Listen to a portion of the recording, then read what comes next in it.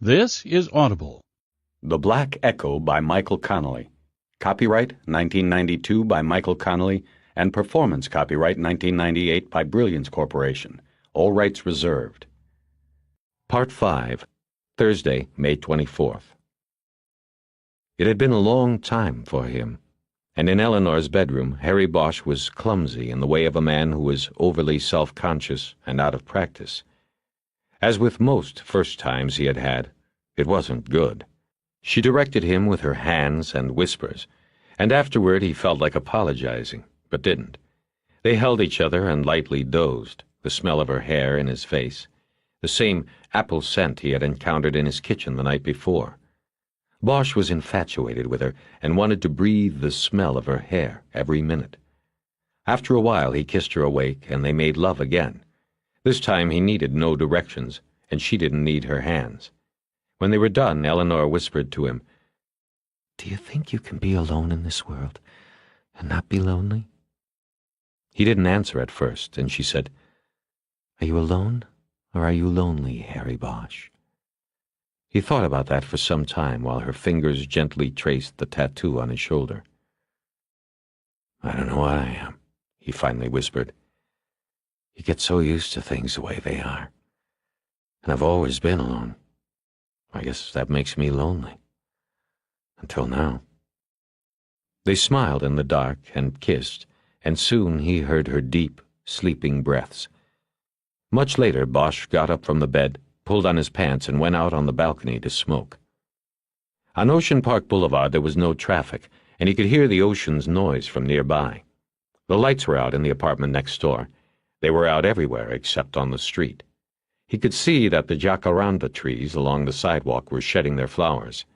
They had fallen like a violet snow on the ground, and the cars parked along the curb. Bosch leaned on the railing and blew smoke into the cool night wind. When he was on his second cigarette, he heard the door behind him slide open, and then felt her hands come around his waist as she embraced him from behind. "What's wrong, Harry?" "Nothing. Just thinking. You better watch out. Carcinogen alert. You ever heard of the draft risk easement?" "Assessment, Harry, not easement. What are you thinking about? Is this how it is most nights for you?" Bosch turned around in her arms and kissed her forehead. She was wearing a short robe of pink silk. He rubbed his thumb up and down the nape of her neck. "Almost no night is like this. I just couldn't sleep. I guess I was thinking about a lot of things." "About us?" She kissed his chin. "I guess." "And?" He brought his hand around to her face and traced the outline of her jaw with his fingers. "I was wondering how you got this little scar here." "Oh, that is from when I was a girl. My brother and we were riding on a bike, and I was on the handlebars, and we went down this hill. It was called Highland Avenue. This was when we lived in Pennsylvania, and he lost control. The bike started weaving, and I was so scared because I knew we were going to crash, and just as he really lost it and we were going down, he yelled, 'Ellie, you'll be all right.' Just like that. And because he had yelled that, he was right. I cut my chin, but I didn't even cry. I always thought that was something, that he would try to yell something to me rather than worry about himself at a moment like that. But that was my brother." Bosch dropped his hands from her face. He said, "I was also thinking that what happened between us was nice." "I think so too, Harry. Nice for a couple of nighthawks. Come back to bed now." They went back in. Bosch first went into the bathroom and used his finger as a toothbrush, and then crawled back under the sheet with her. The blue glow of a digital clock on the bed table said 2:26, and Bosch closed his eyes. When he opened them again, the clock said 3:46, and there was an obnoxious chirping sound coming from somewhere in the room. He realized he was not in his own room. Then he remembered he was in Eleanor Wish's room. As he finally got oriented, he saw her shadowy figure stooped next to the bed, her hands going through the pile of his clothes. "Where is it?" she said. "I can't find it." Bosch reached for his pants, traced his hands along the belt until he found the pager, and turned it off without having to fumble with it. He had done it many times in the dark before. Jesus, she said. That was rude. Bosch swung his legs over the side of the bed, gathered the sheet around his waist, and sat up. He yawned and then warned her that he was going to turn on the light. She said, "Go ahead," and when the light came on, it hit him like a diamond burst between his eyes. When his vision cleared, she was standing in front of him naked, looking down at the digital readout of the pager in his hand. Bosch finally looked down at the number, but didn't recognize it. He wiped a hand across his face and rustled his hair. There was a telephone on the bed table, and he pulled it onto his lap. He dialed the number and then fumbled with his hands in his clothes for a cigarette, which he put in his mouth but didn't light. Eleanor noticed her nakedness and walked over to a lounge chair to get her robe. After it was on, she went into the bathroom and closed the door. Bosch heard water running. The other end of the line was picked up halfway through the first ring. Jerry Edgar didn't answer with a hello, just, "Harry, where you at?" "I'm not home. What is it?" "This kid you were looking for, the one on the 911 call. You found him, right?" "Yeah, but we're looking for him again." "Who's we? You and the Phoebe woman?" Eleanor came out of the bathroom and sat down on the edge of the bed next to him. "Jerry, what are you calling me for?" Bosch asked. He was beginning to get a sinking feeling in his chest. "What's the kid's name?" Bosch was in a daze. It had been months since he had fallen so deeply asleep, only to be rousted out of it. He couldn't remember Sharky's real name, and he didn't want to ask Eleanor because Edgar might hear and then know they were together. Harry looked at Eleanor, and when she began to speak, he touched his finger to her lips and shook his head. "Is it Edward Neast? That the kid's name?" The sinking feeling was gone. Bosch felt an invisible fist pressing up under his ribs and into the folds of his guts and heart. "Right," he said. "That's the name." "You gave him one of your business cards?" "Right." "Harry, you aren't looking for him anymore." "Tell me about it." "Come on out and see for yourself. I'm over at the Bowl. Sharky's in the pedestrian tunnel under Cahuenga. Park on the east side. You'll see the cars." The Hollywood Bowl's east parking lot was supposed to be empty at 4:30 a.m., but as Bosch and Wish drove up Highland to the mouth of the Cahuenga Pass, they saw that the north end of the lot was crowded with the usual grouping of official cars and vans that signal the violent, or at least unexpected, end of a life. There was yellow plastic crime scene tape strung in a square, boxing the entrance to the stairwell that went down to the pedestrian underpass. Bosch flashed his badge and gave his name to a uniformed cop who was keeping the officers on the scene list on a clipboard.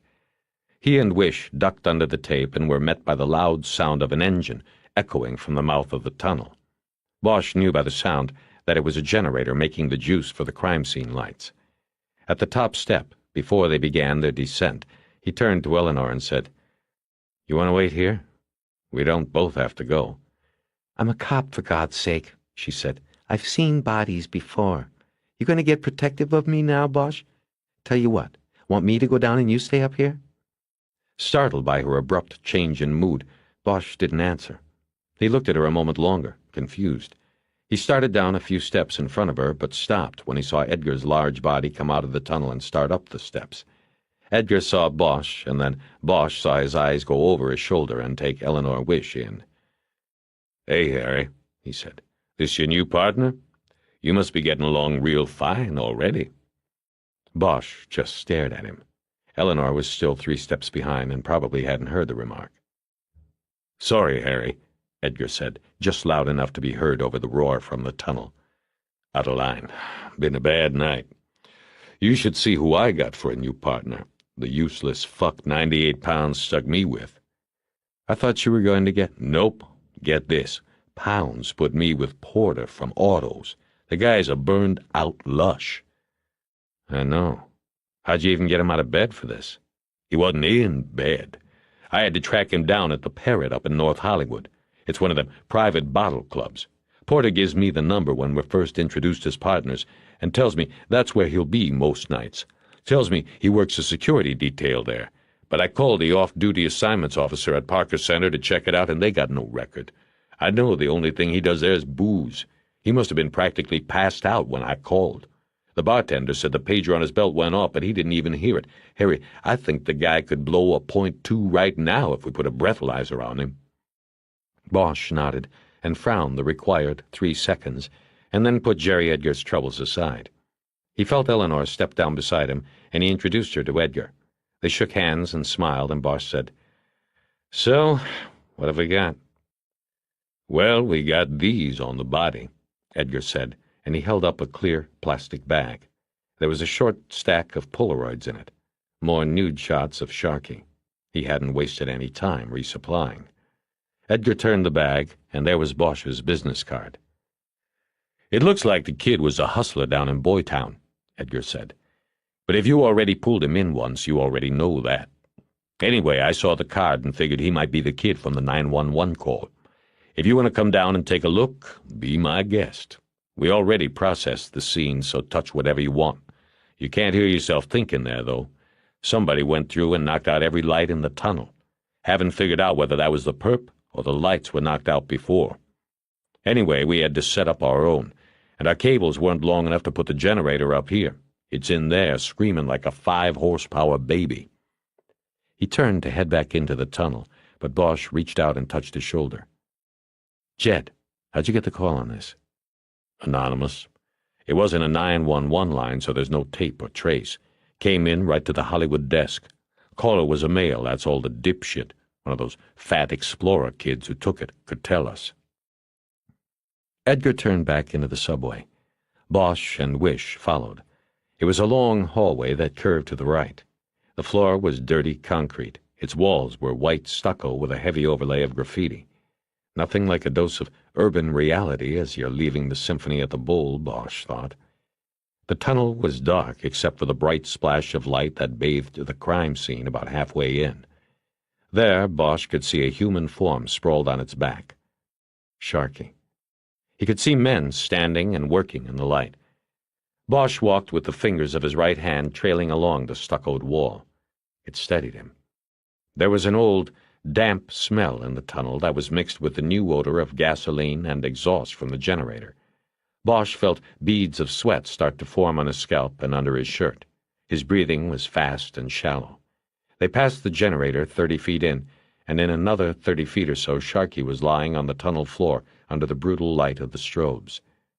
The boy's head was propped against the tunnel wall at an unnatural angle. He seemed smaller and younger than Bosch remembered him. His eyes were half open and had the familiar glaze of the unseeing on them. He wore a black T-shirt that said Guns N' Roses on it, and it was matted with his blood. The pockets of his faded jeans were pulled out and empty. At his side stood a can of spray paint in a plastic evidence bag. On the wall above his head, a painted inscription read, R.I.P. Sharkey. The paint had been applied with an inexperienced hand, and too much had been used. Black paint had run down the wall in thin lines, some of them into Sharkey's hair. When Edgar yelled, "You want to see it?" above the din of the generator, Bosch knew that he meant the wound. Because Sharkey's head was angled forward, the throat wound was not visible, only the blood. Bosch shook his head no. Bosch noticed the blood splatter on the wall and floor about 3 feet from the body. Porter, the lush, was comparing the shapes of the drops with those on splatter cards on a steel ring. A crime scene tech named Roberge was also photographing the spots. The blood on the floor was in round spots. The wall splatter drops were elliptical. You didn't need splatter cards to know the kid had been killed right here in the tunnel. "The way it's looking," Porter said loudly to no one in particular, "somebody comes up behind him here, cuts him, and pushes him down against the wall there." "You only got it half right, Porter," Edgar said. "How's somebody come up behind somebody in a tunnel like this? He was with somebody, and they did him. It was no sneak job, Porter." Porter put the splatter cards in his pocket and said, "Sorry, partner." He didn't say anything else. He was fat and broken down, the way many cops get when they stay on longer than they should. Porter could still wear a size 34 belt, but above it, a tremendous gut bloomed outward like an awning. He wore a tweed sport coat with a frayed elbow. His face was gaunt and as pallid as a flour tortilla, behind a drinker's nose that was large, misshapen, and painfully red. Bosch lit a cigarette and put the burnt match in his pocket. He crouched down like a baseball catcher next to the body and lifted the bag containing the paint can and hefted it. It was almost full, and that confirmed what he already knew, already feared. It was he who had killed Sharkey. In a way, at least. Bosch had tracked him down and made him valuable, or potentially valuable, to the case. Someone could not allow this. Bosch squatted there, elbows on knees, holding cigarette to mouth, smoking and studying the body, making sure he would not forget it. Meadows had been part of this thing, the circle of connected events that had gotten him killed, but not Sharkey. He was street trash, and his death here probably saved someone else's life down the line, but he did not deserve this. In this circle he was an innocent, and that meant things were out of control and there were new rules, for both sides. Bosch signaled with his hand to Sharkey's neck, and the coroner's investigator pulled the body away from the wall. Bosch put one hand down on the ground to balance himself, and stared for a long time at the ravaged neck and throat. He did not want to forget a single detail. Sharkey's head lolled back, exposing the gaping neck wound. Bosch's eyes never wavered. When Bosch finally looked up from the body, he noticed that Eleanor was no longer in the tunnel. He stood up and signaled Edgar to come outside to talk. Harry didn't want to have to shout over the sound of the generator. When they got out of the tunnel, he saw that Eleanor was sitting alone on the top step. They walked up past her, and Harry put his hand on her shoulder as he went by. He felt it go rigid at his touch. When he and his old partner were reasonably away from the noise, Harry said, "So what did the techs have?" "Not a damned thing," Edgar said. "If it was a gang thing, it's one of the cleanest I've ever seen. Not a single print or partial. The spray can is clean, no weapon, no wits." "Sharkey had a crew. Used to stay at a motel near the boulevard until today. But he wasn't into gangs," Bosch said. "It's in the files. He was a scammer, with the Polaroids, rolling homosexuals, stuff like that." "You're saying he's in the gang files, but he isn't in a gang?" "Right." Edgar nodded and said, "He still could have been taken down by somebody who thought he was a gangbanger." Wish walked over to them then, but said nothing. "You know this isn't a gang thing, Jed," Bosch said. "I do?" "Yeah, you do. If it was, there wouldn't be a full can of paint in there. No gangbanger's going to leave something like that behind. Also, whoever painted the wall in there didn't have the touch. The paint ran. Whoever did it didn't know about spraying a wall." "Come here a sec," Edgar said. Bosch looked at Eleanor and nodded that it was okay. He and Edgar walked away a few steps and stood near the crime scene tape. "What did this kid tell you? And how come he was running around loose if he's part of the case?" he asked. Bosch told him the basics of the story, that they didn't know if Sharkey was important to the case, but somebody apparently did, or couldn't risk waiting to find out. As Bosch spoke, he looked up over the hills and saw the first light of dawn outlining the tall palms at the top. Edgar took a step away and tilted his head up that way too, but he wasn't looking at the sky. His eyes were closed. He eventually turned back to Bosch. "Harry, you know what this weekend is?" he said. "It's Memorial Day weekend. It's the biggest 3-day showing weekend of the year, start of the summer season. Last year I sold 4 houses on this weekend, made almost as much as I made all year as a cop." Bosch was confused by the sudden departure in the conversation. "What are you talking about?" "What I'm talking about is, I'm not going to be busting my ass on this case. It isn't going to fuck up my weekend like the last one. So what I'm saying is, if you want it, I'll go to Pounds and tell him you and the FBI want to take it, 'cause it goes with the one you're already working. Otherwise, I'm going to work it strictly as a 9 to 5. "You tell Pounds whatever you want, Jed. It's not my call." Bosch started back toward Eleanor, and Edgar said, "Just one thing. Who knew you had found the kid?" Bosch stopped and looked at Eleanor. Without turning around, he said, "We took him off the street. We interviewed him over on Wilcox. The reports went to the Bureau." "What do you want me to say, Jed?" "Nothing," Edgar said. But, Harry, maybe you and the FBI there should have looked out for your witness a little better. Maybe save me some time and that boy some life." Bosch and Wish walked silently back to the car. Once inside, Bosch said, "Who knew?" "What do you mean?" she said. "What he asked back there, who knew about Sharkey?" She thought for a moment, then said, "On my end, Rourke gets the daily summary reports, and he got the memo on hypnosis.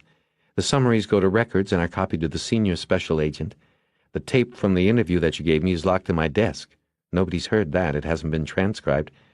So I guess anyone could have seen the summaries. But don't even think about that, Harry. Nobody... He can't be." "Well, they knew we found the kid and he might be important. What's that tell you? They've got to have somebody on the inside." "Harry, that's speculation. It could have been a lot of things. Like you told him, we picked him up on the street. Anybody could have been watching. His own friends, that girl, anybody could have put out the word that we were looking for Sharkey." Bosch thought about Lewis and Clark. They must have seen them pick up Sharkey. What part were they playing? Nothing made sense. "Sharkey was a tough little bastard," he said. "You think he just went walking with somebody into that tunnel? I think he didn't have a choice. And to do that, it maybe took somebody with a badge." "Or maybe somebody with money. You know he'd go with somebody if there was money in it." She didn't start the car, and they sat in it, thinking. Bosch finally said, "Sharkey was a message." "What?" "A message to us. See? They leave my card with him. They call it in on a no-trace line, and they do him in a tunnel. They want us to know they did it. They want us to know they've got somebody inside. They're laughing at us." She started the car. "Where to?" "The Bureau." "Harry, be careful with that stuff about an inside man. If you go trying to sell that and it's not true, you could give your enemies all they need to bury you." Enemies, Bosch thought. Who are my enemies this time? "I got that kid killed," he said. "The least I'm going to do is find who did it." Bosch looked through the cotton curtains in the waiting room, down at the Veterans Cemetery, while Eleanor Wish unlocked the door to the Bureau offices. The ground fog had not burned off the field of stones yet, and from above it looked like 1,000 ghosts rising from their boxes at once. Bosch could see the dark gash dug into the crest of the hill at the north side of the cemetery, but still could not make out what it was. It looked almost like a mass grave, a long gouge into the hill, a huge wound. The exposed soil was covered with black plastic sheets. "You want coffee?" Wish said from behind him. "Of course," he said. He pulled himself away from the curtains and followed her in. The bureau was empty. They went into the office kitchen, and he watched as she dumped a packet of ground coffee into a filter basket and turned the machine on. They stood there silently, watching the coffee slowly drip into a round glass pot on the heating pad. Bosch lit a cigarette and tried only to think about the coffee that was coming. She waved the smoke away with a hand, but didn't tell him to put it out. When the coffee was ready, Bosch took it black, and it hit his system like a shot.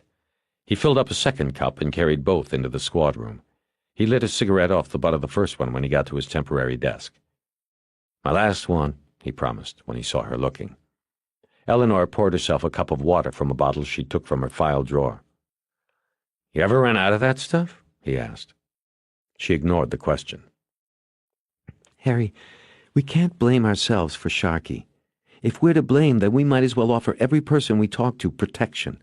Should we go up and grab his mother and put her in witness protection? What about the girl in the motel room that knew him? See, it gets crazy. Sharkey was Sharkey. You live by the street, you die by the street." Bosch didn't say anything at first. Then he said, "Let me see the names." Wish pulled out the files on the Westland case. She rifled through them and pulled out a computer printout several pages long and folded accordion style. She tossed it on the desk in front of him. "That's the master there," she said. "Everybody who had a box. There are notes written after some of the names, but they probably are not germane. Most of that was if we thought they were scamming insurance or not."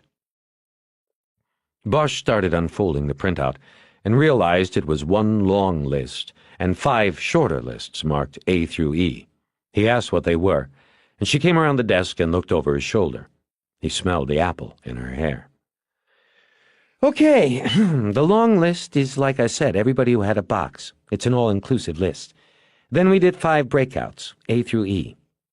The first, that's A, is a breakout on boxes rented within the 3 months prior to the burglary. Then B, we did a breakout on box holders who reported no loss at all in the burglary. Then C is the list of dead ends, box holders who were actually dead or we couldn't find because of the changes in addresses or they had given phony information to rent them. Then the 4th and 5th breakouts are matching lists from the first 3. D is anybody who rented a box in the previous 3 months and also reported no loss.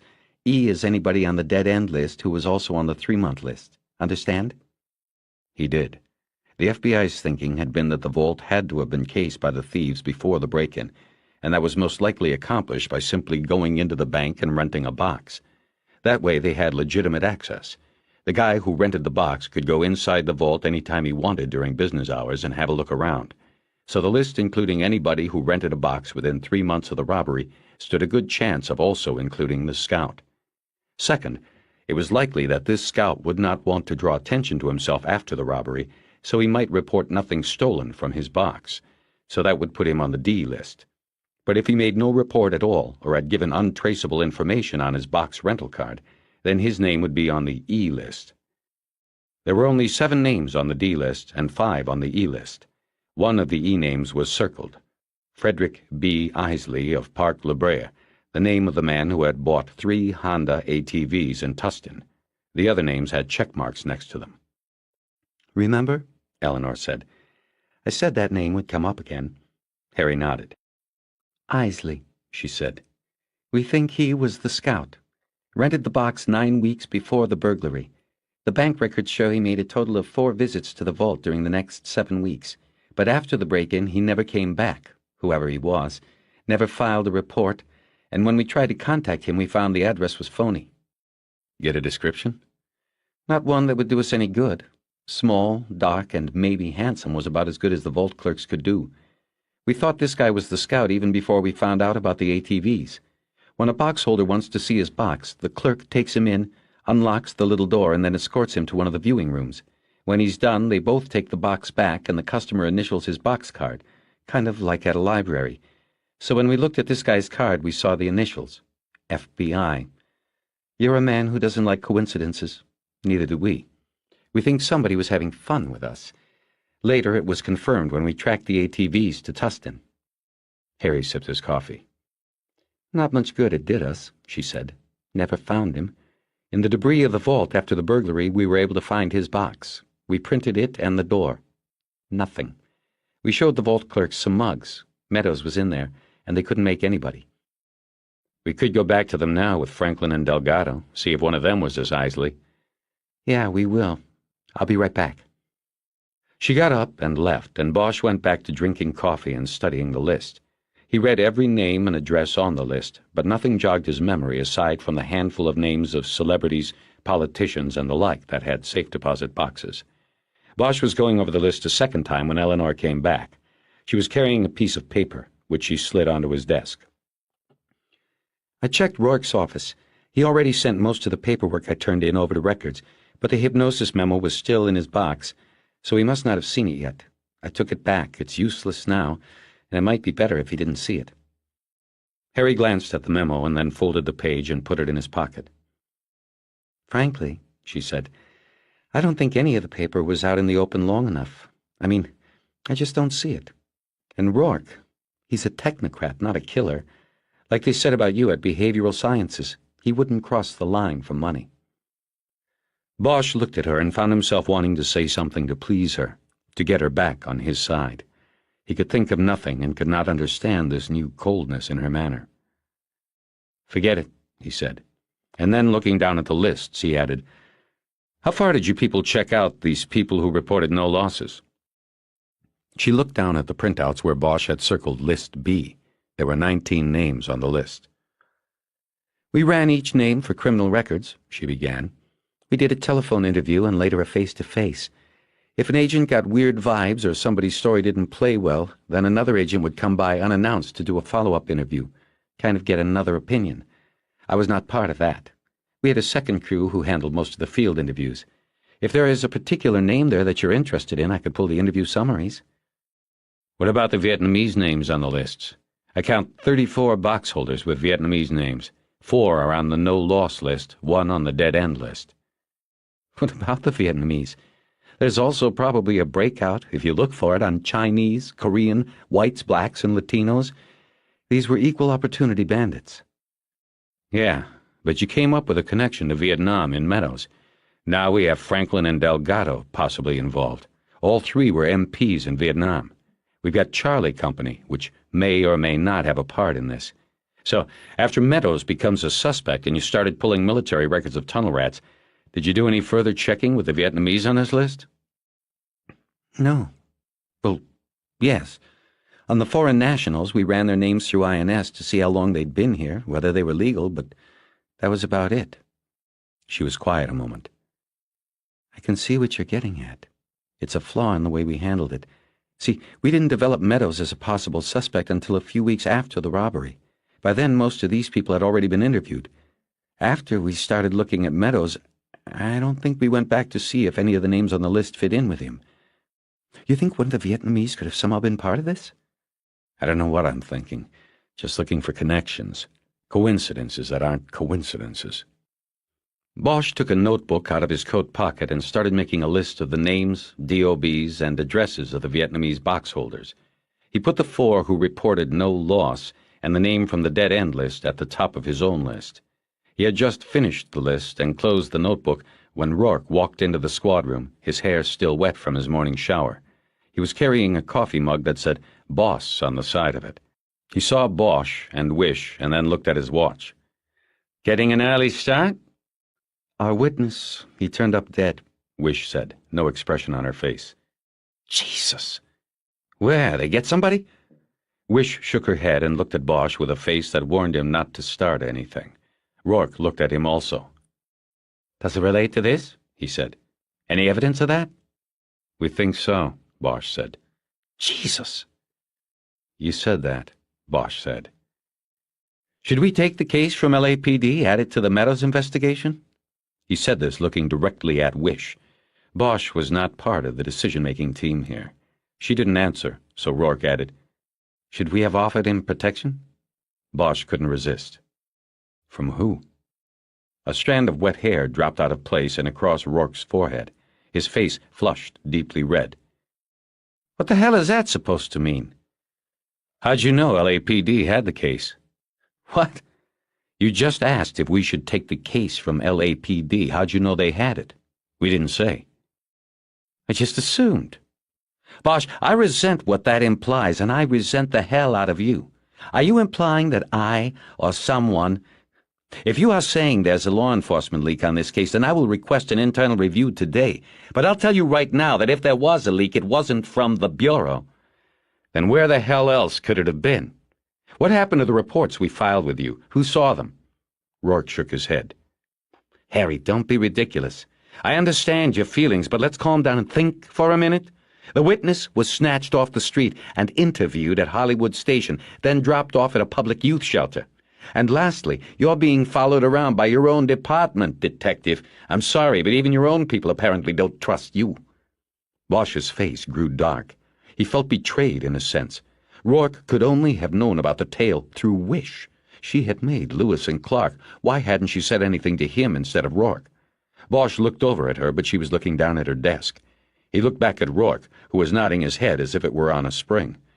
Yes, she made the tale on you the first day. Rourke looked around the empty squad room, obviously wishing he had a larger audience. He was moving his weight from one foot to the other now, like a boxer in his corner, impatiently waiting for the next round to begin so he could deliver the knockout punch on a fading opponent. Wish continued to sit silently at her desk, and in that moment it seemed to Bosch to be 1,000,000 years ago that they had held each other in her bed. Rourke said, Maybe you should look at yourself and your own department before running around making reckless accusations. Bosch said nothing. He just stood up and headed to the door. Harry, where are you going? Eleanor called from her desk. He turned around and looked at her a moment. Then he kept walking. Lewis and Clark picked up Bosch's Caprice as soon as it came out of the federal garage. Clark was driving. Lewis dutifully noted the time on the surveillance log. He said, "He's got a bug up his ass. Better move up on him some." Bosch had turned west on Wilshire and was heading for the 405. Clark increased his speed to stay with him in the morning rush hour traffic. "I'd have a bug somewhere if I'd just lost my only witness," Clark said. "If I'd gotten him killed." "How you figure?"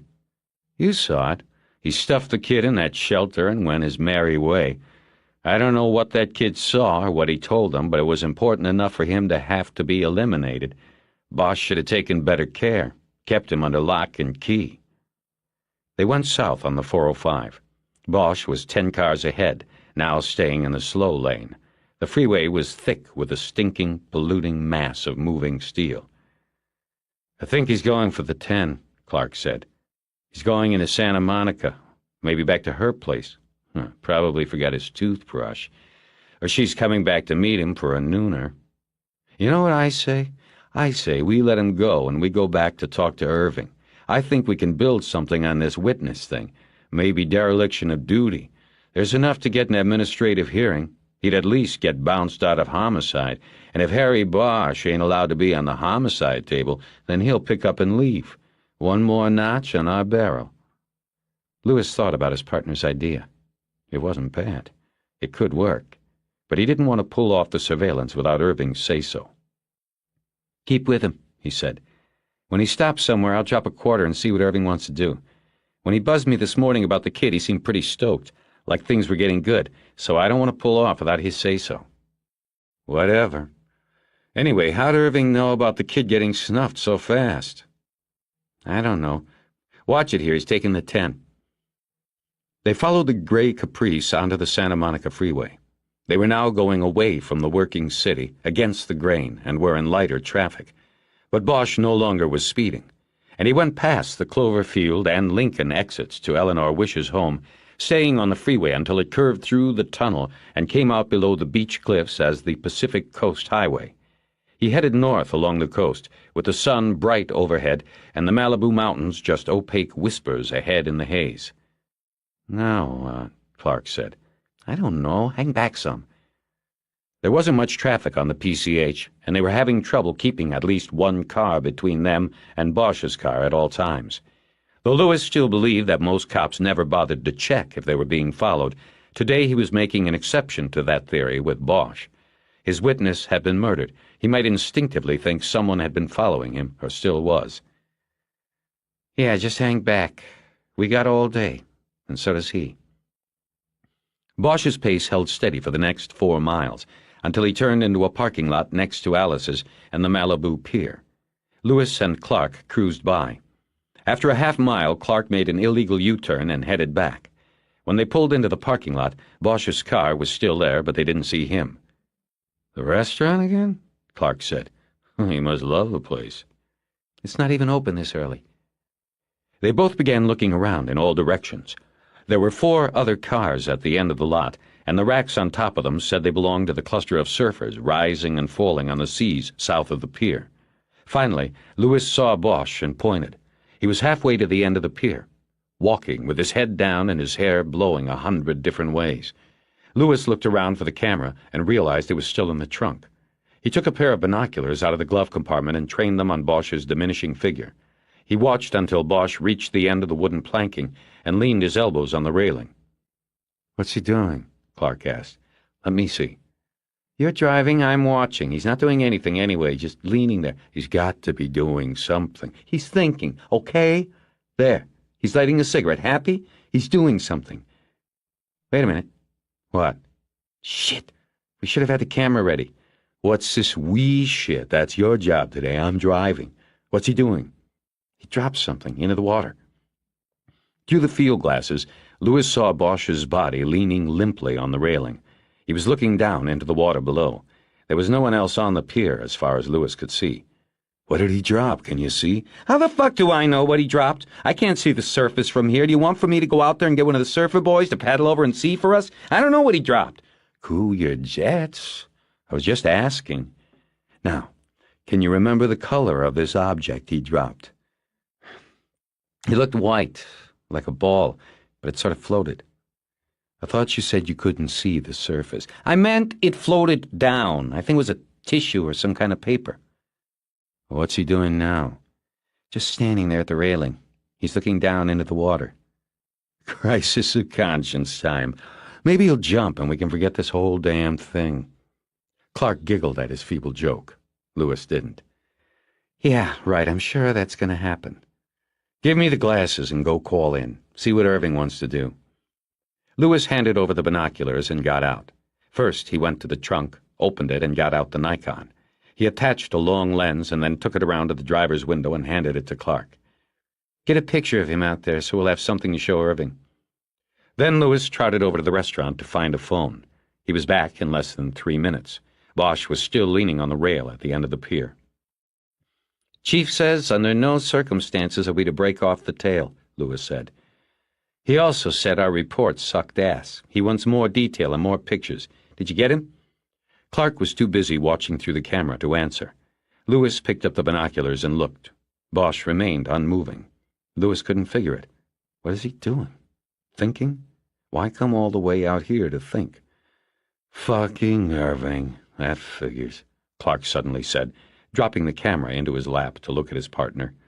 And yeah, I got a few pictures of him, enough to make Irving happy, but he's not doing anything, just leaning there.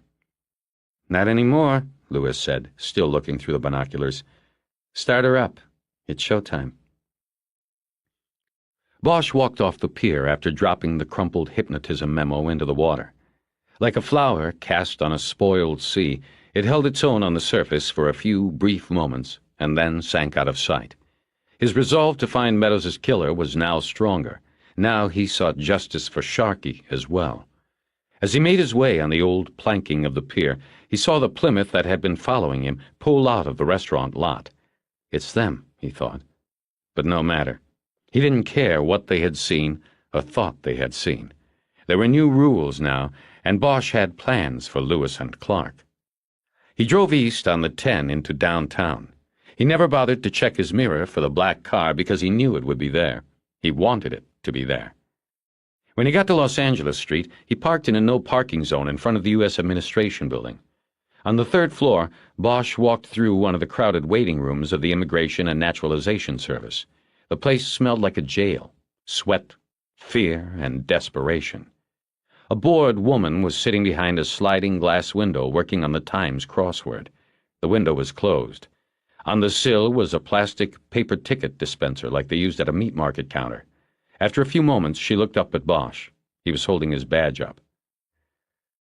Do you know a 6-letter word for a man of constant sorrow and loneliness? She asked after sliding the window open and then checking her nail for damage. Bosch. What? Detective Harry Bosch. Buzz me in. I want to see Hector V. Have to check first, she said in a pouty way. She whispered something into the phone, then reached to Bosch's badge case and put her finger on the name on the ID card. Then she hung up. He says go on back. She buzzed the lock on the door next to the window. He says you know the way. Bosch shook Hector Villabona's hand in a cramped squad room, much smaller than Bosch's own. I need a favor. I need some computer time. Let's do it. That's what Bosch liked about Hector V. He never asked what or why before deciding. He was a let's-do-it type of guy. He didn't play bullshit games that Bosch had come to believe everybody in his profession played. Hector rolled his chair over to an IBM on a desk against the wall and entered his password. You want to run names, right? How many? Bosch wasn't going to bullshit him either. He showed him the list of 34 names. Hector whistled lowly and said, Okay, we'll run them through, but these are Vietnamese. If their cases were not worked out of this office, their files won't be here. I'll only have what's on the computer. Dates of entry, documentation, citizenship, whatever's on the computer. You know how it is, Harry. Bosch did. But he also knew that Southern California was where most of the Vietnamese refugees made their homes after making the trip. Hector started typing in the names with 2 fingers, and 20 minutes later, Bosch was looking at a printout from the computer. What are we looking for, Harry? Hector said as he studied the list with him. I don't know. What do you see that's unusual? A few moments passed, and Bosch thought Hector would say nothing was unusual, a dead end, but Bosch was wrong. Okay, on this one, I think you will find he was connected. The name was Ngo Van Bin. It meant nothing to Bosch, other than it had come from the B list. Bin had reported nothing stolen from his safe deposit box. Connected? He had some kind of pull, Hector said. Connected politically, I guess you would call it. See, his case number has the prefix GL. Those are files handled by our Special Cases Bureau in D.C. Usually, SCB doesn't deal with people from the masses. Very political. Handles people like the Shah and the Marcoses, Russian defectors if they're scientists or ballerinas, stuff like that, stuff I never see. He nodded his head and put his finger on the printout. Okay, then we have the dates. They are too close. It happened too fast, which tells me this case was greased. I don't know this guy from Adam, but I know this guy knew people. Look at the date of entry, May 4, 1975. That's just 4 days after the guy left Vietnam. You figure the first day is getting to Manila, and the last day is getting to the States. That leaves only 2 days in between in Manila for him to get approval and get his ticket punched for the mainland. And at that time, I mean, man, they were coming in by the boatload to Manila.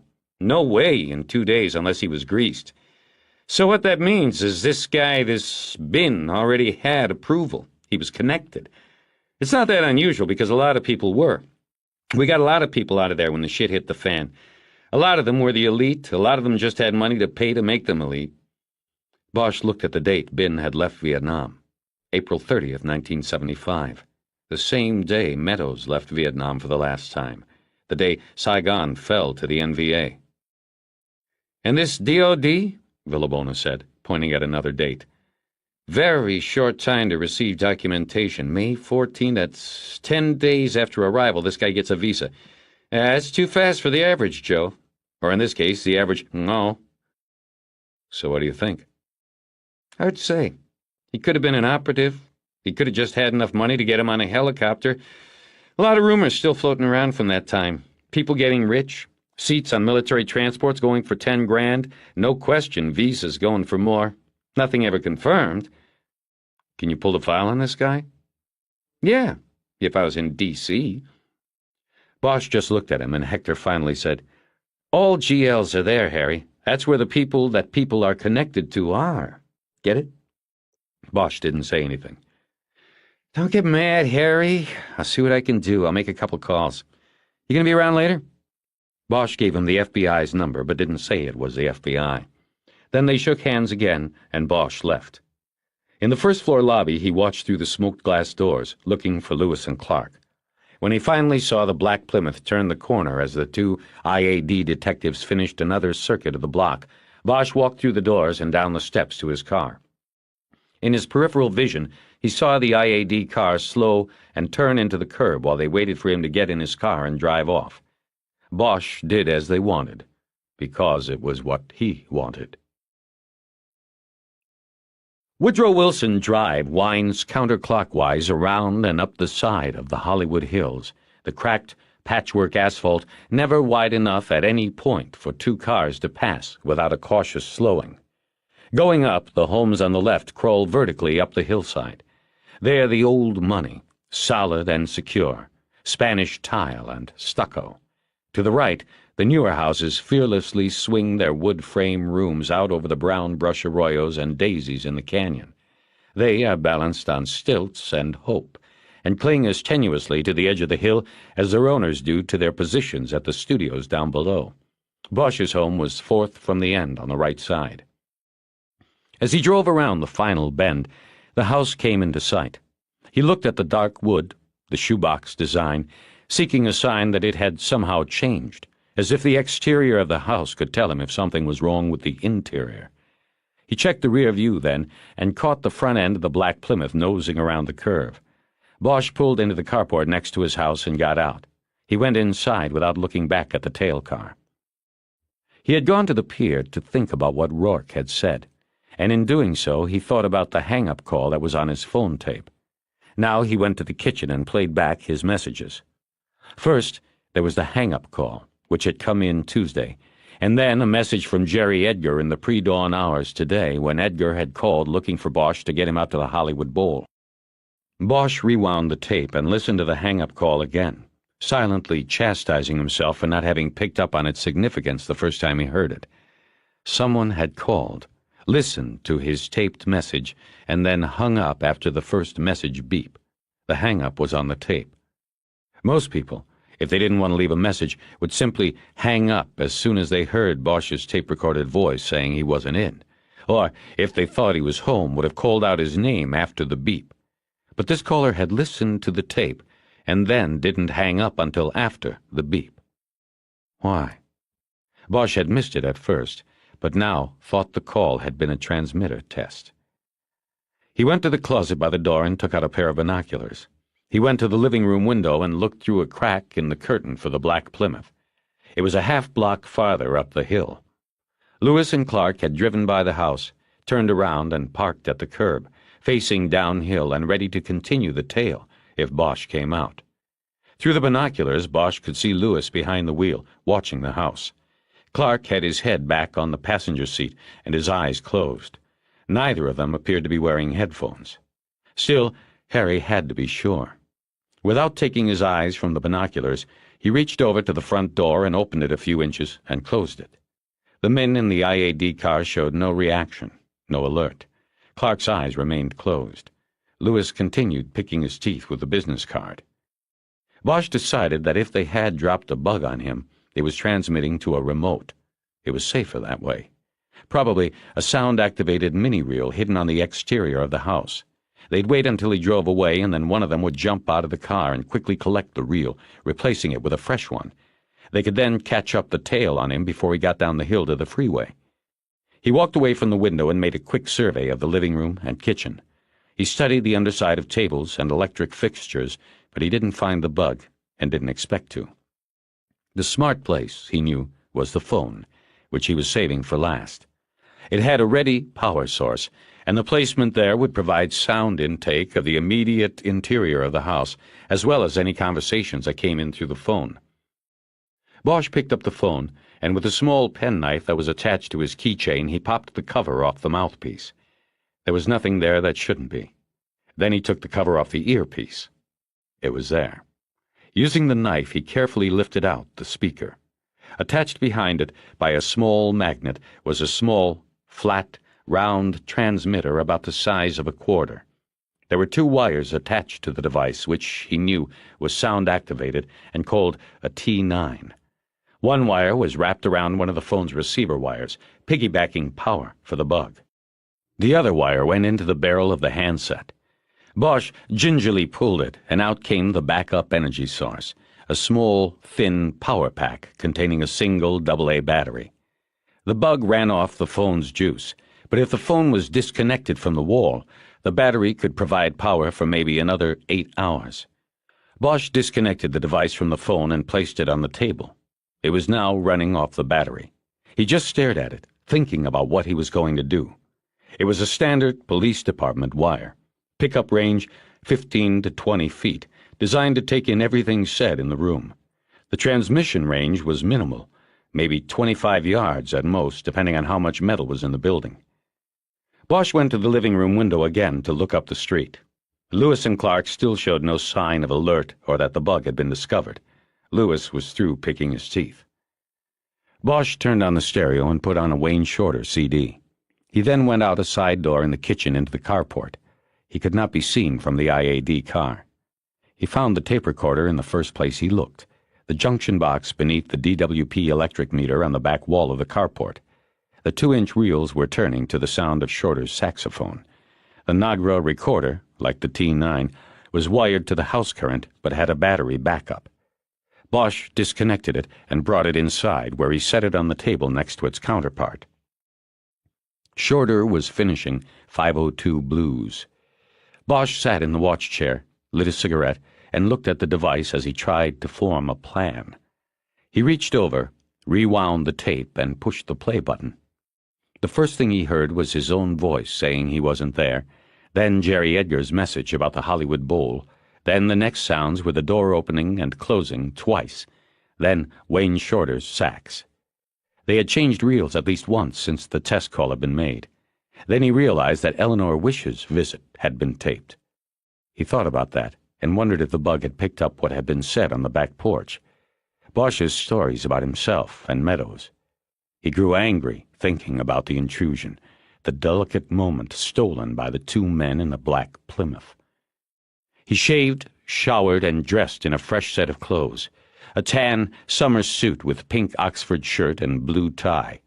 Then he went to the living room and loaded the bug and recorder into the pockets of his jacket. He took another look through the curtains with the field glasses. Still no movement in the internal affairs car. He went out the side door again and carefully climbed down the embankment to the base of the first stilt, an iron I-beam.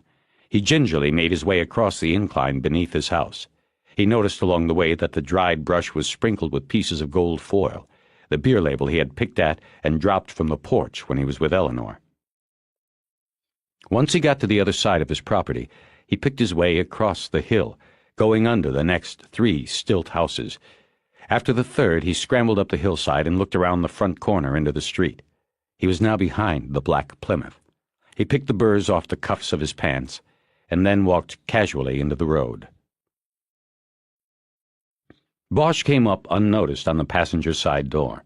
The window was down, and just before he flung the door open, he thought he could hear snoring coming from the car. Clark's mouth was open and his eyes still shut when Bosch leaned in through the open door and grabbed both men by their silk ties. Bosch put his right foot on the doorsill for leverage and pulled both men toward him. Though there were 2 of them, the advantage belonged to Bosch. Clark was disoriented, and Lewis had little more idea what was happening. Pulling them by their ties meant that any struggle or resistance tightened the ties around their necks, cutting off their air. They came out almost willingly, tumbling like dogs on leashes, and landing next to a palm tree planted 3 feet from the sidewalk. Their faces were red and sputtering. Their hands went to their necks, clawing at the knots of their ties as they fought to get air back into their pipes. Bosch's hands went to their belts and yanked away the handcuffs. As the 2 IAD detectives were gulping air through their reopened throats, Bosch managed to cuff Lewis's left hand to Clark's right. Then, on the other side of the tree, he got Lewis's right into the other set of cuffs. But Clark realized what Bosch was doing and tried to stand up and pull away. Bosch grabbed his tie again and gave it a sharp yank down. Clark's head came forward, and his face rammed the palm tree. He was momentarily stunned, and Bosch slapped the last cuff on his wrist. Both IAD cops were wallowing on the ground then, locked to each other with the palm tree in the middle of the circle of their arms. Bosch unholstered their weapons, then stepped back to catch his own breath. He threw their guns onto the front seat of their car. "You're dead," Clark finally managed to croak through his swollen throat. They worked their way up into standing positions, the palm tree between them. They looked like 2 grown men caught playing Ring Around the Rosie. "Assaulting a fellow officer. 2 counts, Lewis said. "Conduct unbecoming. We can get you for a half-dozen other things now, Bosch." He coughed violently, spittle hitting Clark's suit coat. "Unhook us and maybe we can forget this." "No way. We aren't forgetting a fucking thing," Clark said to his partner. "He's going down like a flaming asshole." Bosch took the listening device out of his pocket and held it out on his palm for them to see. "Who's going down?" he asked. Lewis looked at the bug, recognizing what it was, and said, "We don't know anything about that." "Course not," Bosch said. He took the recorder out of his other pocket and held that out, too. "Sound-sensitive Nagras, that's what you guys use in all your jobs, legal or not, isn't it? Found it in my phone.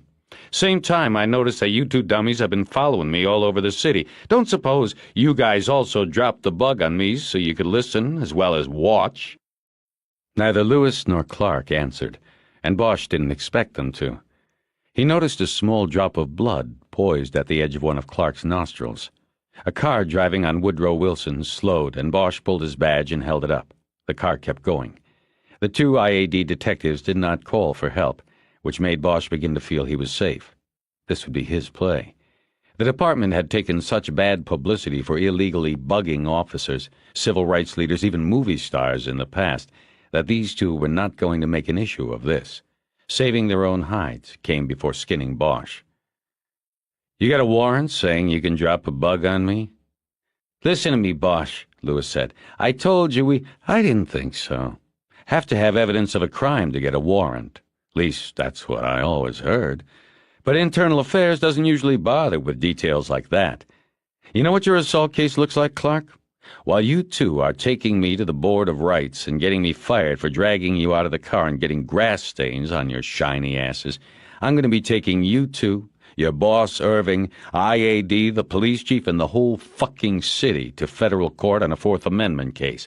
Illegal search and seizure. I'll throw in the mayor, too. How's that? Clark spit on the grass at Bosch's feet. A drop of blood from his nose fell onto his white shirt. He said, "You can't prove that came from us, 'cause it didn't." "Bosch, what do you want?" Lewis blurted out, his rage turning his face a darker red than it had been when his tie had been tightened like a noose around his neck. Bosch started walking in a slow circle around them, so they had to constantly turn their heads or bend around the palm trunk to watch him. "What do I want? Well, as much as I despise you two, I don't really want to have to drag your asses into court. Dragging them across the sidewalk was enough. What I want—" "Bosch, you ought to get your fucking head examined," Clark burst out. "Shut up, Clark," Lewis said. "You shut up," Clark said back. "Matter of fact, I have had it examined," Bosch said. "And I still would rather have mine than yours. You'd need a proctologist to check yours out." He said this as he circled close behind Clark. Then he moved out a few steps and continued to make the rounds. "I'll tell you what. I'm willing to let bygones be bygones on this. All you have to do is answer a few questions and we're square on this little mix-up. I'll cut you loose. After all, we're all part of the family, right?"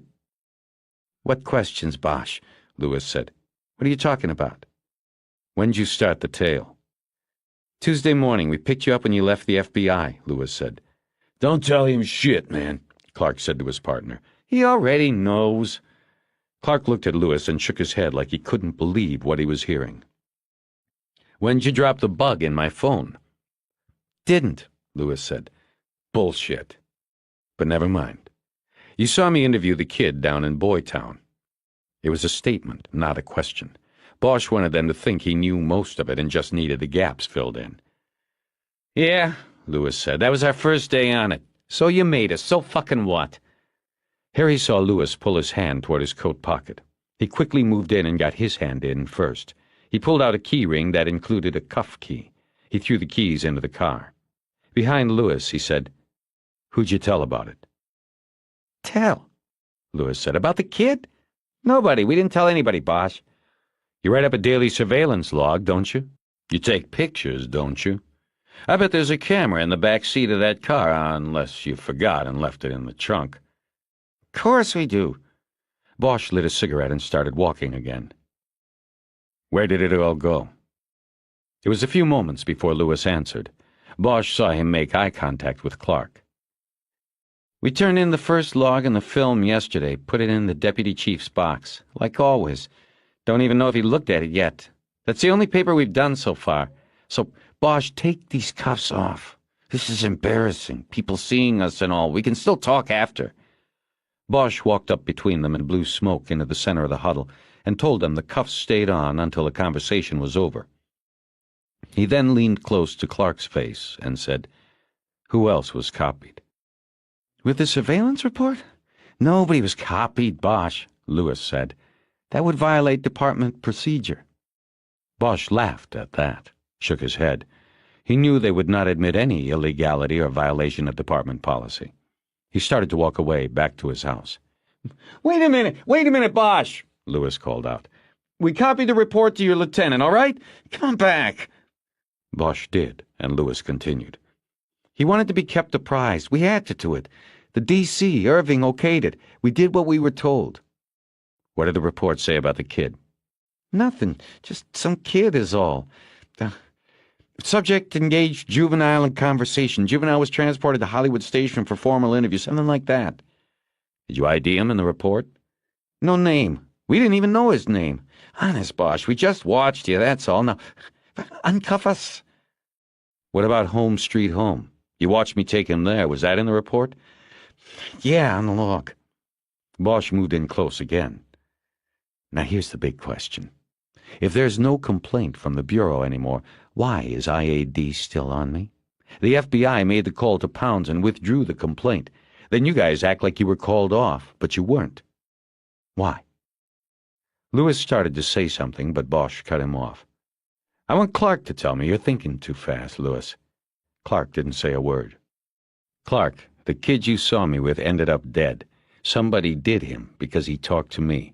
and the only people who knew he talked to me were you and your partner here. Something is going on here, and if I don't get the answers I need, I'm just going to lay it all out, go public with it. You're going to find your own ass being investigated by Internal Affairs." Clark said his first 2 words in 5 minutes. "Fuck you." Lewis jumped in then. "Look, Bosch, I'll tell you. The FBI doesn't trust you, that's the thing. They said they brought you into the case, but they told us they weren't sure about you. They said you muscled onto the case and they were going to have to watch you, make sure you weren't pulling a scam, that's all. So we were told to drop back but stay on you. We did. That's all, man. Now, cut us loose. I can hardly breathe and my wrists are starting to hurt with these cuffs. You really put them on tight." Bosch turned to Clark. "Where's your cuff key?" "Right front pocket," he said. He was cool about it, refusing to look at Bosch's face. Bosch walked around behind him and reached both hands around his waist. He pulled a key ring out of Clark's pocket and then whispered in his ear, "Clark, you ever go in my home again and I'll kill you." Then he yanked the detective's pants and boxer shorts down to his ankles and started walking away. He threw the key ring into the car. "You bastard!" Clark yelled. "I'll kill you first, Bosch." As long as he kept the bug and the Nagra, Bosch was reasonably certain Lewis and Clark would not seek departmental charges against him. They had more to lose than he.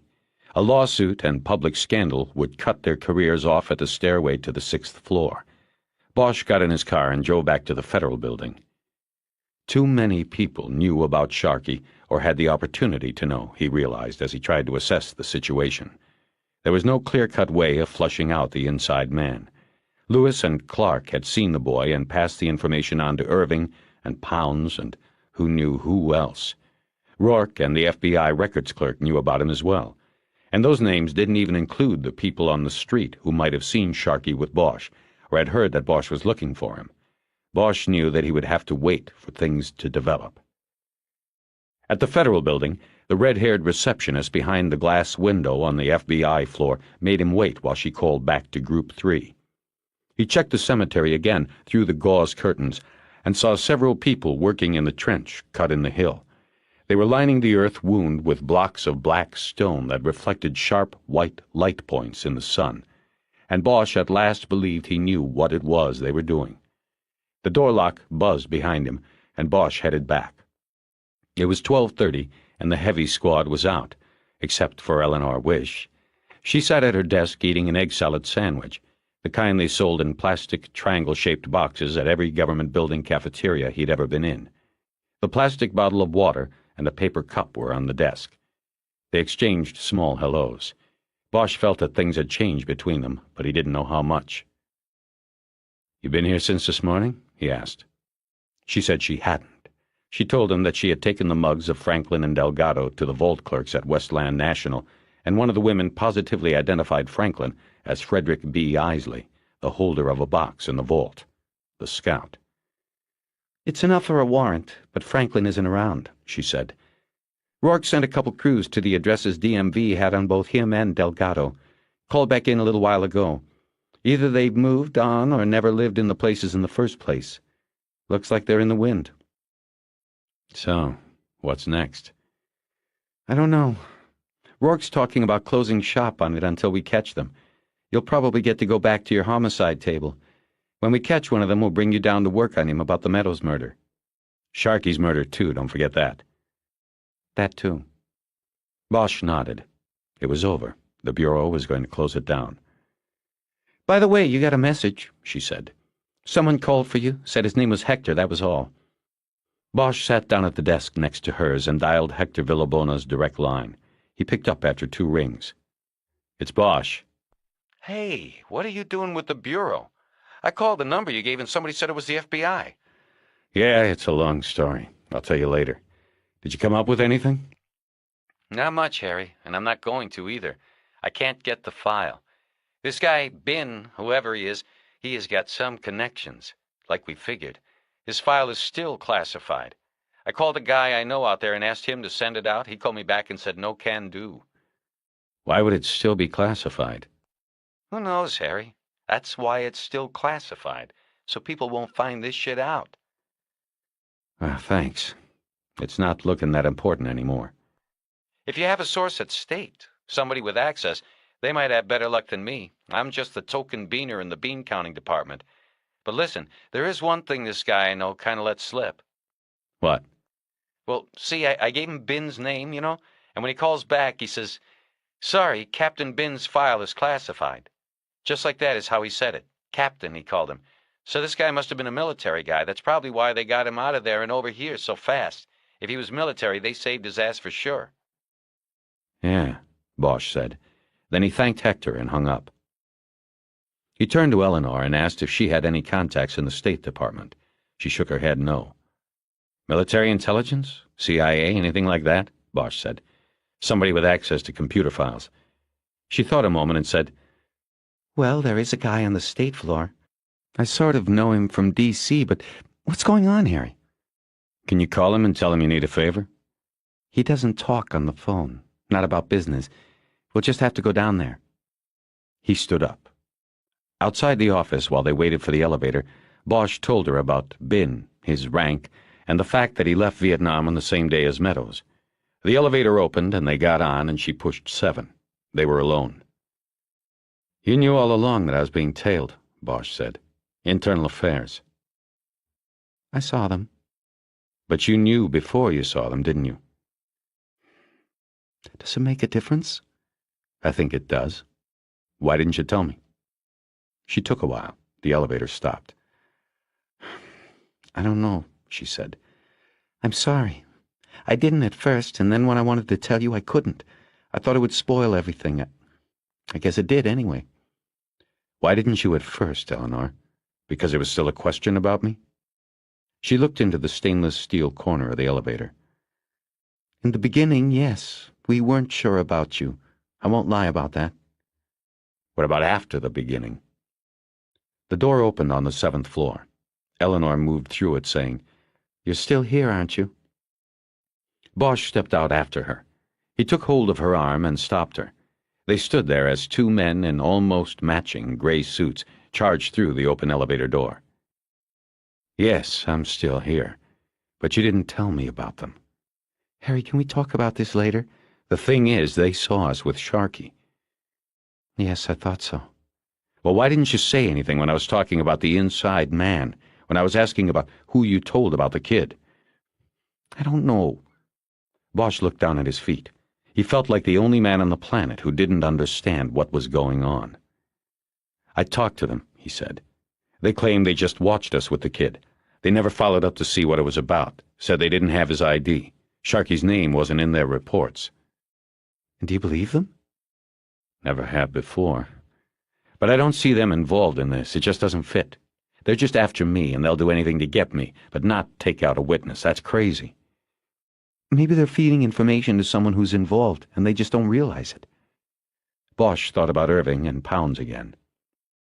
A possibility. The point is, there is an inside man, somewhere. We know this, and it might be from my side, it might be from yours, so we have to be very careful about who we talk to and what we're doing. After a moment, he looked straight into her eyes and said, Do you believe me? It took her a long time, but she finally nodded her head. She said, I can't think of any other way to explain what's happening. Eleanor went up to a receptionist while Bosch hung back a bit. After a few minutes, a young woman came out from a closed door and showed them down a couple of hallways and into a small office. No one was sitting behind the desk. They sat in 2 chairs facing the desk and waited. Who is this we're seeing? Bosch whispered. I'll introduce you, and he can tell you what he wants you to know about him, she said. Bosch was about to ask her what that meant when the door opened and a man strode in. He looked to be about 50, with silvery hair that was carefully groomed and a strong build beneath the blue blazer. The man's gray eyes were as dull as day-old barbecue coals. He sat down and did not look at Bosch. He kept his eyes exclusively on Eleanor Wish. Ellie, good to see you again, he said. How are you doing? She said she was doing fine, exchanged a few pleasantries, and then got around to introducing Bosch. The man got up and reached across the desk to shake hands. Bob Ernst, Assistant Deputy Trade and Development. Nice to meet you. So this is an official visit then, not just dropping by to see an old friend? Yes, I'm sorry, Bob, but we are working on something and need some help." "Whatever I can do, Ellie," Ernst said. He was annoying Bosch, and Bosch had only known him a minute. "Bob, we need to background somebody whose name has come up on a case we are working," Wish said. "I think you are in a position that you could get that information for us without a great deal of inconvenience or time." "That's our problem," Bosch added. "It's a homicide case. We don't have a lot of time to go through normal channels, to wait for things from Washington." "Foreign national?" "Vietnamese," Bosch said. Came here when?" "May 4, 1975. "Ah, right after the fall. I see. Tell me, what kind of homicide would the FBI and the LAPD be working on together that involves such ancient history, and history in another country as well?" "Bob," Eleanor began. "I think—" "No, don't answer that," Ernst yelped. "I think you are right. Yes, it would be best if we compartmentalize the information." Ernst went through the motions of straightening his blotter and the knickknacks on his desk. Nothing was really out of order to begin with. "How soon you need the information?" he finally said. "Now," Eleanor said. "We'll wait," Harry said. "You realize, of course, I may not come up with anything, especially on short notice." "Of course," Eleanor said. "Give me the name." Ernst slid a piece of paper across his blotter. Eleanor wrote Bin's name on it and slid it back. Ernst looked at it a moment and got up without ever touching the paper. "I'll see what I can do," he said, and left the room. Bosch looked at Eleanor. "Ellie?" "Please, I don't allow anybody to call me that. That's why I don't take his calls and don't return them." "You mean until now? You'll owe him now." "If he finds something. And so will you." "I guess I'll have to let him call me Ellie." She didn't smile. "How'd you meet this guy, anyway?" She didn't answer. Bosch said, "He's probably listening to us right now." He looked around the room, though obviously any listening devices would be hidden. He took out his cigarettes when he saw a black ashtray on the desk. "Please don't smoke," Eleanor said. "Just a half." "I met him once when we were both in Washington. I don't even remember what for now. He was assistant something or other with State back then, too. We had a couple of drinks, that's all. Some time after that, he transferred out here. When he saw me in the elevator here and found out I was transferred, he started calling." CIA all the way, right? Or something close. "More or less, I think. It doesn't matter if he gets what we need." More or less. I knew shitheads like him in the war. No matter how much he tells us today, there will be something more. Guys like that, information is their currency. They never give up everything. Like he said, they compartmentalize everything. They'll get you killed before they tell it all. "Can we stop talking now?" "Sure." Ellie. Bosch passed the time smoking and looking at the empty walls. The guy didn't make much of an effort to make it look like a real office. No flag in the corner, not even a picture of the president. Ernst was back in 20 minutes, and by then Bosch was on his second half-cigarette. As the assistant deputy for trade and development strode to his desk empty-handed, he said, "Detective, would you mind not smoking? I find it very bothersome in a closed room like this."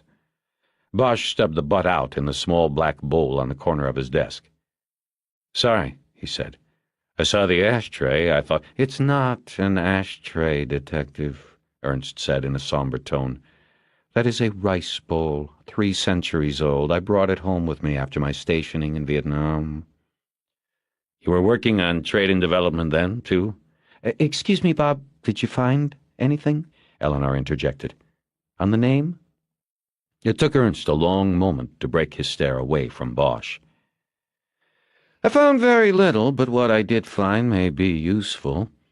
This man, Bin, is a former Saigon police officer, a captain. Bosch, are you a veteran of the altercation?" "You mean the war?" "Yeah." "Of course you are," Ernst said. "Then tell me, does this information mean anything to you?" "Not a lot. I was in the bush most of my time. Didn't see much of Saigon except the Yankee bars and tattoo parlors." The guy was a police captain. Should it mean something to me? I suppose not. So let me tell you. As a captain, Ben ran the police department's vice unit. Bosch thought about that and said, Okay, he was probably as corrupt as everything else that went with that war. I don't suppose, coming from in the bush, you knew much about the system, the way things worked in Saigon? Ernst asked. Why don't you tell us about it? Sounds like that was your department. Mine was just trying to keep alive. Ernst ignored the shot. He chose to ignore Bosch as well. He looked only at Eleanor as he spoke. It operated quite simply, really, he said.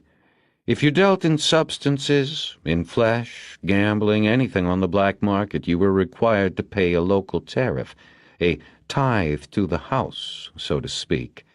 That payment kept the local police away. It practically guaranteed your business would not be interrupted, within certain bounds.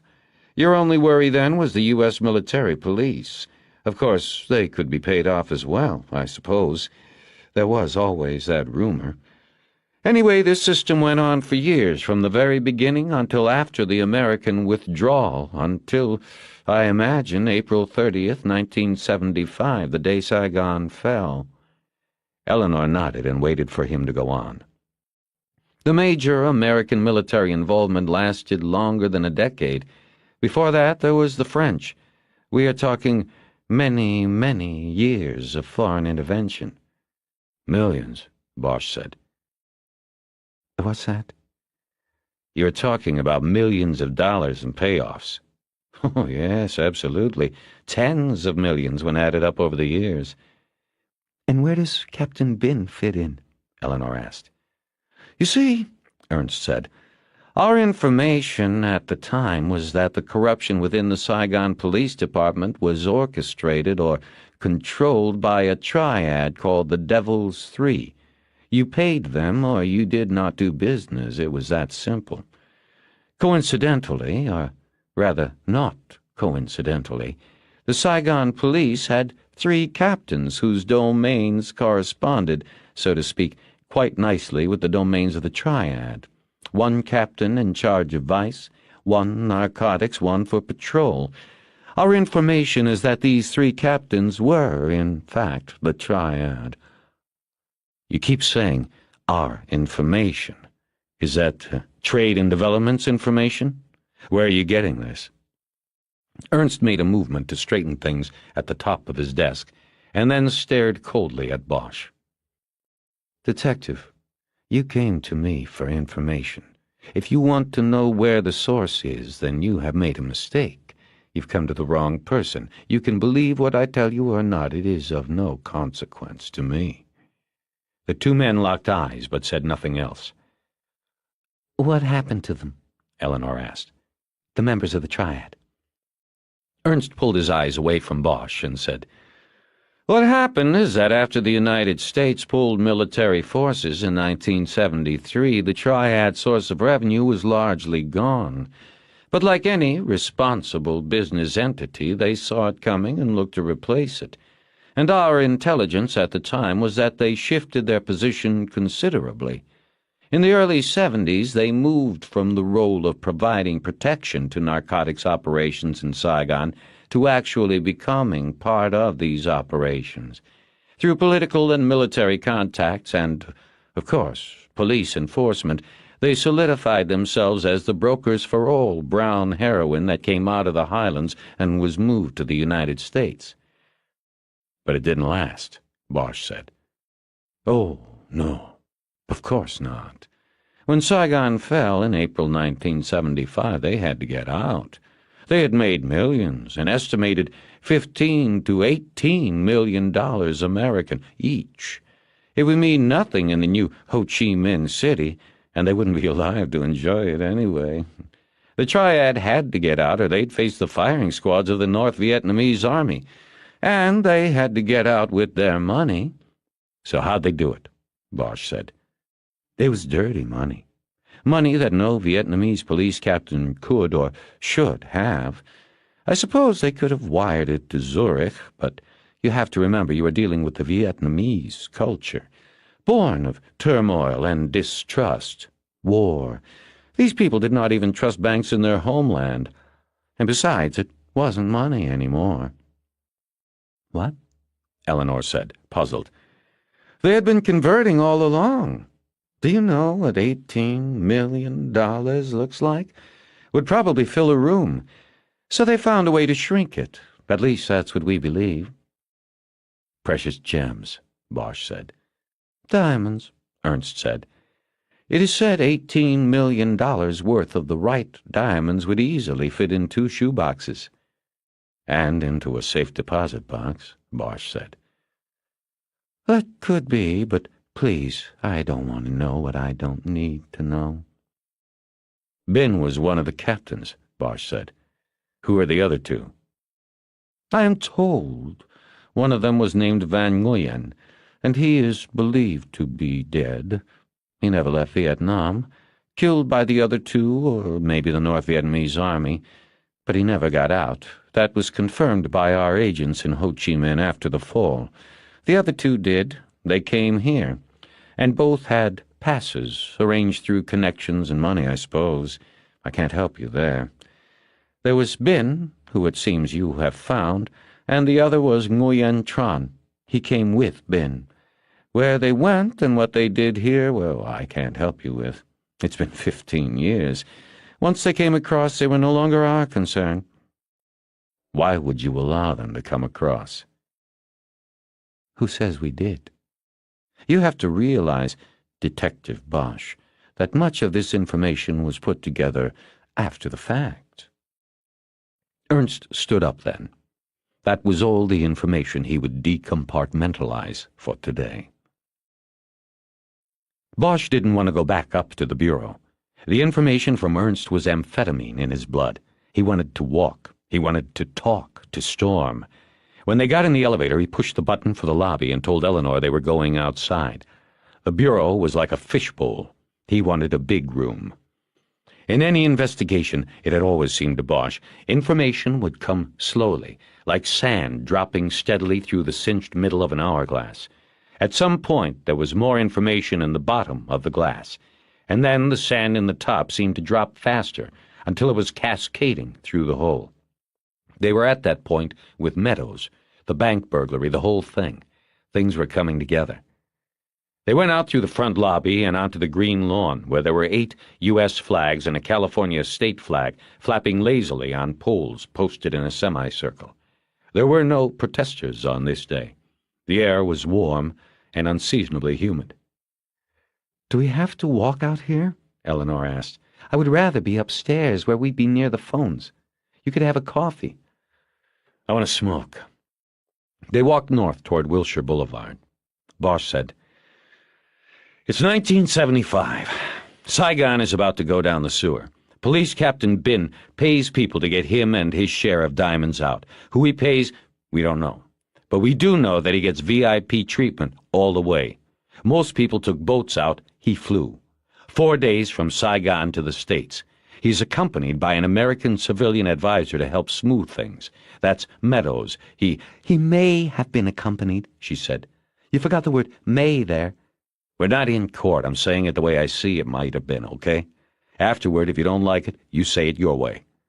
She raised her arms in a hands-off kind of way, and Bosch continued. "So, Meadows and Bin are together. 1975. Meadows is working refugee security or something. See, he's getting out of there, too. He may or may not have known Bin from his old sideline dealing heroin. The chances are he did. He was probably, in effect, working for Bin. Now, he may or may not have known what Bin was carrying with him to the States. Chances are he at least had an idea." Bosch stopped to organize his thoughts, and Eleanor reluctantly took over. "Bin takes with him his cultural dislike or distrust for putting his money in the hands of bankers. He has an additional problem, too. His money is not kosher. It is undeclared, unknown, and illegal for him to have. He can't declare it or make a normal deposit because this would be noticed and then have to be explained. So he keeps this sizable fortune in the next best thing, a safe deposit vault. Where are we going?" Bosch didn't answer. He was too consumed by his thoughts. They were at Wilshire. When the walk sign flashed above the crosswalk, they went with the flow of bodies. On the other side of the street, they turned west, walking along the hedges that bordered the veterans' cemetery. Bosch took over the story. Okay, so Binns got his share in the safe deposit box. He starts the great American dream as a refugee, only he's a rich refugee. Meantime, Meadows comes back after the war, can't get into the groove of real life, can't beat his habit, and starts capering to feed it. But things aren't as easy as in Saigon. He gets caught, spends some time in stir. He gets out, goes back, gets out, then finally starts blocking some real time on federal raps on a couple of bank jobs. There was an opening in the hedge and a brick walkway. Bosch followed it, and they stood looking at the expanse of the cemetery, the rows of carved stones, a weather-polished white against the sea of grass. The tall hedge buffered the sound from the street. It was suddenly very peaceful. "It's like a park," Bosch said. "It's a graveyard," she whispered. "Let's go." "You don't have to whisper." "Let's walk around. It's quiet."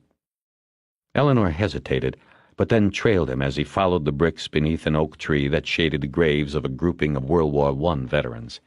She caught up and continued the dialogue. "So we have Meadows in T.I. Somehow he hears about this place Charlie Company. He gets the ear of the ex-soldier/minister who operates the place, gets his backing, and gets early release from T.I. Now, at Charlie Company, he connects with two old war buddies, or so we assume, Delgado and Franklin. Except there's only one day that all three of them are at Charlie Company at the same time, just one day. Are you telling me they hatched this whole thing on that one day?" "I don't know," Bosch said. "Could have been, but I doubt it. It might have been planned later after they made that recontact at the farm. The important thing is that we have them together, or in close proximity, in Saigon, 1975. Now we have them together again at Charlie Company. After that, Meadows graduates, takes a few cover jobs until he finishes parole, then he quits and disappears from view." Until the Westland burglary. They go in, they hit the boxes until they find Binns' box, or maybe they already know which one was his. They must have followed him to plan the job and find out where he kept whatever was left of his share of the diamonds. We need to go back to the vault records and see if this Frederick B. Isley ever visited at the same time as Bin. I bet we find that he did. He saw which box was Binns because he was in the vault with him at the same time. Then, during the vault break-in, they hit his box and then all the others, taking everything as camouflage. The genius of it was that they knew Bin couldn't report what was taken from him because it did not exist legally. They knew this. It was perfect. And what made it that way is them taking all the other stuff to cover for the real target, the diamonds. "The perfect crime," she said, "until Meadows pawned the bracelet with the jade dolphins on it. That gets him killed. Which brings us back to the question we had a few days ago. Why? And another thing that makes no sense. Why, if he had helped loot the vault, was Meadows living in that dump? He was a rich man, not acting like a rich man." Bosch walked in silence for a while. It was the question he had been formulating an answer to since halfway through the meeting with Ernst. He thought about Meadows' 11-month lease, paid in advance. If he were alive, he would be moving out next week. As they walked through the garden of white stone, it all seemed to fit together. There was no sand left in the top of the hourglass. He finally spoke. Because the perfect crime was only half over. By pawning the bracelet, he was giving it away too soon, so he had to go, and they had to get that bracelet back. She stopped and looked at him. They were standing on the access road next to the World War II section. Bosch saw that the roots of another old oak had pushed some of the weathered stones out of alignment. They looked like teeth waiting for an orthodontist's hands. "Explain that to me, what you just said," Eleanor said. They hit several of the boxes to cover that all they really wanted was what was in Binns' box. Okay? She nodded. They still weren't walking. Okay. So in order to keep that cover, what would be the thing to do? Get rid of the stuff from all the other boxes so it would never turn up again. And I don't mean fence it, I mean get rid of it. Destroy it, sink it, bury it for good, somewhere it would never be found. Because the minute the first piece of jewelry or old coin or stock certificate turns up and the police find out about it, then they've got a lead and they'll come looking. So you think Meadows was killed because he pawned the bracelet, she said. Not quite because of that. There is some other current moving through all of this. Why, if Meadows had a share of Bin's diamonds, would he even bother with a bracelet worth a few $1,000s? Why would he live the way he lived? Doesn't make sense. You're losing me, Harry. I'm losing myself. But look at it this way for a minute. Say they, Meadows and the others, knew where both Bin and the other police captain, Nguyen Tran, were, and where each of them had stashed what was left of the diamonds they had brought over here. Say there were 2 banks, and the diamonds were in 2 safe deposit boxes, and say they were going to hit them both. So first they rip off Bin's bank, and now they're going for Tran's. She nodded that she was following along. Bosch felt excitement building. Okay. So these things take time to plan, to put the strategy together, to plan it for a time the bank is closed 3 days in a row, because that's how much time they need to open enough boxes to make it look real. And then there's the time needed to dig the tunnel. He'd forgotten to light a cigarette. He realized now and put one in his mouth, but started talking again before lighting it. You with me? She nodded. He lit the cigarette. Okay. Then, what would be the best thing to do after you have hit the first bank but before the second one is taken down? You lie low and you don't give a goddamn hint away. You get rid of all the stuff taken as cover, all the stuff from the other boxes. You keep nothing, and you sit on the diamonds from Bin's box. You can't start to fence them because it might draw attention to you and spoil the second hit. In fact, Bin probably had feelers out looking for the diamonds. I mean, over the years he was probably cashing them in piecemeal and was familiar with the gem fencing network, so they had to watch out for him, too. So Meadows broke the rules, she said. He held something back, the bracelet. His partners found out and whacked him, then they broke into the pawn shop and stole the bracelet back. She shook her head, admiring the plan. The thing would still be perfect if he hadn't done that. Bosch nodded. They stood there looking at each other and then around at the grounds of the cemetery. Bosch dropped his cigarette and stepped on it. At the same moment they looked up the hill and saw the black walls of the Vietnam Veterans Memorial. What's that doing there? She asked. I don't know. It's a replica, half size, fake marble. I think they move it around the country in case somebody who wants to see it can't make it to D.C. Eleanor's breath caught sharply and she turned to him. Harry! This Monday is Memorial Day. I know. Banks close 2 days, some 3. We've got to find Tran. She turned to head back to the bureau. He took a last look at the memorial. The long sheath of false marble with all the names carved into it was embedded in the side of the hill. A man in a gray uniform was sweeping the walkway in front of it. There was a pile of violet flowers from a jacaranda tree. Harry and Eleanor were silent until they were out of the cemetery and walking back across Wilshire toward the Federal Building. She asked a question Bosch had been turning over in his mind and studying, but had no good answer for. Why now? Why so long? It's been 15 years. I don't know. Just might be the right time, that's all. People, things, unseen forces sort of come together from time to time. That's what I believe. Who knows? Maybe Meadows forgot all about Bin and just saw him one day on the street and it all came to him. The perfect plan. Maybe it was someone else's plan, or it really was hatched on that one day the 3 of them were together at Charlie Company. The whys, you never really know. You just need the hows and the whos. You know, Harry, if they're out there, or I should say, under there digging a new tunnel, then we have less than 2 days to find them. We have to put some crews underground and look for them. He thought that putting a crew in the city's tunnels looking for a possible entrance to a bandit tunnel was a long shot. She had told him there were more than 1,500 miles of tunnels under L.A. alone. They might not find the bandits' tunnel if they had a month. The key would be Tran. Find the last police captain, then find his bank. There you find the bandits, and the killers of Billy Meadows, and Sharkey. He said, Do you think Bin would give Tran to us? He didn't report his fortune was taken from the vault, so he doesn't seem like the type that's going to tell us about Tran. Right. I think we should try finding him ourselves before we go to Bin. Let's make Bin the last resort. I'll start on the computer. Right. The FBI computer and the computer networks it could access did not divulge the location of Nguyen Tran. Bosch and Wish found no mention of him in DMV, INS, IRS, or Social Security files. There was nothing in the fictitious name filings in the Los Angeles County Recorder's Office, no mention of him in DWP records or the voter or property tax rolls. Bosch called Hector Villabona and confirmed that Tran entered the United States on the same day as Bin, but there was no further record.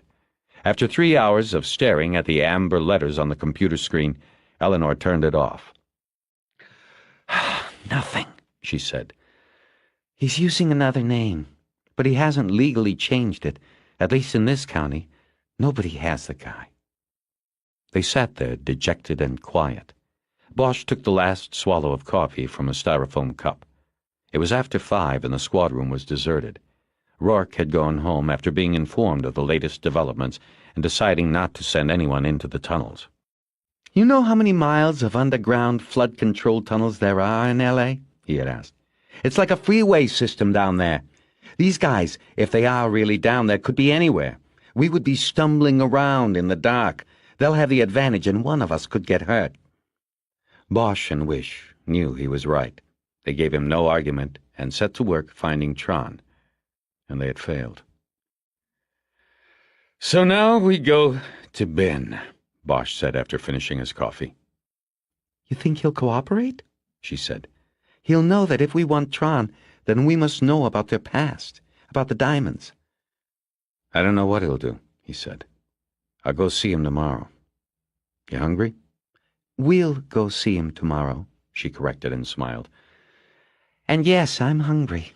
Let's get out of here. They ate at a grill on Broadway in Santa Monica. Eleanor picked the place, and since it was near her apartment, Bosch's spirits were high, and he was relaxed. There was a trio playing in the corner on a wooden stage, but the place's brick walls made the sound harsh and mostly unnotable. Afterward, Harry and Eleanor sat in a comfortable silence while nursing espressos.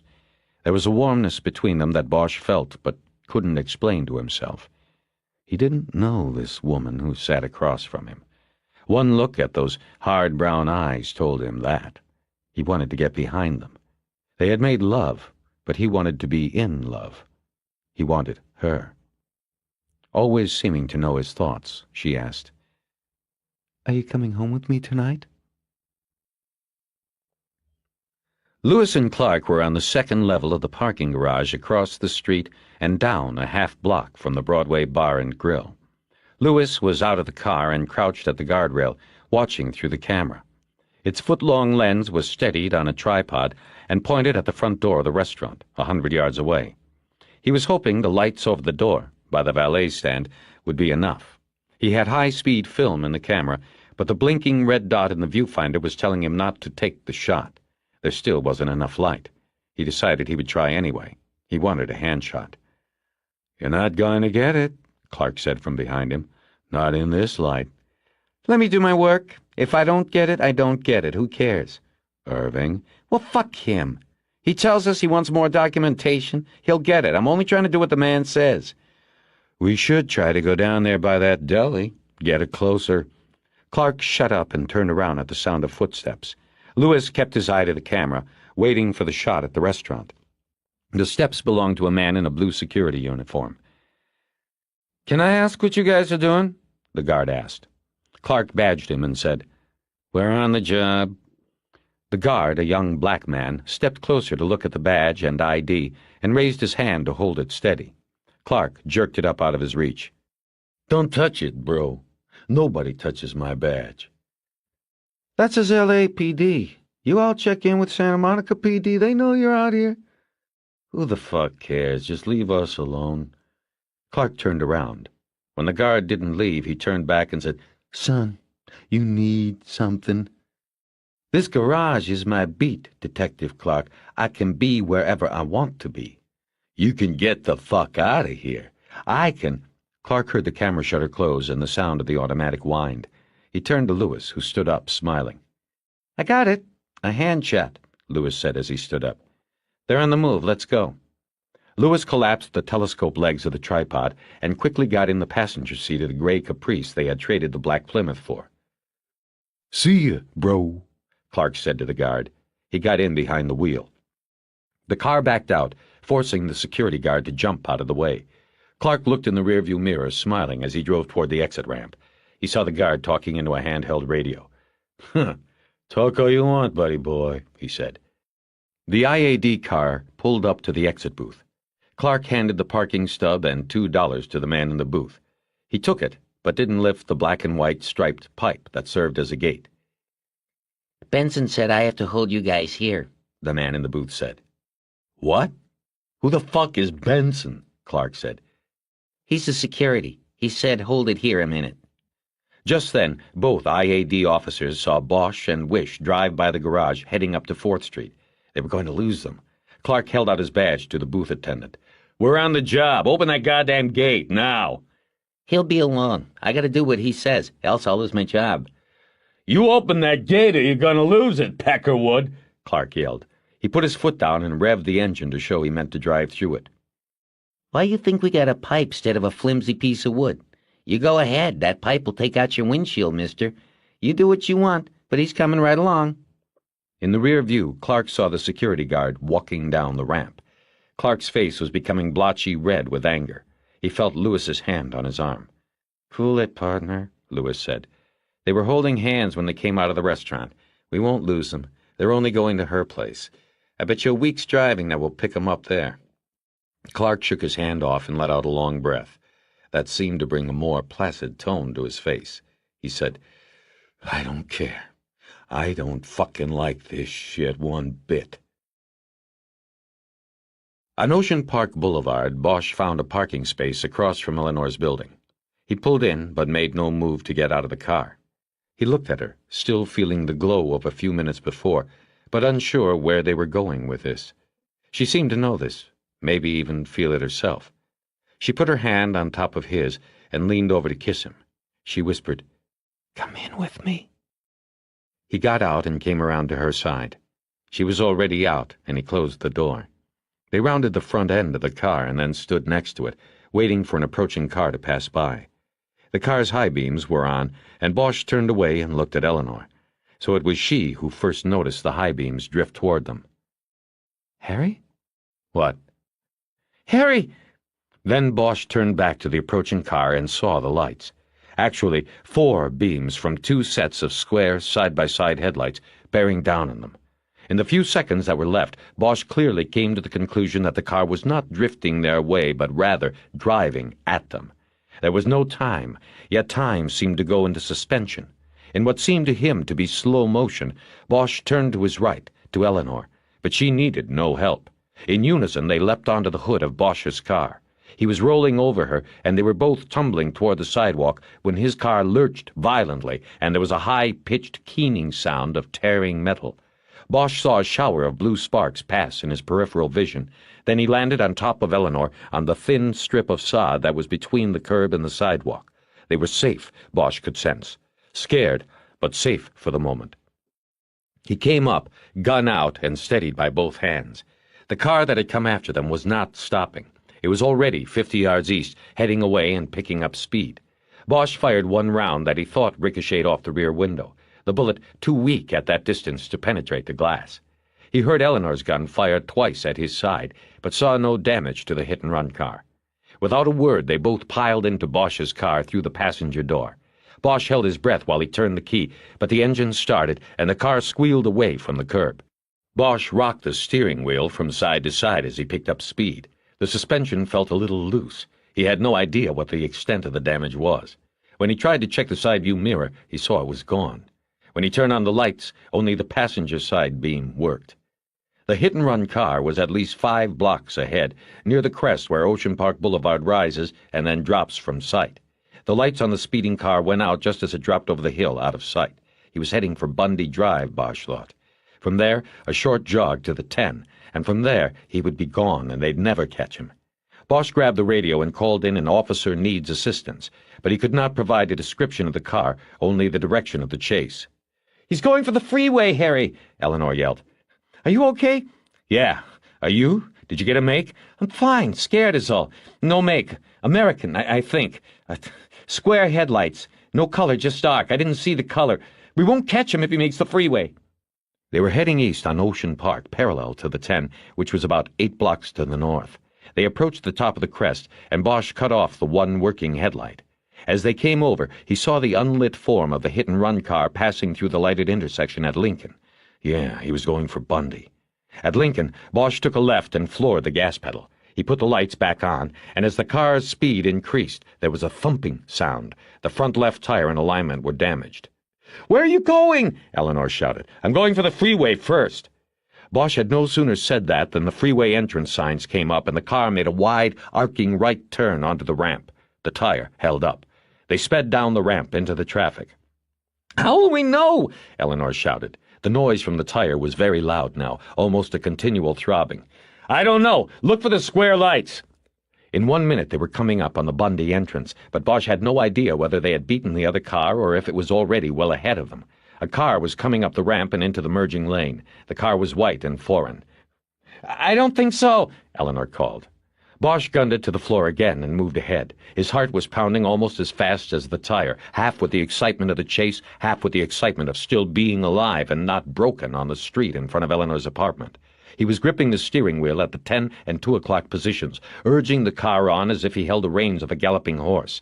They were moving through sparse traffic at 90 miles an hour, both of them looking at the front ends of the cars they passed, searching for the 4 square lights or a damaged right side. A half-minute later, Bosch's knuckles as white as bones wrapped around the wheel. They came upon a maroon Ford going at least 70 in the slow lane. Bosch swung out from behind and passed alongside.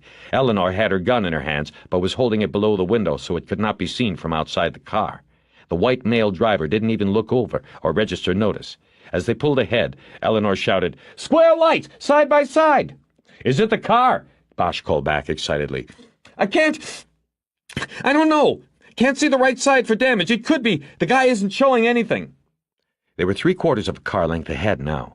Bosch grabbed the portable pullover light off the transmission hump on the floor and swung it out the window onto the roof. He switched on the revolving blue light and slowly began to angle the Ford onto the shoulder. Eleanor put her hand out the window and signaled the car over. The driver began to comply. Bosch braked sharply and let the other car shoot by onto the shoulder. Then Bosch swung his car onto the shoulder behind it. When both had stopped alongside a sound barrier wall, Bosch realized he had a big problem. He put on the high beams, but still only the passenger side headlight responded. The car in front was too close to the wall for Bosch and wished to see if the right side was damaged. Meantime, the driver sat in his car, mostly shrouded in darkness. "Shit," Bosch said. "Okay, don't come up till I say it's clear, okay?" "Got it," she said. Bosch had to throw his weight hard against the door to open it. He came out of the car, gun in one hand and flashlight in the other. He held the light out away from his body and trained its beam on the driver of the car ahead. The roar of passing traffic in his ears, Bosch started to shout, but a diesel horn drowned him out and a blast of wind from the passing semi shoved him forward. Bosch tried again, shouting for the driver to stick both hands out the side window where Bosch could see them. Nothing. Bosch shouted the order again. After a long moment, with Bosch poised off the left rear fender of the maroon car, the driver finally complied. Bosch ran the flashbeam through the back window and saw no other occupants. He ran up and put the light on the driver and ordered him to step out slowly. "What is this?" the man protested. He was small, with pale skin, reddish hair, and a transparent mustache. He opened the car door and stepped out with his hands up. He was wearing a white button-down shirt and beige pants held up by suspenders. He looked out into the passing field of cars, almost as if beckoning for a witness to this commuter's nightmare. Can I see a badge?" he stammered. Bosch rushed forward, spun him around, and slammed his body into the side of his car, his head and shoulders over its roof.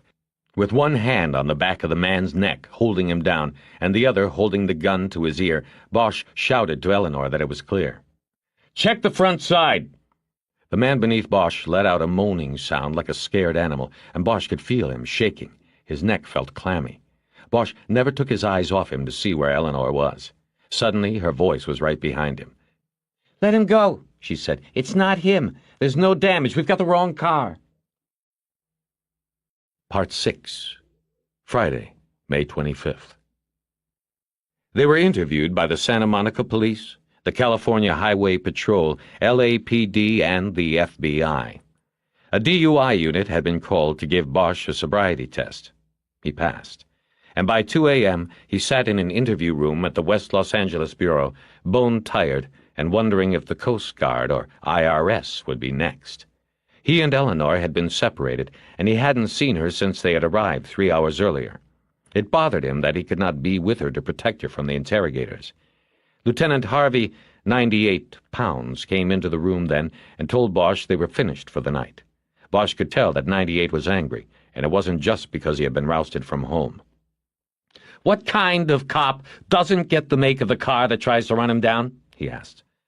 Bosch was used to the second-guessing tone to the questions. It had been that way all night. "Like I told every one of those guys before you, I was a little busy at the time. I was trying to save my ass. And this guy you pull over," Pounds cut in, "Jesus, Bosch, you rough him up on the side of the freeway? Every asshole with a car phone is dialing 911, reporting kidnap, murder, who knows what else. Couldn't you have tried to get a look at the right side of his car before you pulled him over?" "It was impossible. All of this is covered in the report we typed up, Lieutenant. I've gone over it, seems like 10 times already." Pounds acted as though he didn't hear. "And he's a lawyer, no less." "So what?" Bosch said, now losing his patience. "We apologized. It was a mistake. The car looked the same. And if he's going to sue somebody or anybody, it'll be the FBI. They've got deeper pockets, so don't worry about it." "No, he'll sue us both. He's already talking about it, for Christ's sake, and this is not the time to try to be funny, Bosch. It's also not the time to be worried about what we did or didn't do right. None of the suits that have come in here to interview me have seemed to care that somebody might be trying to kill us. They just want to know how far away I was when I fired, and whether I endangered bystanders, and why I pulled that car over without probable cause. Well, fuck it, man. Somebody is out to kill my partner and me. Excuse me if I'm not feeling particularly sorry for the lawyer who got his suspenders twisted." Pounds was ready for that argument. "Bosch, for all we have evidence of, it could have just been a drunk. And what do you mean, partner? You are on a day-to-day loan to this investigation, and after tonight, I think the loan is going to be withdrawn. You've spent 5 solid days on this case, and from what I understand from Rourke, you've got nothing. It was no drunk, Pounds. We were a target, and I don't care what Rourke says we have. I'm going to clear this one. And if you'd quit undermining the effort, believe in your own people for once, and maybe get those internal affairs assholes off me, you might be in line for a piece of the honors when it happens." Pounds's eyebrows arched like roller coasters. "Yeah, I know about Lewis and Clark," Bosch said, "and I know their paper was being copied to you. I guess they didn't tell you about the little talk we had? I caught him snoozing outside my house." It was clear from his expression that Pounds had not heard. Lewis and Clark were staying low, and Bosch would not get jammed up over what he had done to them. He began to wonder where the 2 IAD detectives had been when he and Eleanor had almost been run down. Meanwhile, Pounds remained silent for a long time.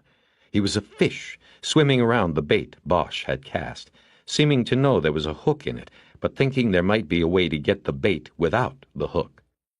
Finally, he told Bosch to give him a rundown on the week's investigation. He was on the hook now. Bosch ran the case down for him, and though Pounds never spoke once during the next 20 minutes, Bosch could tell by his roller-coasting eyebrows whenever he heard something that Rourke had neglected to bring up. When the story was finished, there was no more talk from Pounds of Bosch's being withdrawn from the case. Nevertheless, Bosch felt very tired of the whole thing. He wanted to sleep, but Pounds still had questions. "If the FBI isn't putting people into the tunnels, should we?" he asked. Bosch could see he was thinking in terms of being in on the bust, if there was one. If he put LAPD people into the drainage tunnels, the FBI wouldn't be able to crowd the department out when the credit for the bust came. Pounds would receive a slap on the back from the chief if he could defend against such a maneuver. But Bosch had come to believe that Rourke's reasoning was sound and correct. A tunnel crew would stand a good chance of stumbling into the thieves and maybe getting killed. "Nah," Bosch told Pounds. "Let's first see if we can get a fix on Tron and where he keeps his stash. For all we know, it might not even be a bank." Pounds stood up, having heard enough. He said Bosch was free to go. As the lieutenant headed to the interview room door, he said, "Bosch, I don't think you'll have any problems with this incident tonight. It sounds to me like you did what you could. The lawyer got his feathers ruffled, but he'll settle down. Or just settle." Bosch didn't say anything or smile at his meager joke. Hey, yeah. One thing, Pounds continued. The fact that this happened in front of Agent Wish's home is a bit troubling because it has the appearance of impropriety. Just a hint, no? You were just walking her to the door, weren't you? I don't really care how it appeared, Lieutenant, Bosch answered. I was off duty. Pounds looked at Bosch a moment, shook his head as if Bosch had ignored his outstretched hand, and then went through the door of the small room. Bosch found Eleanor sitting by herself in an interview room next to his. Her eyes were closed, and she had her head propped on her hands, her elbows up on the scarred wooden table. Her eyes opened as he walked in. She smiled, and he immediately felt healed of fatigue, frustration, and anger. It was a smile a child gives another when they've gotten away with something on the adults. All done? She said. Yeah. You? Been done more than an hour. You are the one they wanted to grill. As usual. Rourke has left? Yeah, he split. Said he wants me to check in with him every other hour tomorrow.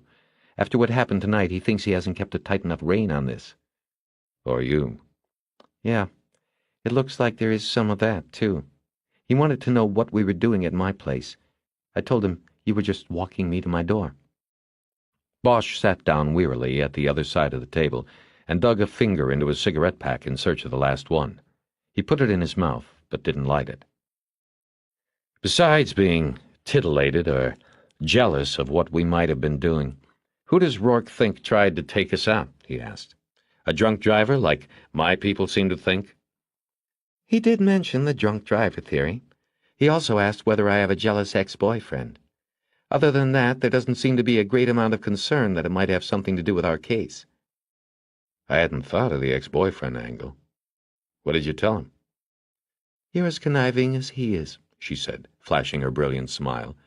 I told him it wasn't any of his business. Good going. Is it mine? The answer is no. She let him hang over the cliff a few seconds, then added, That is, no jealous ex-boyfriends. So, can we leave now and get to where we were? She looked at her watch. About 4 hours ago. Bosch was awake in Eleanor Wish's bed long before dawn light crept around the curtain drawn across the sliding glass door. Unable to defeat insomnia, he finally got up and took a shower in the downstairs bathroom. After, he looked through her kitchen cabinets and refrigerator and began to put together a breakfast of coffee, eggs, and cinnamon raisin bagels. He couldn't find any bacon. When he heard the shower upstairs go off, he carried a glass of orange juice up and found her in front of the bathroom mirror. She was naked and braiding her hair, which she'd divided into 3 thick hanks. He was entranced by her and watched as she expertly maneuvered her hair into a French braid. She then accepted the juice and a long kiss from Bosch. She put on her short robe and they went downstairs to eat. After, Harry opened the kitchen door and stood just outside it while he smoked a cigarette. You know, he said, I'm just happy nothing happened. You mean last night on the street? Yeah, to you. I don't know how I'd have handled it. I know we just met and all, but, I care, you know? Me too. Bosch had taken a shower, but his clothes were as fresh as the ashtray in a used car. After a while, he said he had to leave, to go by his house and change. Eleanor said she would go into the bureau and check for fallout from last night's activities and get whatever was on file about Bin. They agreed to meet at Hollywood Station on Wilcox because it was closest to Bin's business, and Bosch needed to turn in his damaged car anyway. She walked him to the door, and they kissed as if she were seeing him off to a day at the office at the accounting firm. When Bosch got to his house, he found no messages on the phone machine and no sign that the place had been entered. He shaved and changed clothes and then headed down the hill through Nichols Canyon and then over to Wilcox. He was at his desk, updating the investigating officer's chronological report forms when Eleanor came in at 10.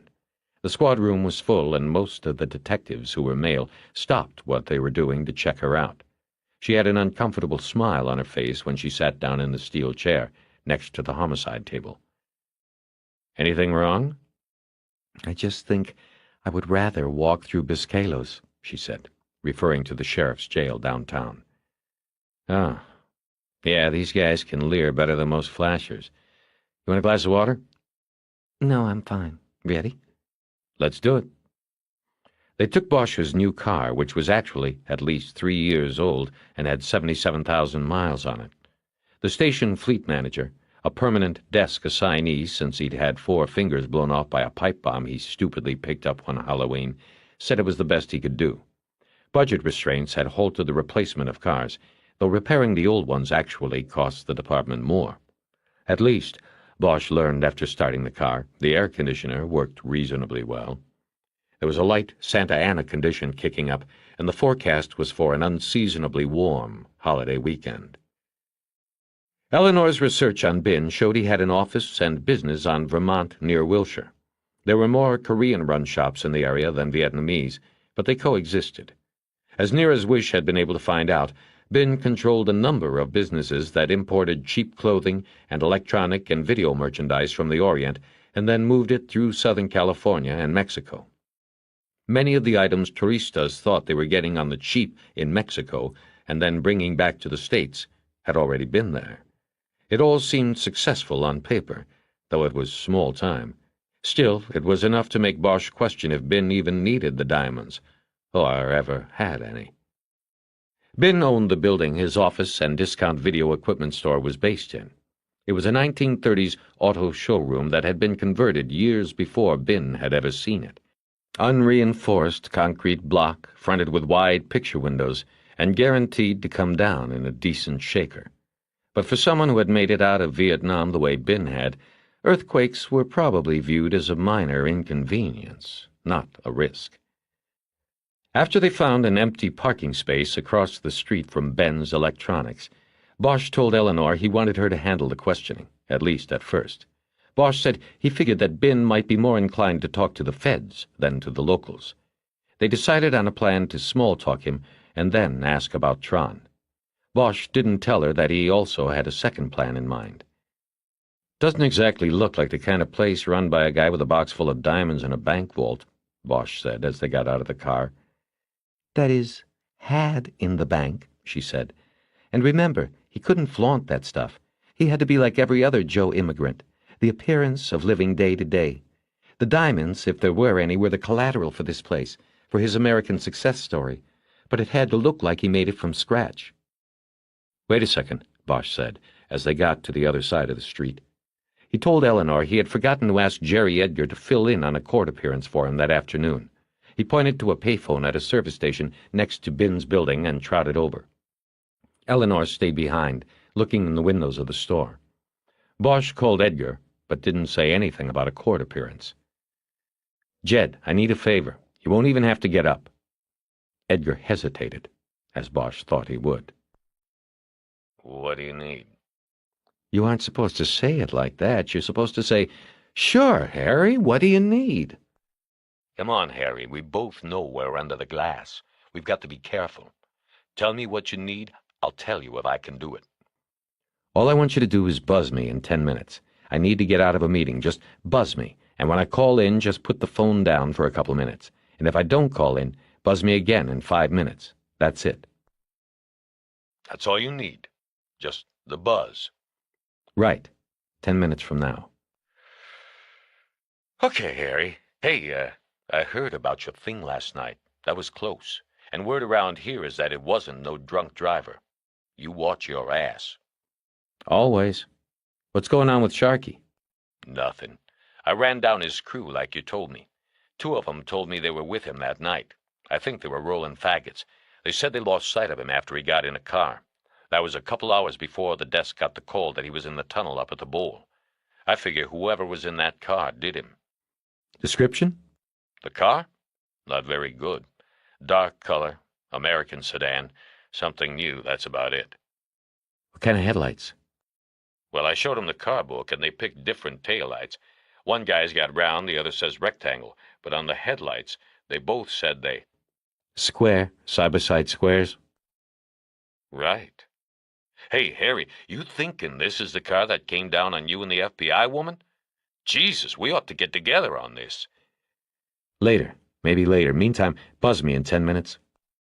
10 minutes. Right. Bosch hung up and went back to Eleanor, who was looking through the plate glass window at the ghetto blasters on display.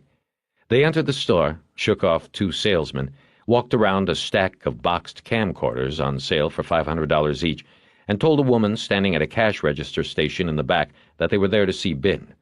The woman stared blankly at them until Eleanor showed her badge and federal ID card. "You wait here," the woman said, and then disappeared through a door located behind the cash counter.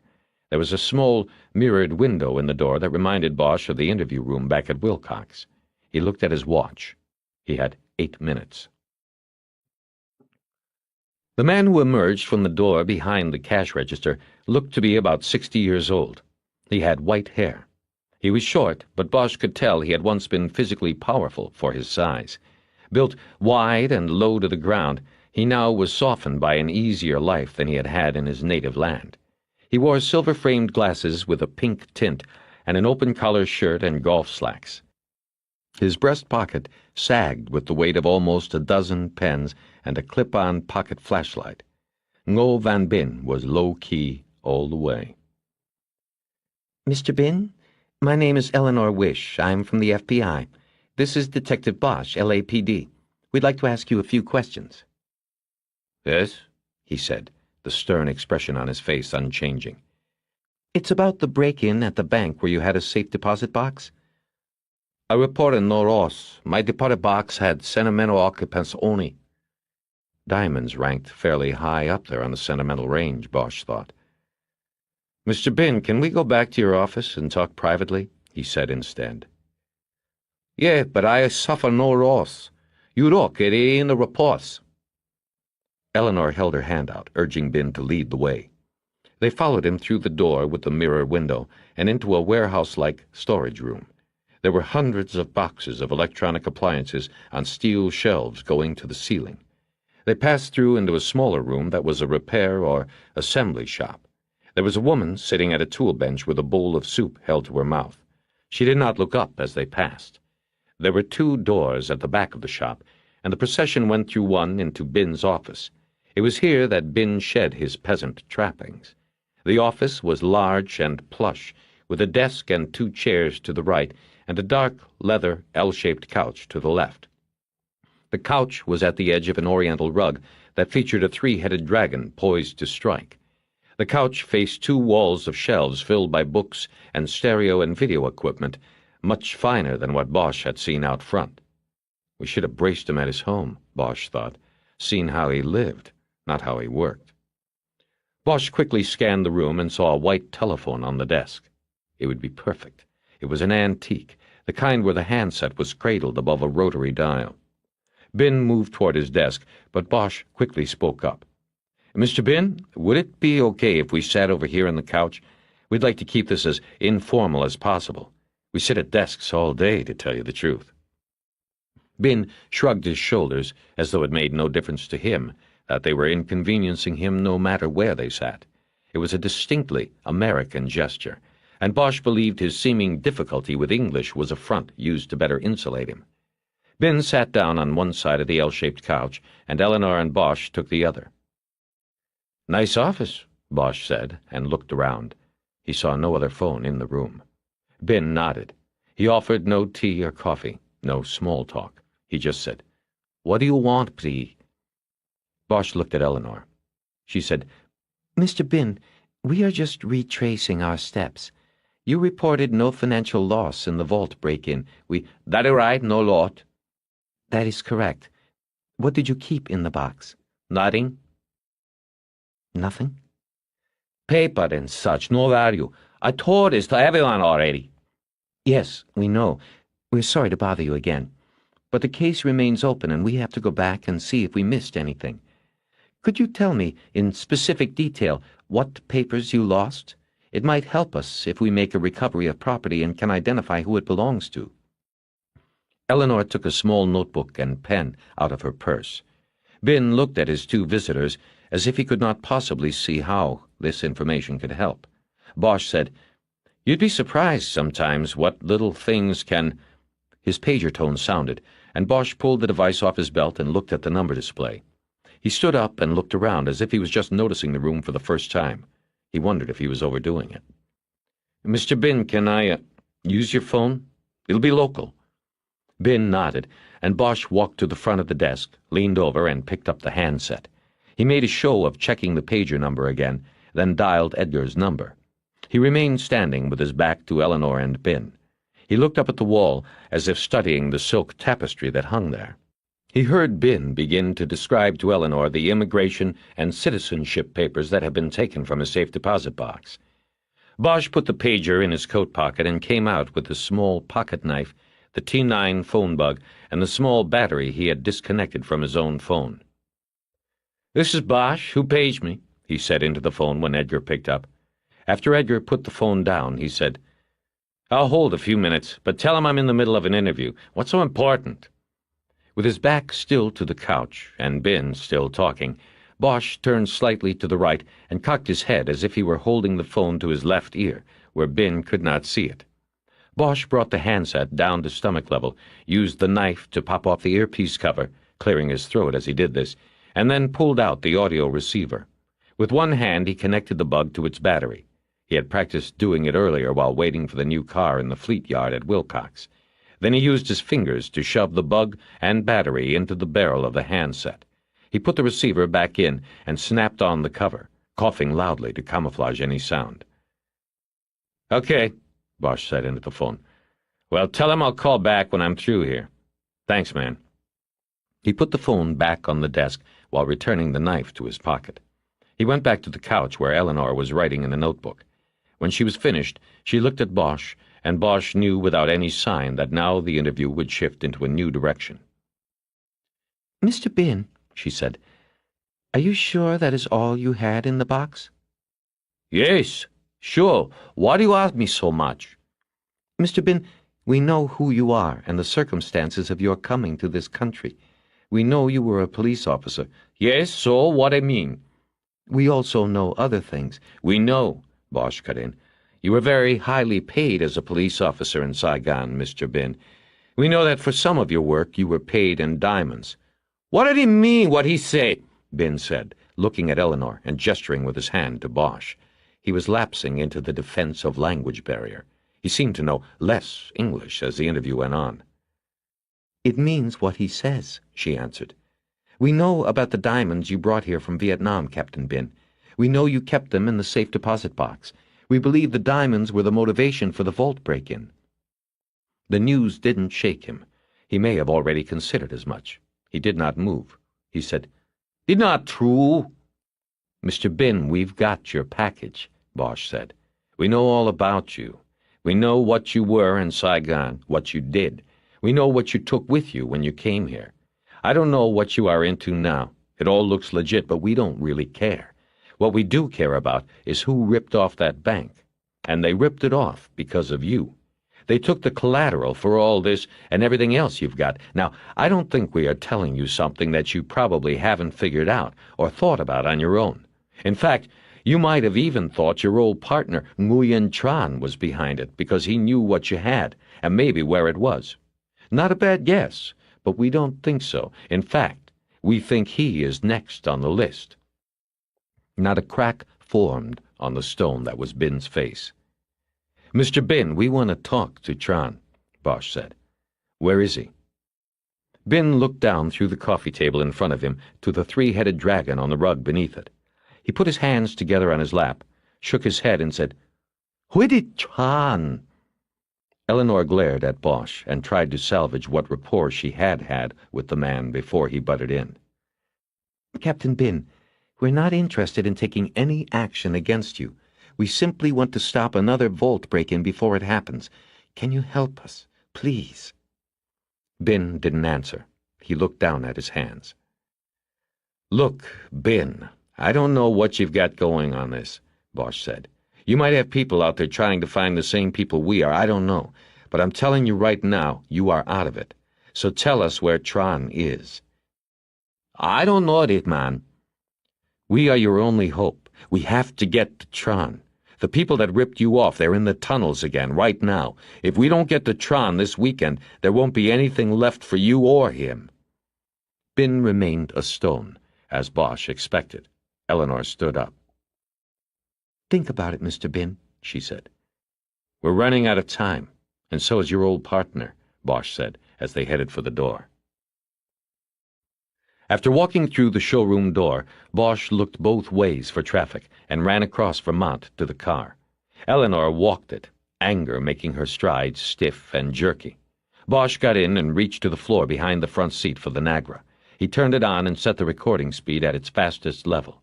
He didn't think the wait would be long. He hoped all the electronic equipment in the store would not skew the reception. Eleanor got in the passenger side and started to complain. "That was magnificent," she said. "We'll never get anything out of that guy now. He's just going to call up Tron and... What the hell is that?" "Something I picked up from the shoe flies. They dropped a bug in my phone. Oldest trick in the IAD book." "And you just put it in..." She pointed across the street, and Bosch nodded. "Bosch, do you realize what could happen to us? What this means? I'm going back in there and getting..." She opened the car door, but he reached across and pulled it closed. "You don't want to do that. This is our only way to get to Tron. Bin wasn't going to tell us no matter how we handled the interview, and deep down behind those angry eyes you know it, so it's this or nothing. Bin warns Tron and we never know where he is, or we use this to maybe find him. Maybe. We'll probably know soon enough." Eleanor looked straight forward and shook her head. "Bosch, this could mean our jobs. How could you do this without consulting me?" "For that reason, it could mean my job. You didn't know." "I'd never prove it. The whole thing looks like a setup. I keep him occupied while you do your little charade on the phone." "It was a setup, only you didn't know. Besides, Bin and Tron are not the targets of our investigation. We are not gathering evidence against them, just from them. This will never go in a report. And if he finds the bug, he can't prove I put it there. There was no register number. I looked. The suits weren't stupid enough to make it traceable. We're clear. You're clear. Don't worry." "Harry, that is hardly reassure..." The red light on the Nagra flicked on. Someone was using Bin's phone. Bosch checked to make sure the tape was rolling. "Eleanor, you make the call," Bosch said, holding the recorder up on the palm of his hand. "Turn it off if you want. Your choice." She turned and looked at the recorder, then at Bosch. Just then the dialing stopped, and it was silent in the car. A phone began to ring at the other end of Bin's call. She turned away. Someone answered the phone. A few words were exchanged in Vietnamese, and then more silence. Then a new voice was on the line, and a conversation began, also in Vietnamese. Bosch could tell one of the voices belonged to Bin. The other sounded like a man about Bin's age. It was Bin and Tron together again. Eleanor shook her head and forced a short laugh. "Brilliant, Harry. Now, who do we get to translate? We aren't letting anyone else know about this. We can't risk it." "I don't want to translate it." He turned the receiver off and rewound the tape. "Get out your little pad and pen." Bosch adjusted the recorder to its slowest speed and hit the play button. When the dialing started, it was slow enough that Bosch could count the clicks. Bosch called the numbers out to Eleanor, who wrote them down. They had the number Bin had dialed. The phone number was a 714 area code, Orange County. Bosch switched the receiver on. The telephone conversation between Bin and the unknown man was continuing. He turned it off and picked up the radio microphone. He gave a dispatcher the phone number and asked for the name and address that went with it. It would take a few minutes while someone looked it up in a reverse directory. Meantime, Bosch started the car and headed south toward Interstate 10. He had already connected with the 5 and was heading into Orange County when the dispatcher got back to him. The phone number belonged to a business called the Tan Phu Pagoda in Westminster. Bosch looked over at Eleanor, who looked away. "Little Saigon," he said. Bosch and Wish got to the Tan Phu Pagoda from Bin's business in an hour. The pagoda was a shopping plaza on Bolsa Avenue where no sign was printed in English. The building was off-white stucco with glass fronts on the half-dozen shops that lined the parking lot. Each was a small establishment that sold mostly unneeded junk like electronic equipment or T-shirts. There were competing Vietnamese restaurants on either end. Next to one of the restaurants was a glass door that led to an office or business without a front display window. Though neither Bosch nor Wish could decipher the words on the door, they immediately figured it was the entrance to the shopping center office. We need to get in there and confirm that's Tron's place. See if he's there and if there are other exits, Bosch said. We don't even know what he looks like, Wish reminded him. He thought a moment. If Tron wasn't using his real name, it would tip him off to go in asking for him. I've got an idea, Wish said. Find a payphone, then I'll go in the office. You dial the number you got off the tape, and when I'm in there, I'll see if it rings. If I hear a phone, we have the right place. I'll also try to scope out Tron and the exits. Phones might be ringing in there every 10 seconds, Bosch said. It might be a boiler room or a sweatshop. How will you know it's me? She was silent a moment. Chances are they don't speak English, or at least not well, she said. So you ask whoever answers to speak English or get someone who can. When you get someone who understands, say something that will get a reaction I'll be able to see. You mean if the phone rings in a place where you will see? She shrugged, her eyes showing him she was tired of his shooting down every suggestion she made. Look, it's the only thing we can do. Come on, there's a phone. We don't have a lot of time. He drove out of the parking lot and a quarter block down to a payphone out front of a liquor store. Wish walked back to the Tanfu Pagoda, and Bosch watched until she reached the door of the office. He dropped a quarter in the phone and dialed the number he had written on his pad in front of Bin's. The line was busy. He looked back at the office door. Wish was gone from view. He dropped the quarter and dialed again. Busy. He did it in quick succession 2 more times before he got a ring. He was thinking that he had probably dialed the wrong number when the call was answered. Tanfu, a male voice said. Young, Asian, probably early 20s, Bosch thought. Not Tron. Tanfu? Bosch asked. Yes, please. Bosch could not think of what to do. He whistled into the phone. The comeback was a staccato verbal attack of which Bosch could not understand a single word or sound. Then the phone at the other end was slammed down. Bosch walked back to the car and drove back toward the shopping plaza and into the narrow parking lot. He was cruising through it slowly when Wish appeared at the glass door with a man, an Asian. Like Bin, he had gray hair and had the aura, unspoken power, unflexed muscle. He held the door open for Eleanor and nodded to her as she said thanks. He watched her walk off and then disappeared inside again. Harry, she said as she got in the car, what did you say to the guy on the phone? Not a word. So it was that office? Yeah, I think that was our Mr. Tron who held the door for me. Nice guy. So what did you do to become such great pals? I told him I was a real estate lady. When I went in, I asked to see the boss. Then Mr. Grayhair came out of a back office. He said his name was Jimmy Bock. I said I represented Japanese investors and asked if he was interested in taking an offer on the shopping center. He said no. He said, in very fine English, I buy, I don't sell. Then he escorted me out. But I think that was Tron, something about him. Yeah, I saw it, Bosch said. Then he picked up the radio and asked dispatch to run the name Jimmy Bock on the NCIC and DMV computers. Eleanor described the inside of the office. A central reception area, a hallway running behind it with 4 doors, including one at the rear that looked like an exit, judging by the double lock. No women. At least 4 men other than Bock. 2 of them looked like hired muscle. They stood up from the reception room couch when Bock walked out of the middle door in the hallway. Bosch drove out of the lot and around the block. He cut up the alley that ran behind the shopping plaza. He stopped when he had driven far enough to see a gold stretch Mercedes parked next to a rear door to the complex. There was a double lock on the door. That's got to be his wheels, Wish said. They decided they would watch the car. Bosch drove on by it to the end of the alley and parked behind a dumpster.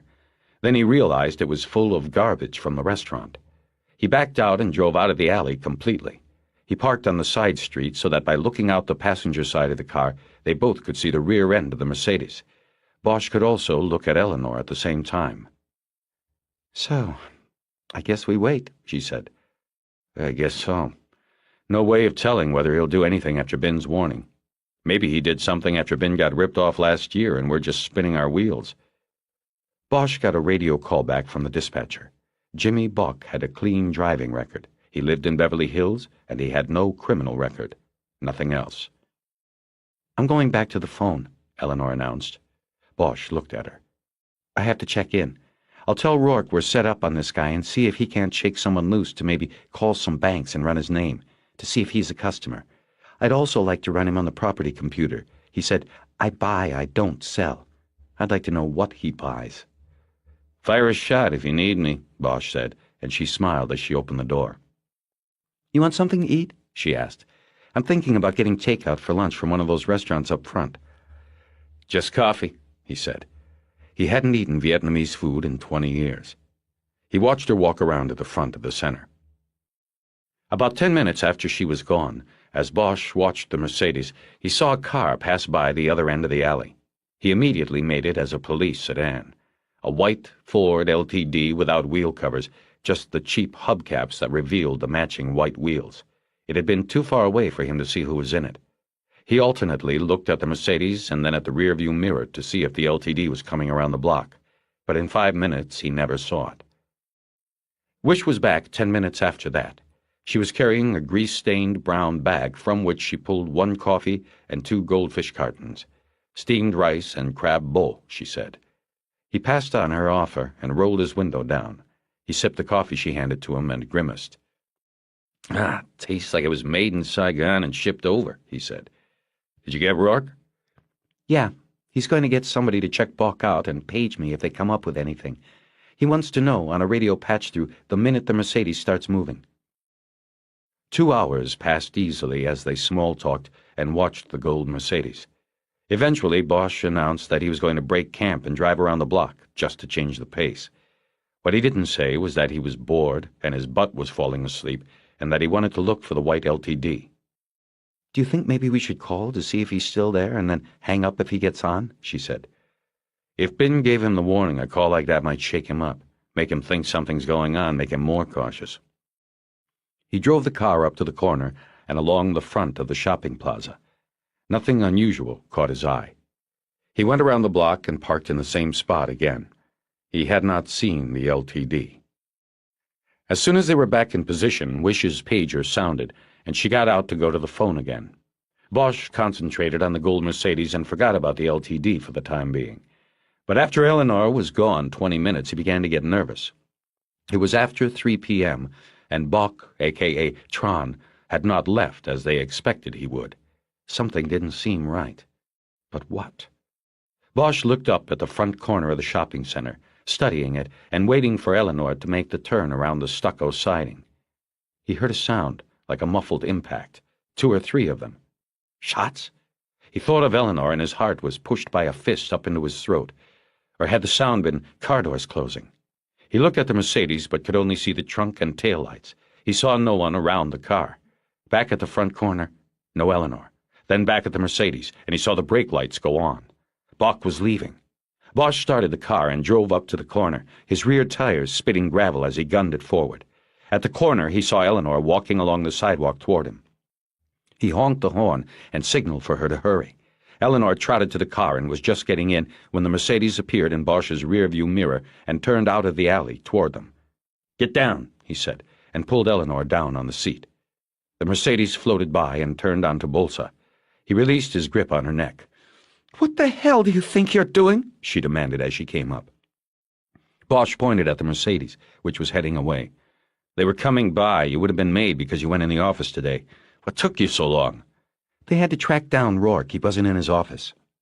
Harry pulled out and started following the Mercedes from a distance of about 2 blocks. After a long moment composing herself, Eleanor said, "Is he by himself?" "I don't know. I didn't see him get in. I was looking up at the corner for you. I think I heard more than 1 car door close. I'm sure I did." "But you don't know if Tron was one of them who got in?" "Right. Don't know.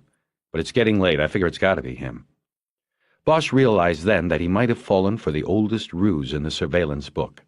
Bock, or Tron, or whoever he was, could have simply sent one of his minions in the $100,000 car to draw away the tail. "What do you think? Go back?" he said.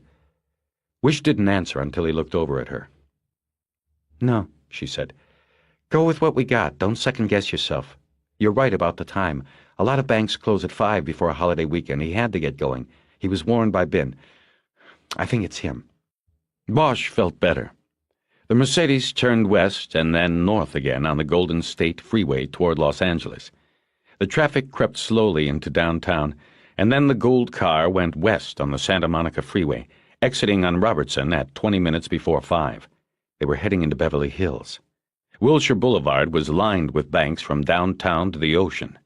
As the Mercedes turned west, Bosch felt they had to be close. Tron would keep his treasure at a bank near his home, he thought.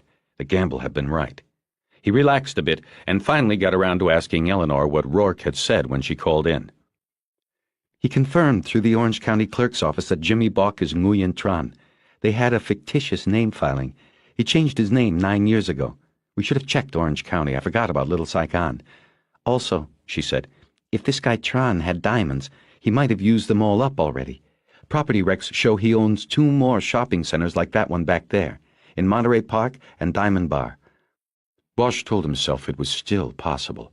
The diamonds could be the collateral for the real estate empire, just like with Bin.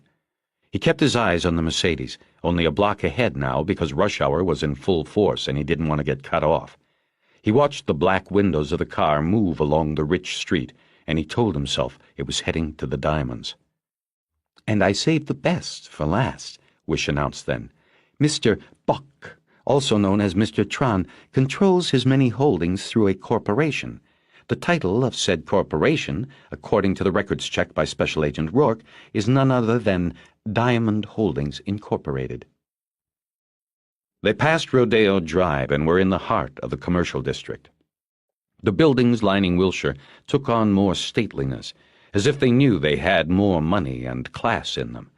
Traffic slowed to a crawl in some areas, and Bosch got as close as 2 car lengths behind the Mercedes, not wanting to lose the car on a missed light.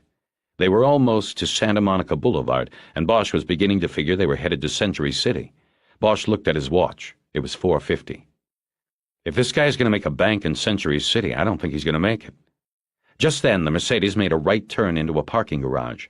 Bosch slowed to the curb, and without saying a word, Wish jumped out and walked into the garage. Bosch took the next right and went around the block.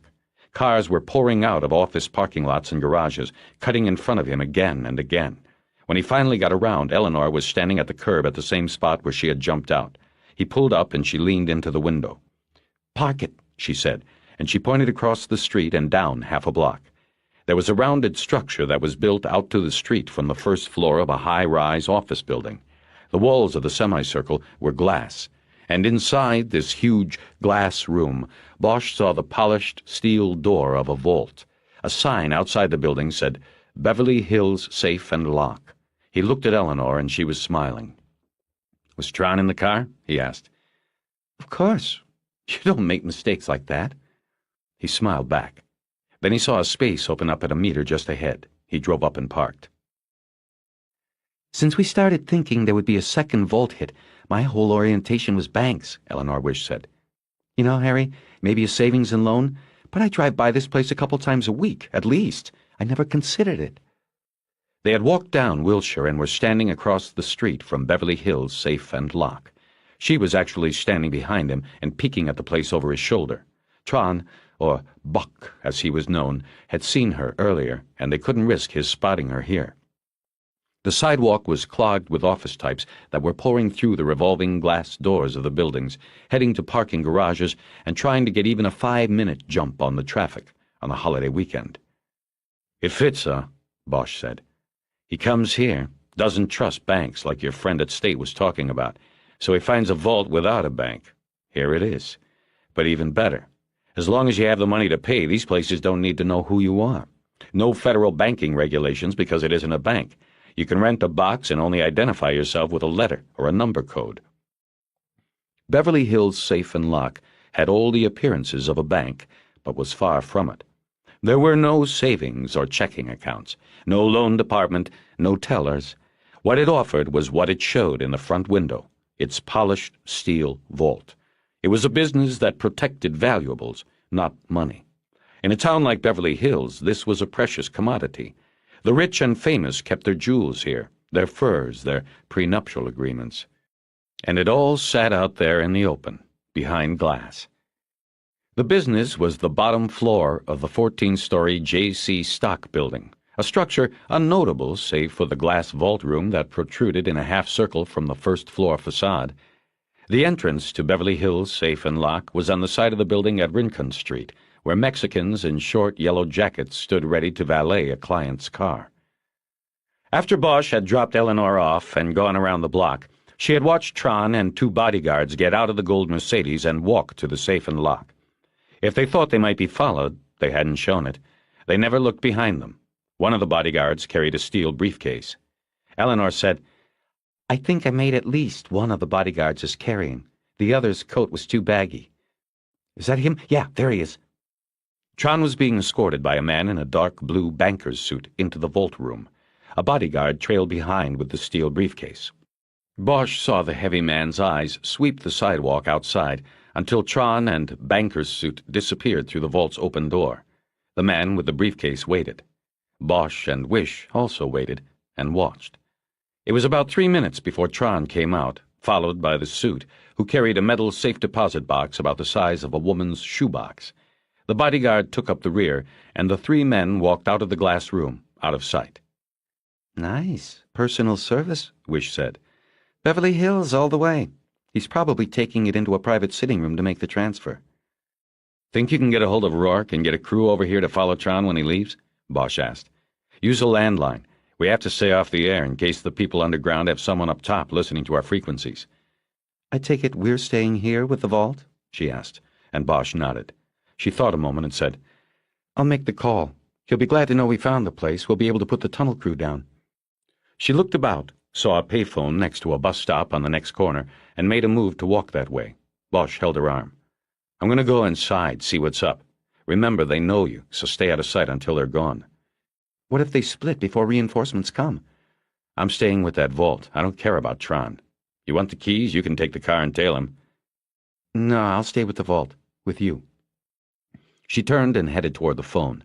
Bosch crossed Wilshire and went in the safe and lock, passing an armed security guard who had been walking toward the door with a keyring in his hand. "Closing up, sir," said the guard, who had the swagger and gruffness of an ex-cop. "I'll only be a minute," Bosch said, without stopping. Banker's suit, who had led Tron into the vault, was one of 3 young, fair-haired men sitting at antique desks on the plush gray carpet in the reception area. He glanced up from some papers on his desk, sized up Bosch's appearance, and said to the younger of the other 2, "Mr. Grant, would you like to help this gentleman?" Though his unspoken answer was no, the one called Grant stood up, came around his desk, and with the best phony smile in his arsenal, approached Bosch. "Yes, sir," the man said. "Thinking of opening a vault account with us?" Bosch was about to ask a question when the man stuck out his hand and said, "James Grant. Ask me anything. Though we are running a little short of time. We are closing for the weekend in a few minutes." Grant drew up his coat sleeve to check his watch to confirm closing time. "Harvey Pounds," Bosch said, taking his hand. "How did you know I don't already have a vault account?" "Security, Mr. Pounds. We sell security. I know every vault client on site. So do Mr. Avery and Mr. Bernard." He turned slightly and nodded at Banker's suit and the other salesman, who solemnly nodded back. "Not open weekends?" Bosch asked, trying to sound disappointed. Grant smiled. "No, sir. We find our clients are the type of people who have well-planned schedules, well-planned lives. They reserve the weekend for pleasures, not errands like these others you see. Scurrying to the banks, the ATMs. Our clients are a measure above that, Mr. Pounds, and so are we. You can appreciate that." There was a sneer in his voice when he said this, but Grant was right. The place was as slick as a corporate law office, with the same hours and the same self-important frontman. Bosch took an expansive look around. In an alcove to the right, where there was a row of 8 doors, he saw Tron's 2 bodyguards standing on each side of the 3rd door. Bosch nodded at Grant and smiled. "Well, I see you have guards all over the place. That's the kind of security I'm looking for, Mr. Grant." "I beg your pardon, Mr. Pounds. Those men are merely waiting for a client who is in one of the private offices. But I assure you our security provision can't be compromised. Are you looking for a vault with us, sir?" The man had more creepy charm than an evangelist. Bosch disliked him and his attitude. "Security, Mr. Grant. I am looking for security. I want to lease a vault, but I need to be assured of the security from both outside and inside problems, if you know what I mean." Of course, Mr. Pounds. But do you have any idea of the cost of our service, the security we provide? Don't know and don't care, Mr. Grant. See, the money is not the object. The peace of mind is. Agreed? Last week, my next-door neighbor, I'm talking about just 3 doors down from the former president, had a burglary. The alarm was no obstacle to them. They took very valuable things. I don't want to wait for that to happen to me. No place is safe these days. Truly a shame, Mr. Pounds, Grant said, an unbridled note of excitement in his voice. I didn't realize it was getting that way in Bel Air, but I couldn't agree more with your plan of action. Have a seat at my desk and we can talk. Would you like coffee, perhaps some brandy? It is near the cocktail hour, of course, just one of the little services we provide that a banking institution cannot. Grant laughed then, silently, with his head nodding up and down. Bosch declined the offer, and the salesman sat down, pulling his chair in behind him. Now, let me tell you the basics of how we work. We are completely non-regulated by any government agency. I think your neighbor would be happy about that. He winked at Bosch, who said, "Neighbor?"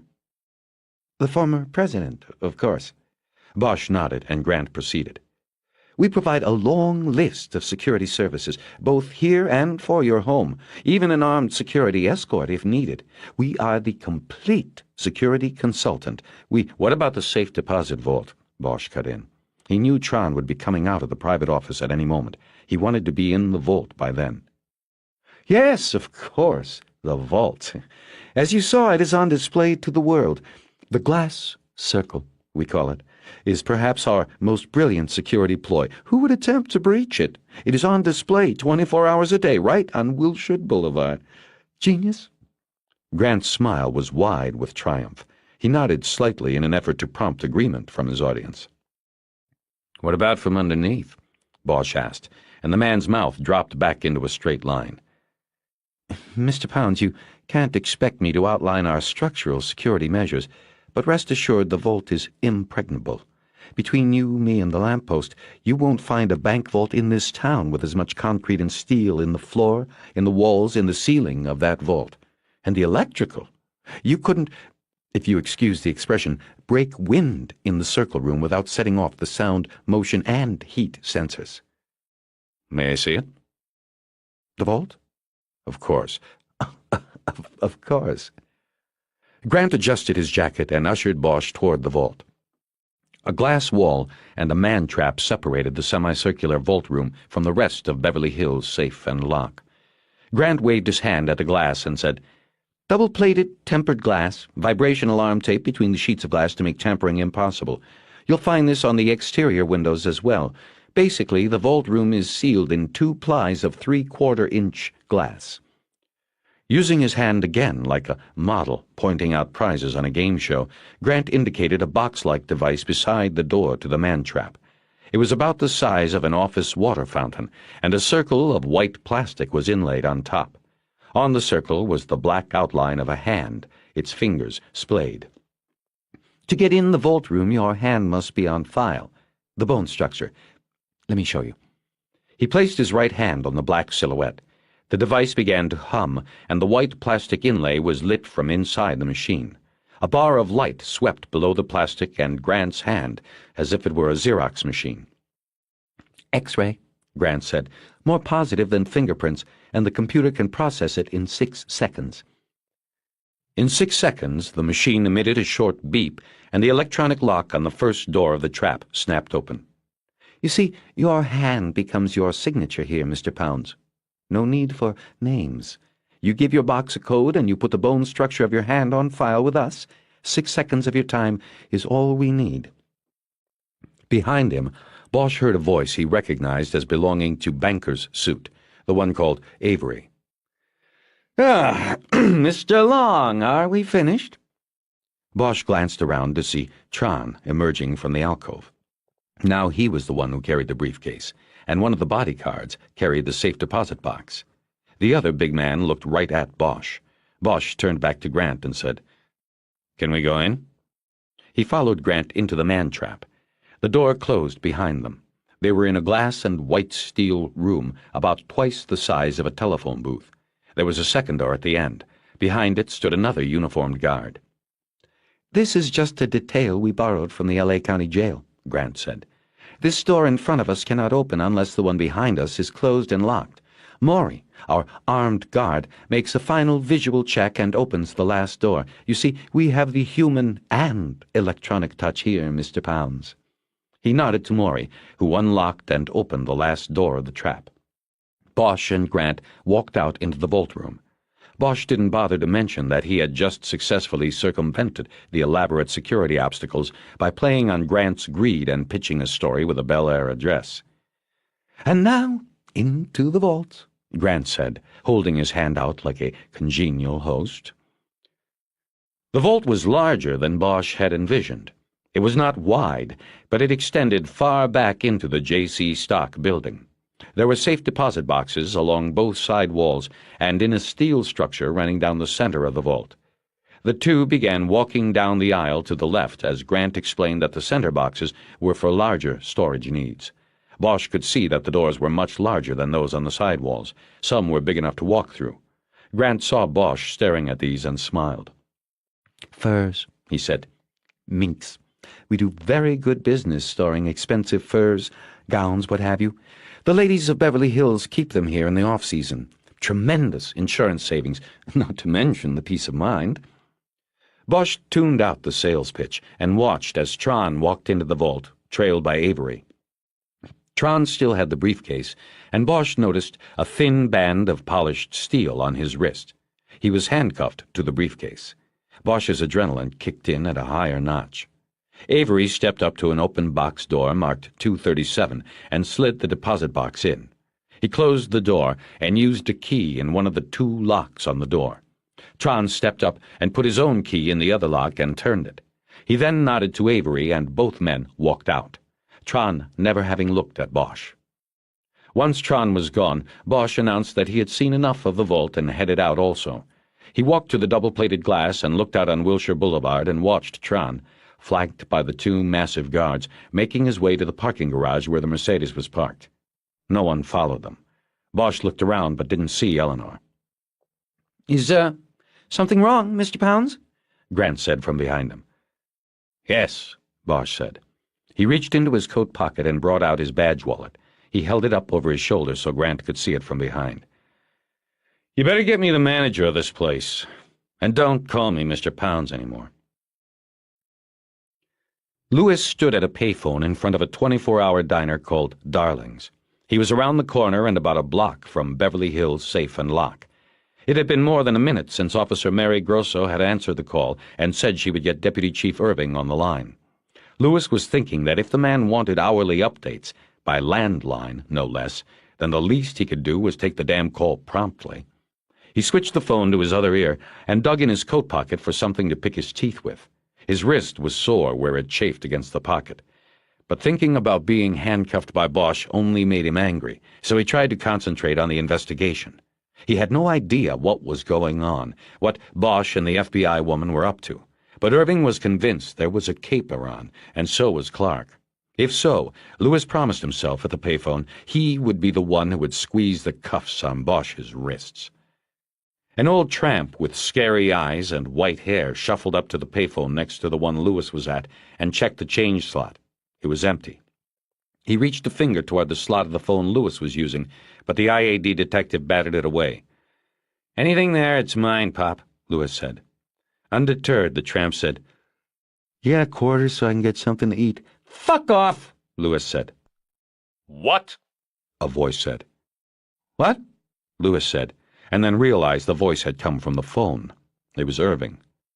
"Oh, not you, sir. I didn't realize you were, I was talking. I'm having a problem here with someone "You speak like that with a citizen." Lewis reached a hand into his pants pocket and pulled out a dollar bill. He handed it to the white-haired man and shooed him away. "Detective Lewis, are you there?" "Yes, Chief. Sorry. I've taken care of the situation now. I wanted to report there's been an important development." He hoped this last would draw Irving's attention away from the earlier indiscretion. Irving said, "Tell me what you have. Do you still have Bosch in sight?" Lewis exhaled sharply, relieved. "Yes," he said. "Detective Clark is continuing surveillance while I make this report." All right, then give it to me. It is Friday evening, Detective. I would like to get home at a reasonable hour. Lewis spent the next 15 minutes updating Irving on Bosch's tale of the gold Mercedes from Orange County to the Beverly Hills safe and lock. He said the tale was terminated at the safe and lock, which appeared to have been the intended destination. What are they doing now, Bosch and the bureau woman? "They're still in there. It looks like they are interviewing the manager. Something's going on. It was like they didn't know where they were going, but once they got to this place, they knew this was it." Was what? "That's it. I don't know. Whatever it is they're up to. I think the guy they followed made a deposit. There's a vault, a large vault in the front window of the place." Yes, I know where you are talking about. Irving did not speak for a long period, and Lewis, his report completed, knew better than to interrupt. He started daydreaming about cuffing Bosch's hands behind his back and walking him past a battery of television cameras. He heard Irving clear his throat. I don't know their plan, but I want you to stay with them. If they don't go home tonight, neither do you. Understood? "Yes, sir." If they allow the Mercedes-Benz to go on, then it must be the vault they wanted to find. They will place the vault under surveillance, and you, in turn, will continue to keep them under surveillance. "Yes, Chief," Lewis said, though he was still lost. Irving spent the next 10 minutes giving his detective instructions and his theory of what was happening with Beverly Hills safe and lock. Lewis pulled out a pad and pen and took some quick notes. At the end of the one-sided dialogue, Irving entrusted Lewis with his home telephone number and said, Don't move in without my prior approval. You can call me at the number at any time, day or night. Understood? "Yes, sir," Lewis said urgently. Irving hung up without saying another word. Bosch waited in the reception area without telling Grant or the other salesman what was going on until Wish arrived. They stood behind their fancy desks with their mouths open. When Eleanor came to the door, it was locked. She knocked and held up her badge. The guard let her in, and she walked into the reception area. As the salesman named Avery opened his mouth to say something, Bosch said, "This is FBI agent Eleanor Wish. She is with me. We are going to step into one of your client offices for a private conversation. Just take a minute. If there is a head man here, we'd like to speak to him as soon as we come out." Grant, still flustered, just pointed to the second door in the alcove. Bosch went in the third door, and Wish followed. He closed the door on all three of the salesman's eyes and locked it. "So, what have we got? I don't know what to tell them," he whispered, as he looked around the desk and two chairs in the room for a scrap of paper or anything else Tron might have mistakenly left behind. There was nothing. He opened the drawers of the mahogany desk. There were pens and pencils and envelopes and a stack of bond paper. Nothing else. There was a fax machine on a table against the wall opposite the door, but it was not turned on.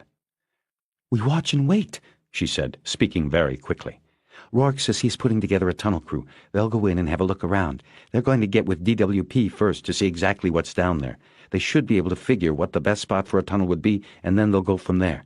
Harry, you really think this is it?" He nodded. He wanted to smile, but didn't. Her excitement was contagious. "Did he get a tail on Tron in time?" he asked.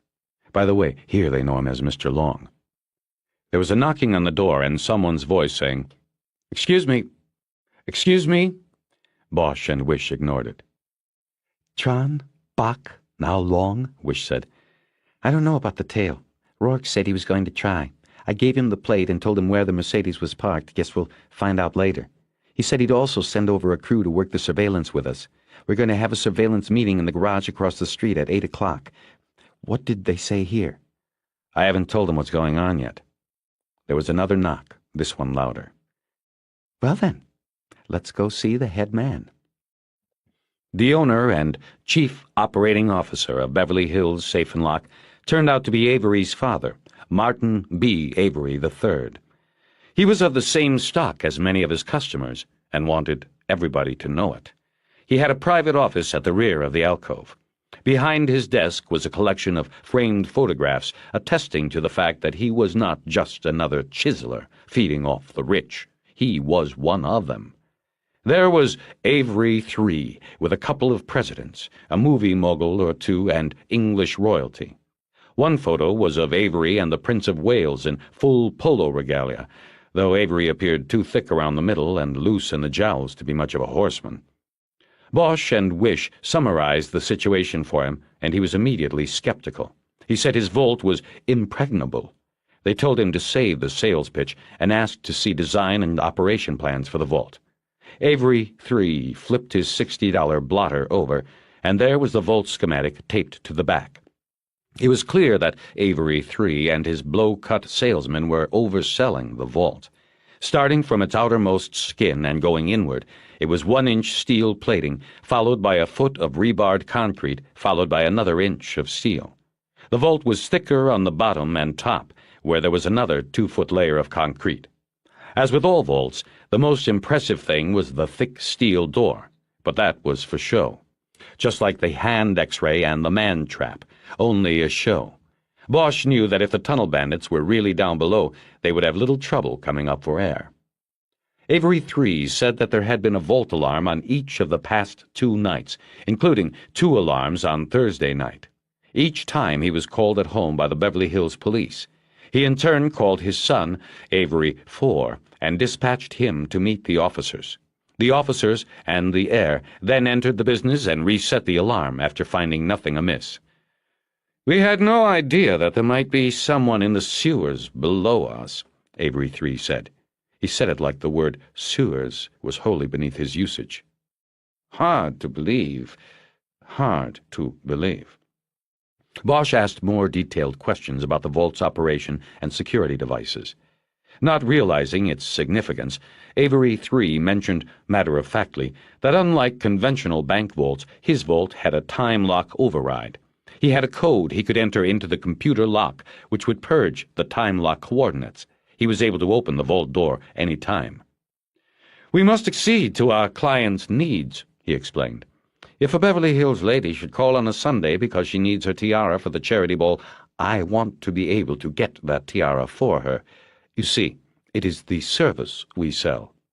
"Do all your clients know about that weekend service?" Wish asked. "Of course not," Avery III said. "Only a select few. You see, we charge a hefty fee. We must bring in a security guard to do it." "How long does it take to do the override and swing the door open?" Bosch asked. "Not long. I tap in the override code on the keypad next to the vault door, and it is done in a matter of seconds.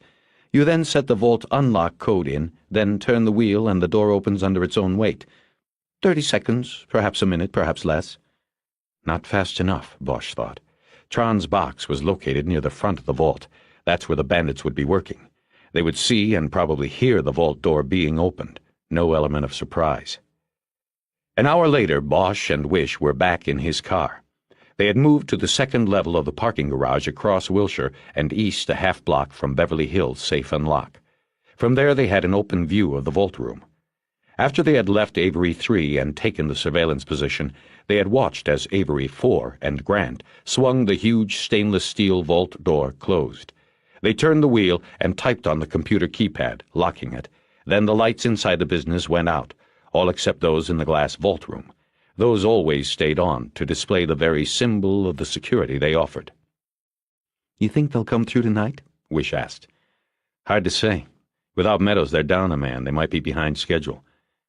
They had told Avery III to go home and be ready for a call-out. The owner had agreed but remained skeptical of the whole scenario Bosch and Wish had spun for him. "We're going to have to get them from underground," Bosch said, his hands holding the steering wheel as if he were driving. "We'd never get that door open fast enough." Bosch idly looked to his left, up Wilshire.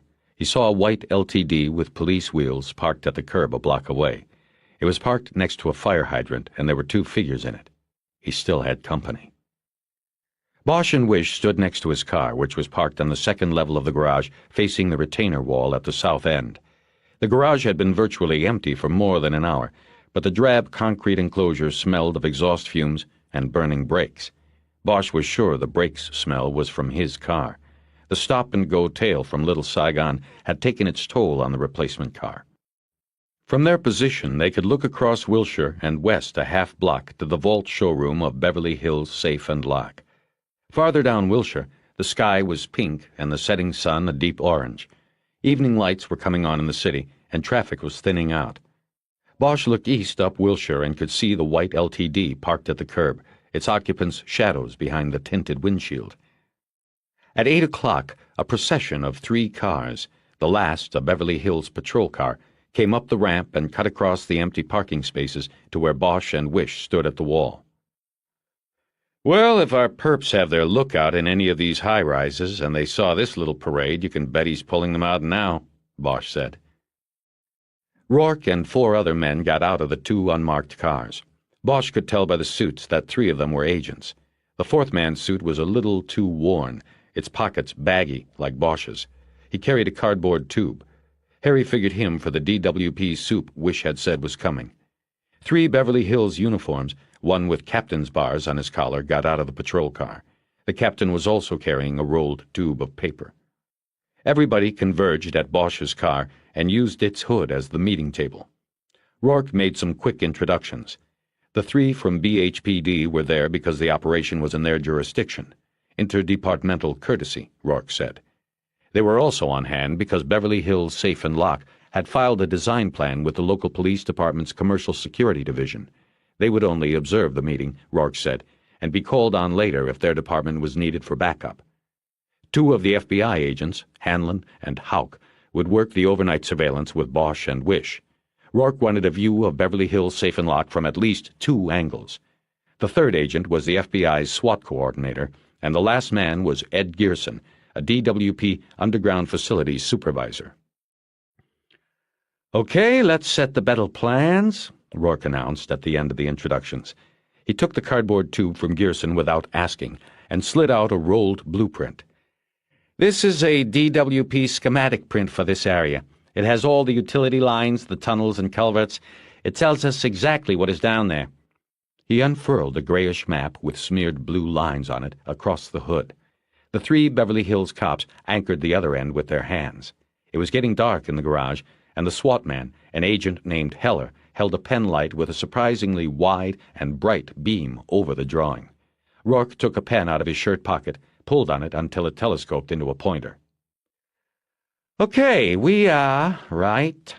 Before he could find the spot, Gearson reached his arm into the light and put a finger on the map. Rourke brought his pen point over to the spot. "Yes, right here," he said, and gave Gearson a "don't fuck with me" look. The DWP man's shoulders seemed to stoop a little more in his threadbare jacket. Everyone around the car leaned in closer over the hood to study the location. "Beverly Hills Safe and Lock is here," Rourke said. "The actual vault is here. Can we see your blueprint, Captain Orozco?" Orozco, who was built like an inverted pyramid, broad shoulders over thin hips, unrolled his drawing across the top of the DWP print. It was a copy of the drawing Avery 3 had shown Bosch and Wish earlier. 3,000 square feet of vault space," said Orozco, indicating the vault area with his hand.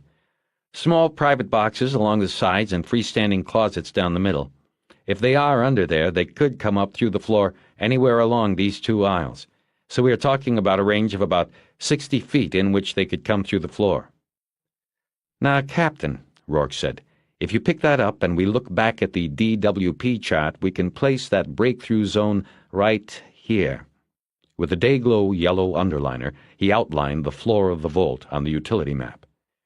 "Using that as a guide, we can see the subterranean structures that offer the closest proximity. What do you think, Mr. Gearson?" Gearson leaned over the car hood another few inches and studied the utility map. Bosch also leaned in. He saw thick lines he assumed indicated major east-west drainage lines, the kind the tunnelers would seek. He noticed that they corresponded to major surface streets: Wilshire, Olympic, Pico. Gearson pointed out the Wilshire line, saying it ran 30 feet below ground and was large enough to drive a truck through. With his finger, the DWP man traced the Wilshire line east 10 blocks to Robertson, a major north-south stormwater line. From that intersection, he said, it was just a mile south to an open drainage culvert that ran alongside the Santa Monica Freeway. The opening at the culvert was as big as a garage door and blocked only by a gate with a padlock on it. "I'd say that's where they could have come in," Gearson said. "Like following surface streets. You take the Robertson line up to Wilshire, take a left, and you're practically here by your yellow line, the vault. But I don't think they'd dig a tunnel off the Wilshire line. No? Rourke said. How so?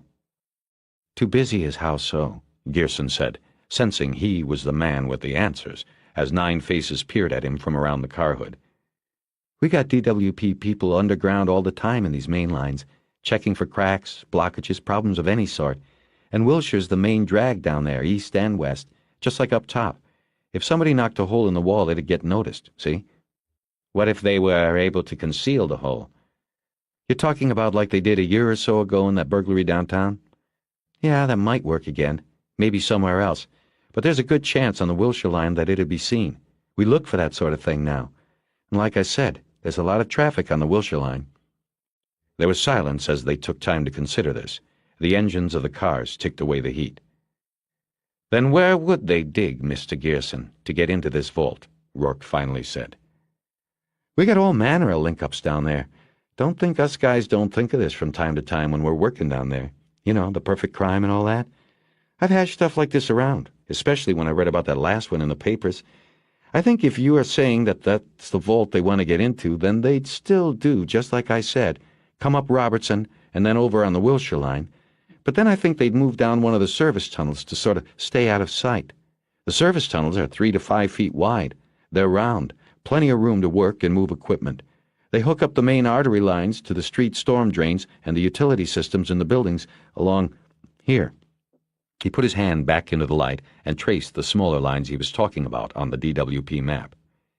If they did this right, he said, what they did was get in the gate down by the freeway and drive their equipment and all up to Wilshire and then over to your target area. They unload their stuff, hide it in one of these service tunnels, as we call them, and then take their vehicle back out. They hike back in on foot and set to work in the service tunnel. Hell, they could be working in there 5-6 weeks before we might have occasion to go up that particular line. Bosch still thought it sounded too simple. What about these other storm lines? He asked, indicating Olympic and Pico on the map. There was a crosshatch pattern of the smaller service tunnels running from these lines north toward the vault. What about using one of these and coming up behind the vault? Gearson scratched his bottom lip with a finger and said, Well, that's fine. There's that, too. But the thing is, these lines aren't going to get you as close to the vault as these Wilshire offshoots. See what I mean? Why would they dig a 100-yard tunnel when they could dig a 100-footer here?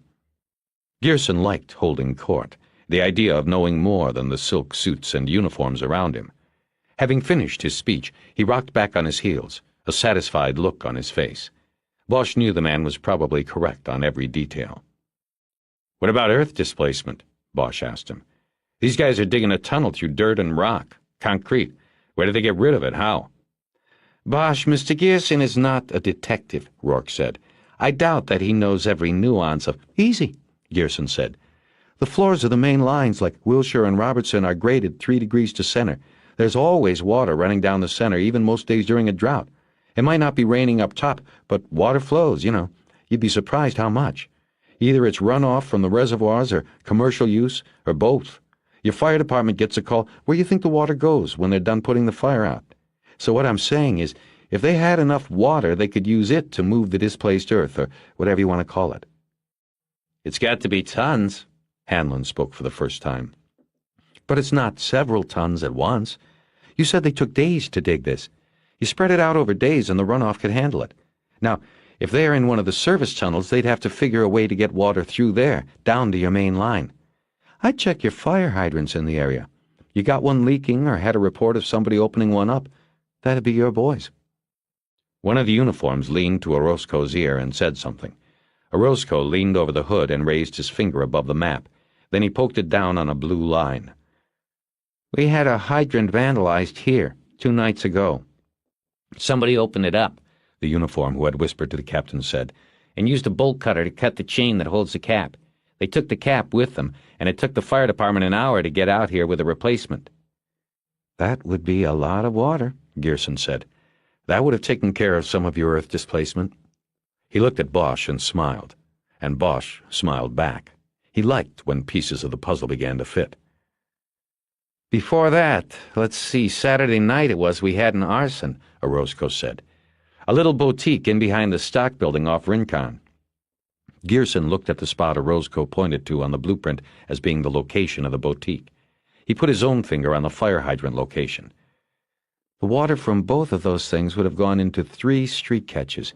Here, here, and here, he said, moving his hand deftly over the gray paper. These 2 drain to this line, the other drains here. The investigators looked at the 2 drainage lines. One ran parallel to Wilshire, behind the J.C. Stock Building. The other ran perpendicular to Wilshire, a straight offshoot, and next to the building. Either one, and we're still looking at, what, a 100-foot tunnel? Wish said. At least, Gearson said. If they had a straight shot. They might have hit ground utilities or hard rock and had to divert some. Doubt any tunnel down there could be a straight shot. The SWAT expert tugged Rourke's cuff, and the 2 walked away from the crowd for a whispered conversation. Bosch looked at Wish and softly said, "They're not going to go in." What do you mean? This isn't Vietnam. Nobody has to go down there. If Franklin and Delgado and anybody else are down there in one of these lines, there's no way to go in safely and unannounced. They hold all the advantages. They know we're coming. She studied his face but didn't say anything. "It would be the wrong move," Bosch said. "We know they're armed and probably have trips set up. We know they're killers." Rourke came back to the gathering around the car hood and asked Gearson to wait in one of the bureau cars while he finished up with the investigators. The DWP man walked to the car with his head down, disappointed he was no longer part of the plan. "We're not going in after them," Rourke said after Gearson shut the car door. "Too dangerous. They have weapons, explosives. We have no element of surprise. It adds up to heavy casualties for us. So we trap them. We let things take their course, and then we will be there waiting, safely, when they come out. Then we'll have surprise on our side. Tonight, SWAT will make a recon run through the Wilshire line. We'll get some DWP uniforms from Gearson and look for their entry point. Then we'll set up and wait in whatever's the best location, whatever's safest from our standpoint." There was a beat of silence, punctuated by a horn from the street, before Orozco protested. Wait a minute. He waited until every face was on his, except Rourke's. He didn't look at Orozco at all. "We can't be talking about sitting out here with our thumbs up our asses and letting these people blast their way into that vault," Orozco said. "To let them go in and pry open a couple hundred boxes and then just back out? My obligation is to protect the property of the citizens of Beverly Hills, who probably happen to constitute 90% of that business's customers. I'm not going along with this." Rourke collapsed his pen pointer, put it in the inside pocket of his coat, and then spoke. He still did not look at Orozco. "Orozco, your exception can be noted for the record, but we're not asking you to go along with this," Rourke said. Bosch noticed that along with failing to address Orozco by his rank, Rourke had dropped all pretense of courtesy. "This is a federal operation," Rourke continued. "You are here as a professional courtesy. Besides, if my thinking is correct, they will open one deposit box only. When they find it empty, they will cancel the operation and leave the vault." Orozco was lost. His face showed it. Bosch could see he obviously had not been given many details of the investigation. He felt sorry for him, hung out to dry by Rourke. "There are things we can't discuss at this point," Rourke said. "But we believe their target is only one box. We have reason to believe it is now empty. When the perps break into the vault and open that particular box and find it is empty, we believe they will back out in a hurry. Our job now is to be ready for that." Bosch wondered about Rourke's supposition. Would the thieves back out? Or would they think they had the wrong box and keep drilling, looking for Tron's diamonds? Or would they loot the other boxes in hope of stealing property valuable enough to make the tunnel caper worth it? Bosch didn't know. He certainly wasn't as sure as Rourke. But then he knew the FBI agent might just be posturing to get Orozco out of the way. "What if they don't back out?" Bosch asked. "What if they keep drilling?" "Then we all have a long weekend ahead of us," Rourke said, "because we are going to wait them out." "Either way, you're going to put that place out of business," Orozco said, pointing in the direction of the stock building. "Once it is known that somebody blew a hole through the vault they've got sitting out there in the big window, there will be no public confidence. Nobody will put their property in there." Rourke just stared at him. The captain's plea was falling on deaf ears. "If you can catch them after they break in, why not before?" Orozco said. "Why don't we open up that place, run a siren, make some noise, even sit a patrol car out front? Do something to let them know we are here and we know about them. That'll scare 'em out before they break in. We catch them, we save the business. We don't, we still save the business and we get them another day." "Captain," Rourke said, the false congeniality back, "if you let them know we are here, you take away our one advantage, surprise, and invite a firefight in the tunnels and perhaps up on the street, in which they will not care who is hurt, who is killed. That's including themselves and perhaps innocent bystanders. Then how do we explain to the public and even ourselves that we did it this way because we wanted to try to save a business?" Rourke waited a beat to let his words sink in, then said, "You see, Captain, I am not going to hedge on safety on this operation. I can't. These men that are down there, they don't scare. They kill. 2 people that we know about, including a witness, and that's only this week. No way are we going to let them get away. No fucking way." Orozco leaned across the hood and rolled his blueprint up. As he snapped a rubber band around it, he said, "Gentlemen, don't fuck up. If you do, my department and I will not hold back our criticism or the details of what was discussed at this meeting. Good night." He turned and walked back to the patrol car.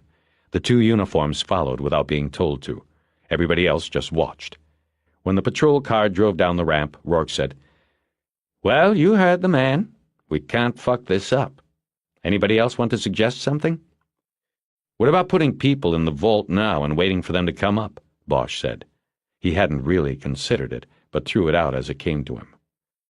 "No," the SWAT man said.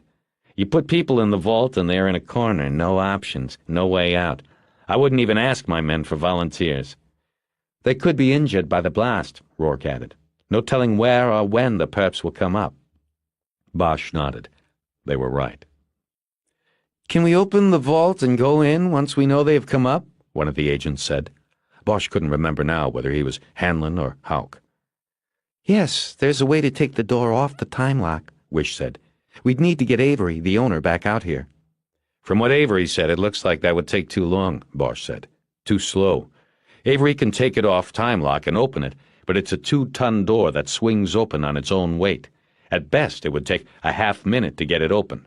Maybe less, but they'd still have a drop on us, the people inside. Same risk as coming at them through the tunnels." "What about a flashbang?" one of the agents said. "We open the vault door just a bit and throw in a flash grenade, then we go in and take them." Rourke and the SWAT man shook their head in unison. "For 2 reasons, the SWAT man said. "If they wire the tunnel, as we assume they will, the flash could detonate the charges. We could see Wilshire Boulevard out there drop 30 feet, and we don't want that. Think of the paperwork." When no one smiled, he continued. "Secondly, that's a glass room we are talking about. Our position in there would be very vulnerable. If they have a lookout, we're dead. We think they go with radio silence when they've got the explosives out, but what if they don't, and this lookout lets them know we're out there? They might be ready to toss something out at us while we're tossing something in." Rourke added his own thoughts. "Never mind the lookout. We put a SWAT team in that glass room and they can watch it on TV. We'll have every station in L.A. with a camera out on the sidewalk and traffic backed up to Santa Monica. It'll be a circus. So forget that. SWAT will get with Gearson, do the recon, and get the exits down by the freeway covered. We wait for them underneath, and we take them on our terms.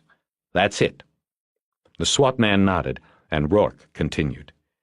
"Starting tonight, we'll have 24-hour surveillance topside on the vault. I want Wish, Bosch on the vault side of the building, Hanlon, Houck on Rincon Street so you can see the door. If it looks or sounds like it is going down, I want to be alerted, and I will alert SWAT to stand by. Use landlines if possible. We don't know if they are monitoring our freaks. You people on the surveillance will have to work out a code to use on the radio. Everybody got that?" "What if there's an alarm?" Bosch asked. "There have been 3 so far this week." Rourke thought a moment and said, "Handle it routinely. Meet the call-out manager, Avery or whoever at the door, and reset the alarm and send him on his way. I'll get back to Orozco and tell him to send his patrols on the alarms, but we'll handle things." "Avery will get the call-outs," Wish said. "He already knows what we think is going to happen here. What if he wants to open the vault, take a look around?" "Don't let him. It's that simple. It's his vault, but his life would be endangered. We can prevent it." Rourke looked around at the faces.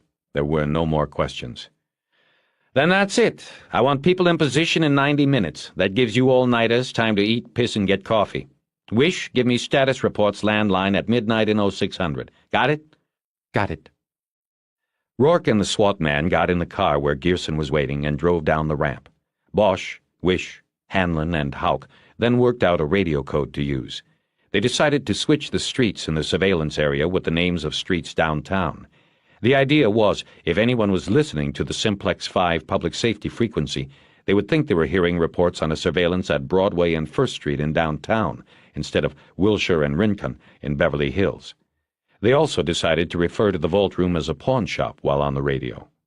That done, the two sets of investigators split up and agreed to check in at the start of the surveillance.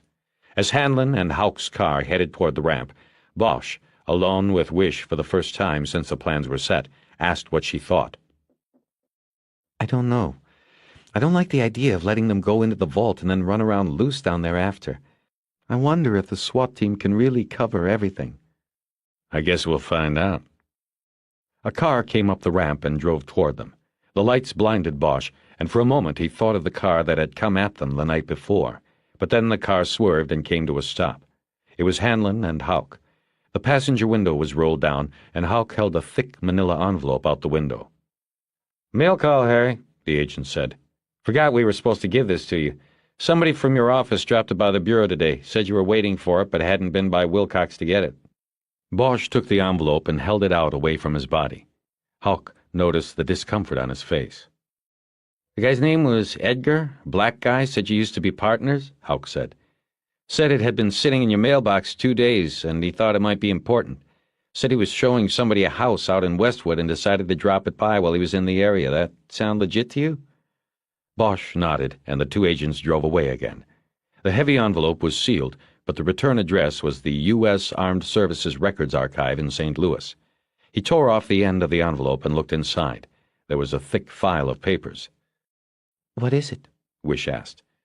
It's Meadows' package. I forgot I ordered it. Did it Monday before I knew you guys were on the case. Anyway, I've already seen this stuff. He tossed the envelope through the open window of the car onto the back seat.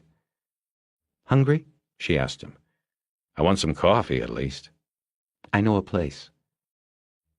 Bosch was sipping steaming black coffee from a plastic cup he had taken from the restaurant, an Italian place on Pico behind Century City. He was in the car, back in place on the second floor of the parking garage across Wilshire from the vault. Wish opened the door and got in after making her midnight check-in call to Rourke. They found the Jeep. Where? Rourke says SWAT did the reconnaissance ride through the Wilshire storm sewer but found no sign of intruders or a tunnel entry. Looks like Gearson was right. They're tucked in one of the smaller tributary lines. Anyway, the SWAT guys then went down to the drainage wash by the freeway to set the trap. They were deploying at 3 exit positions from the tunnels when they came across the Jeep. Rourke said there's a carpool parking lot down by the freeway. There's a beige Jeep parked with a covered trailer attached. It's theirs. The 3 blue ATVs are in the trailer. Is he getting a warrant? Yeah, he's got somebody trying to find a judge now, so they'll have it. But they aren't going to go near it until they take down the operation, in case their plan is for someone to come out and get the ATVs, or somebody already outside is going to show up and drive them in. Bosch nodded and sipped. It was a smart way to go. He remembered he had a cigarette going in the ashtray and tossed it out the open window. As if guessing what he would be thinking, she said, Rourke said that from what they could see there was no blanket in the back of the Jeep. But if it's the Jeep Meadows' body was carried to the reservoir in, there still should be fiber evidence. What about the seal that Sharkey saw on the door? Rourke said there was no seal, but there could have been one and they just took it off when they were leaving the Jeep out there. Yeah, Bosch said. After a few moments of thought, he said, Does it bother you how everything is just coming together so well? Should it? Bosch shrugged his shoulders. He looked up Wilshire. The curb in front of the fire plug was empty. Since they had come back from dinner, Bosch hadn't seen the white LTD, which he'd been sure was an IAD car. He didn't know if Lewis and Clark were around or had called it a night. Harry, good detective work pays off with cases that come together, Eleanor told him. I mean, we aren't out of the dark on this by a long shot, but I think we finally have a measure of control. Damn sight better than we were 3 days ago, so why the worry when a few things finally start coming together? 3 days ago, Sharkey was still alive. Well, while you're taking the blame for that, Why don't you add everybody else who has ever made a choice and gotten themselves killed? You can't change those things, Harry, and you're not supposed to be a martyr. What do you mean, choice? Sharky didn't make any choice. Yes, he did. When he chose the streets, he knew he might die on the streets. You don't believe that. He was a kid. I believe that shit happens. I believe that the best you can do in this job is come out even. Some people win and some lose. Hopefully, half the time it is the good guys who win. That's us, Harry. Bosch drank his cup dry, and they sat in silence for a while after that. They had a clear view of the vault sitting at the center of the glass room like a throne. Out there in the open, polished and shiny under the bright ceiling lights, it said, "Take me to the world," he thought. And somebody would. We're going to let them. Wish picked up the radio handset, keyed the transmit button twice, and said, Broadway 1 to First, do you guys copy? "We copy, Broadway. Anything?" It was Houck's voice on the comeback. There was a lot of static as the radio waves ricocheted off the tall buildings in the area. Only checking. What's your position? "We are due south of the front door of the pawn shop. A clear view of nothing going on." We're east. Can see the... She clicked off the mic and looked at Bosch. We forgot a code for the vault. Got any ideas? Bosch shook his head no, but then said, "Saxophone. I've seen saxophones hanging in pawn shop windows. Musical instruments, lots of them." She clicked the mic open again. Sorry, First Street had technical difficulty. We are east of the pawn shop, have the piano in the window in sight. No activity inside. "Stay awake." That's a K. Broadway out. Bosch smiled and shook his head. What? She said.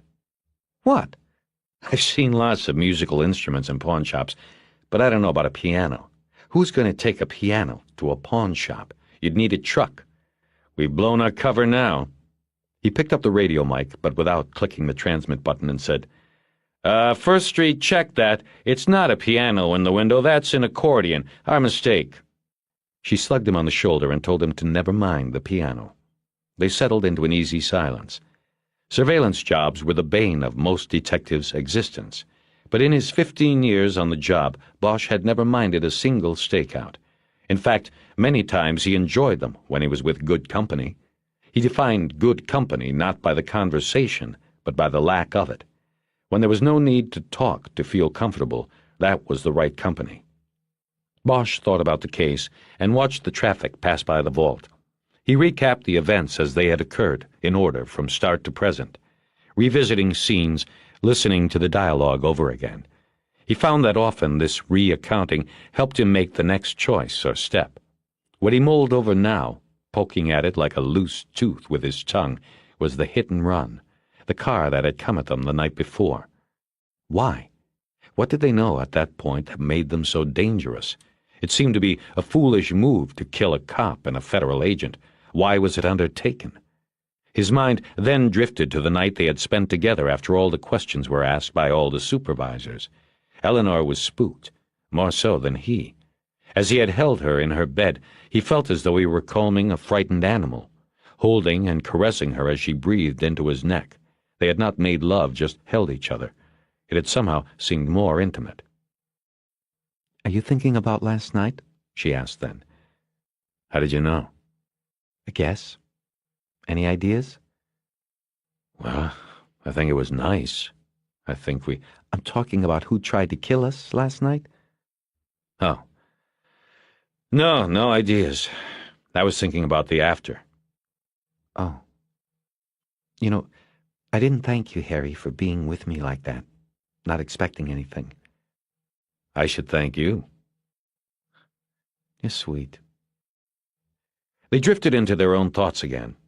Leaning against the door with his head against the side window, Bosch rarely took his eyes off the vault. Traffic on Wilshire was light but steady. People heading to or from the clubs over on Santa Monica Boulevard or around Rodeo Drive. There was probably a premiere at nearby Academy Hall. It seemed to Bosch that every limousine in L.A. was working Wilshire this night. Stretch cars of all makes and colors cruised by one. They moved so smoothly they seemed to float. They were beautiful and intriguing with their black windows, like exotic women in sunglasses, a car built just for this city, Bosch thought. Has Meadows been buried? The question surprised him. He wondered what tumble of thought led to it. No, he answered. Monday over at the Veterans Cemetery. A Memorial Day funeral. Sounds kind of fitting. So his life of crime did not disqualify him from being placed in such sacred ground? No, he did his time over there in Vietnam. They've saved a space for him. There's probably one there for me, too. Why'd you ask? I don't know, just thinking is all. Will you go? If I'm not sitting here watching this vault. That would be nice of you. I know he meant something to you at one point in your life. He let it drop, but then she said, Harry, tell me about the Black Echo. What you said the other day, what did you mean? For the first time, he looked away from the vault and at Eleanor. Her face was in darkness, but headlights from a passing car lit the interior of the car for a moment, and he could see her eyes on his. He looked back at the vault. There really isn't anything to tell. It's just what we called one of the intangibles. Intangibles? There was no name for it, so he made up a name. It was the darkness, the damp emptiness you'd feel when you were down there alone in those tunnels. It was like you were in a place where you felt dead and buried in the dark, but you were alive. And you were scared. Your own breath kind of echoed in the darkness, loud enough to give you away, or so you thought. I don't know, it's hard to explain, just the Black Echo. She let some time slide between them before she said, I think your going to the funeral is nice. Is something wrong? What do you mean? What I said.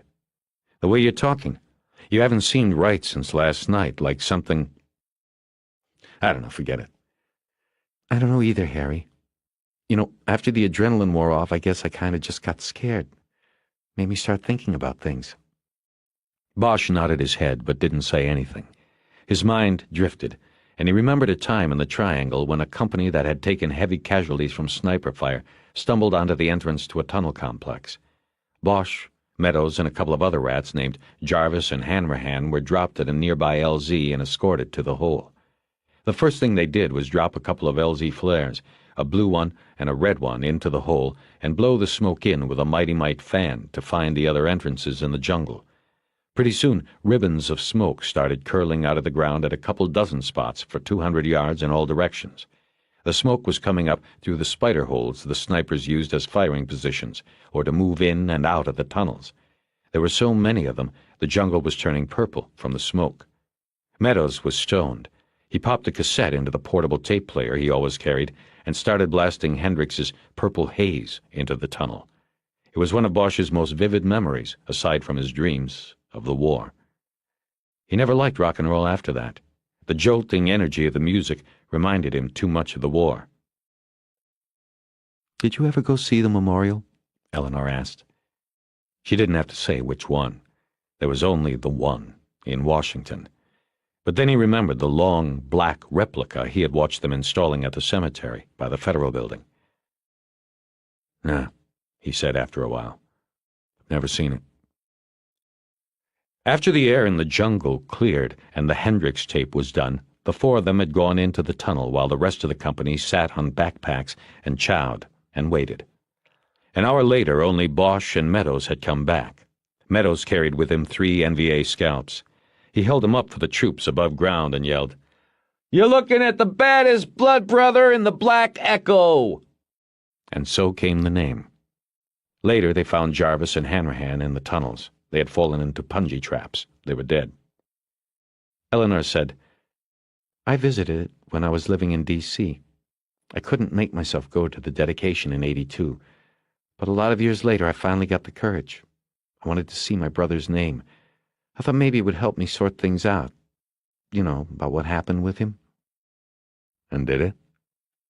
No. Made it worse. Made me angry. It left me with this need for justice, if that makes sense. I wanted justice for my brother. The silence filled the car again, and Bosch poured more coffee into his cup. He was beginning to feel the onset of caffeine jitters, but couldn't stop. He was addicted. He watched a couple of drunks who were stumbling down the street stop in front of the window before the vault. One of the men threw his hands up as if he was trying to gain a measure of the vault's huge door. After a while, they moved on. He thought of the rage Eleanor must have felt because of her brother, the helplessness. He thought of his own rage. He knew the same feelings, maybe not to the same degree, but from a different perspective. Anybody who was touched by the war knew some part of those feelings. He had never worked it out completely and wasn't sure he wanted to. The anger and sadness gave him something that was better than complete emptiness. Is that what Meadows felt? He wondered. The emptiness? Is that what bounced him from job to job and needle to needle until he was finally and fatally used up on this last mission? Bosch decided that he would go to Meadows' funeral, that he owed him that much. You know what you were telling me the other day about that guy, the dollmaker killer? Eleanor said. What about it? IAD? They tried to make a case that you executed him? Yes, I told you they tried, but I wasn't there. All they got me on was suspension for procedure violations. Well, I just wanted to say that even if they were right, they were wrong.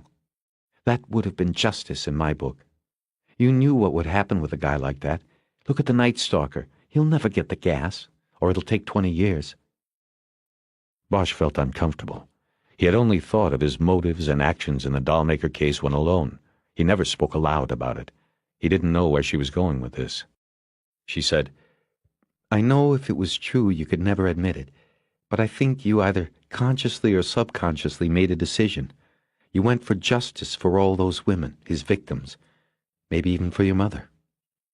Shocked, Bosch turned to her and was about to ask how she knew about his mother and how she had come to think of her relation to the dollmaker. Then he remembered the files again. It was probably in there somewhere. When he had applied to the department, he had to say on the forms if he or any close relatives had ever been the victim of a crime. He had been orphaned at 11, he wrote, when his mother was found strangled in an alley off Hollywood Boulevard. He didn't need to write what she did for a living. The location and crime said enough. When he recovered his cool, Bosch asked Eleanor what her point was. No point, she said. I just respect that. If it were me, I would have liked to have done the same thing, I think. I hope I would have been brave enough. He looked over at her, the darkness shielding both their faces. It was late now, and no car lights drifted by to show them to each other. You go ahead and take the first shift sleeping, he said. I drank too much coffee. She didn't answer. He offered to get out a blanket he had put in the trunk, but she declined. Did you ever hear what J. Edgar Hoover said about justice? She asked. He probably said a lot, but I don't recall any of it offhand. He said that justice is incidental to law and order. I think he was right. She said nothing else, and after a while he could hear her breathing turn deeper and longer. When the rare car drove by, he would look over at her face as the light washed across it. She slept like a child, with her head leaning against her hands. Bosch cracked the window and lit a cigarette. He smoked and wondered if he could or would fall in love with her, and she with him. He was thrilled and disquieted by the thought, all at the same time. Part 7, Saturday, May 26th. Gray dawn came up over the street and filled the car with weak light. The morning also brought with it a gentle drizzle that wet the street and put a smear of condensation on the lower half of the windows of Beverly Hills Safe and Lock. It was the first rain of any kind in months that Bosch could remember. Wish slept, and he watched the vault. Overhead lights still glowed on the chrome and brushed steel finish.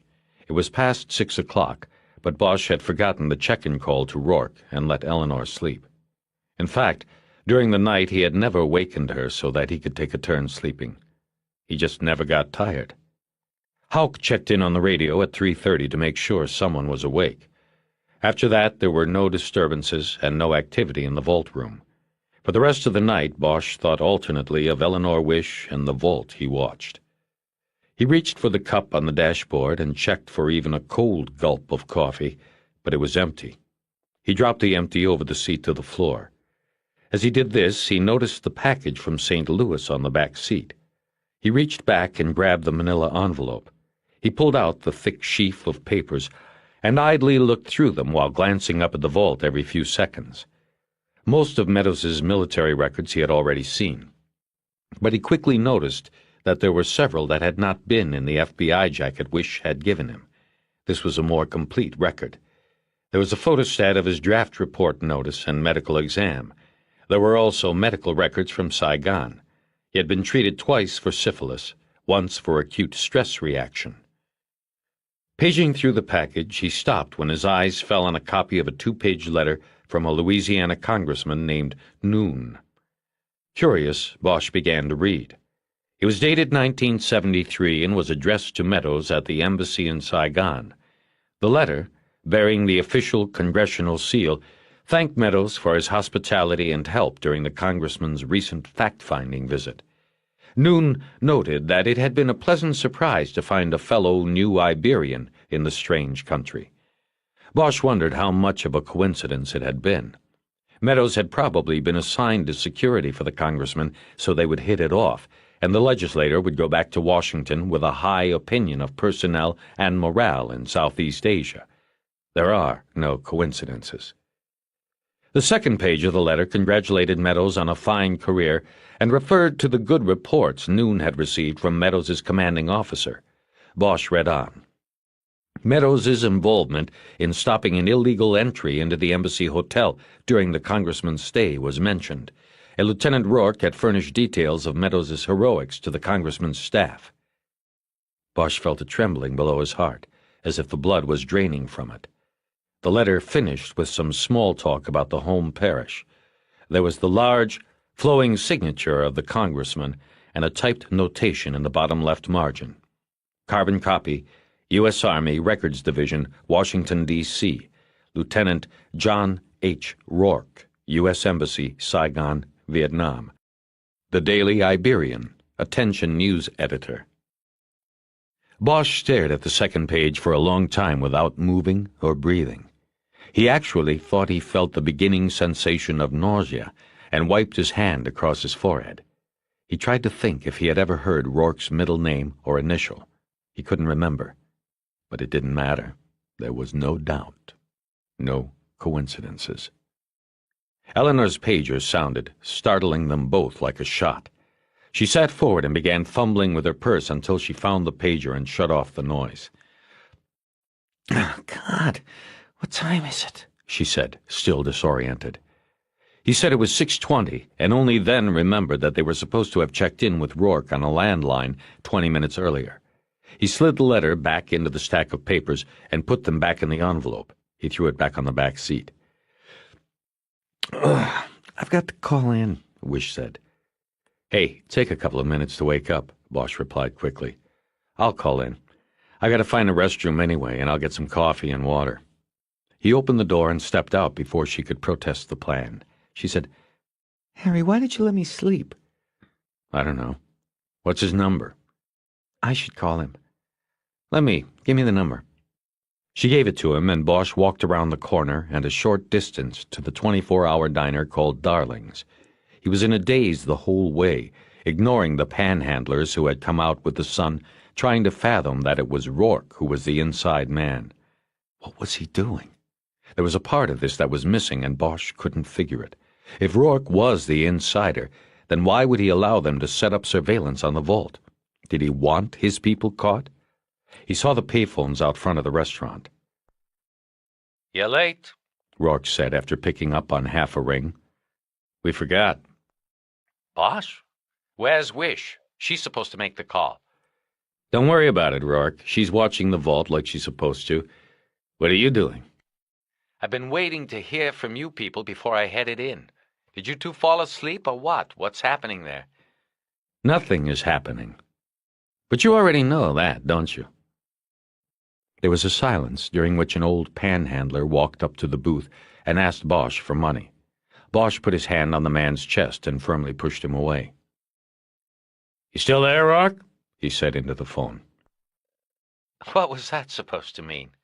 How do I know what's going on there when you people don't call in like you're supposed to? And you with the veiled references all the time. Bosch, I don't get you. Let me ask you something. Did you really put people down at the tunnel exits? Or was that blueprint and your pointer and the SWAT guy all for show? Put Wish on the line. I don't know what you're saying. Sorry, she can't come to the phone at the moment. Bosch, I'm calling you in. Something is wrong. You've been out all night on this. I think you should... No, I'll get a couple of fresh people out there. I'm going to have to call your lieutenant and... You knew Meadows. What? What I said. You knew him. I have his file, man. His complete file. Not the edited version you gave Wish to give me. You were his CO at the embassy in Saigon. I know. More silence, then... I was CO to a lot of people, Bosch. I didn't know them all. Bosch shook his head. That's weak, Lieutenant Rourke. Really weak. That was worse than just admitting it. I tell you what. I'll see you around. Bosch hung up the phone and went into Darling's, where he ordered 2 coffees and 2 mineral waters. He stood by the cash register, waiting for the girl to put the order together and looking out the window. He was thinking only of Rourke. The girl came up to the cash register with the order in a cardboard carry-out box. He paid and tipped her and went back out to the payphone. Bosch called Rourke's number again with no plan other than to see if he was on the phone or had left. He hung up after 10 rings. Then he called the LAPD dispatch center and told an operator to call FBI dispatch and ask if they had a SWAT call-out working in the Wilshire area in or near Beverly Hills, and if they needed any help. While he waited, he tried to put his mind inside Rourke's caper. He opened up one of the coffees and sipped it. The dispatcher came back on the line with a confirmation that FBI did have a SWAT surveillance in the Wilshire district. No backup was requested. Bosch thanked her and hung up. Now he thought he knew what Rourke was doing. It had to be that there were no men about to break into the vault. The setup on the vault was just that, a setup. The vault was a decoy. Bosch thought about how he had let Tron go his way after following him to the vault. What he had done was flush the second captain out with his diamonds so Rourke could have at him. Bosch had simply played into his hands. When Bosch got back to the car, he saw that Eleanor was looking through Meadows' files. She hadn't gotten to the congressman's letter yet. "Where have you been?"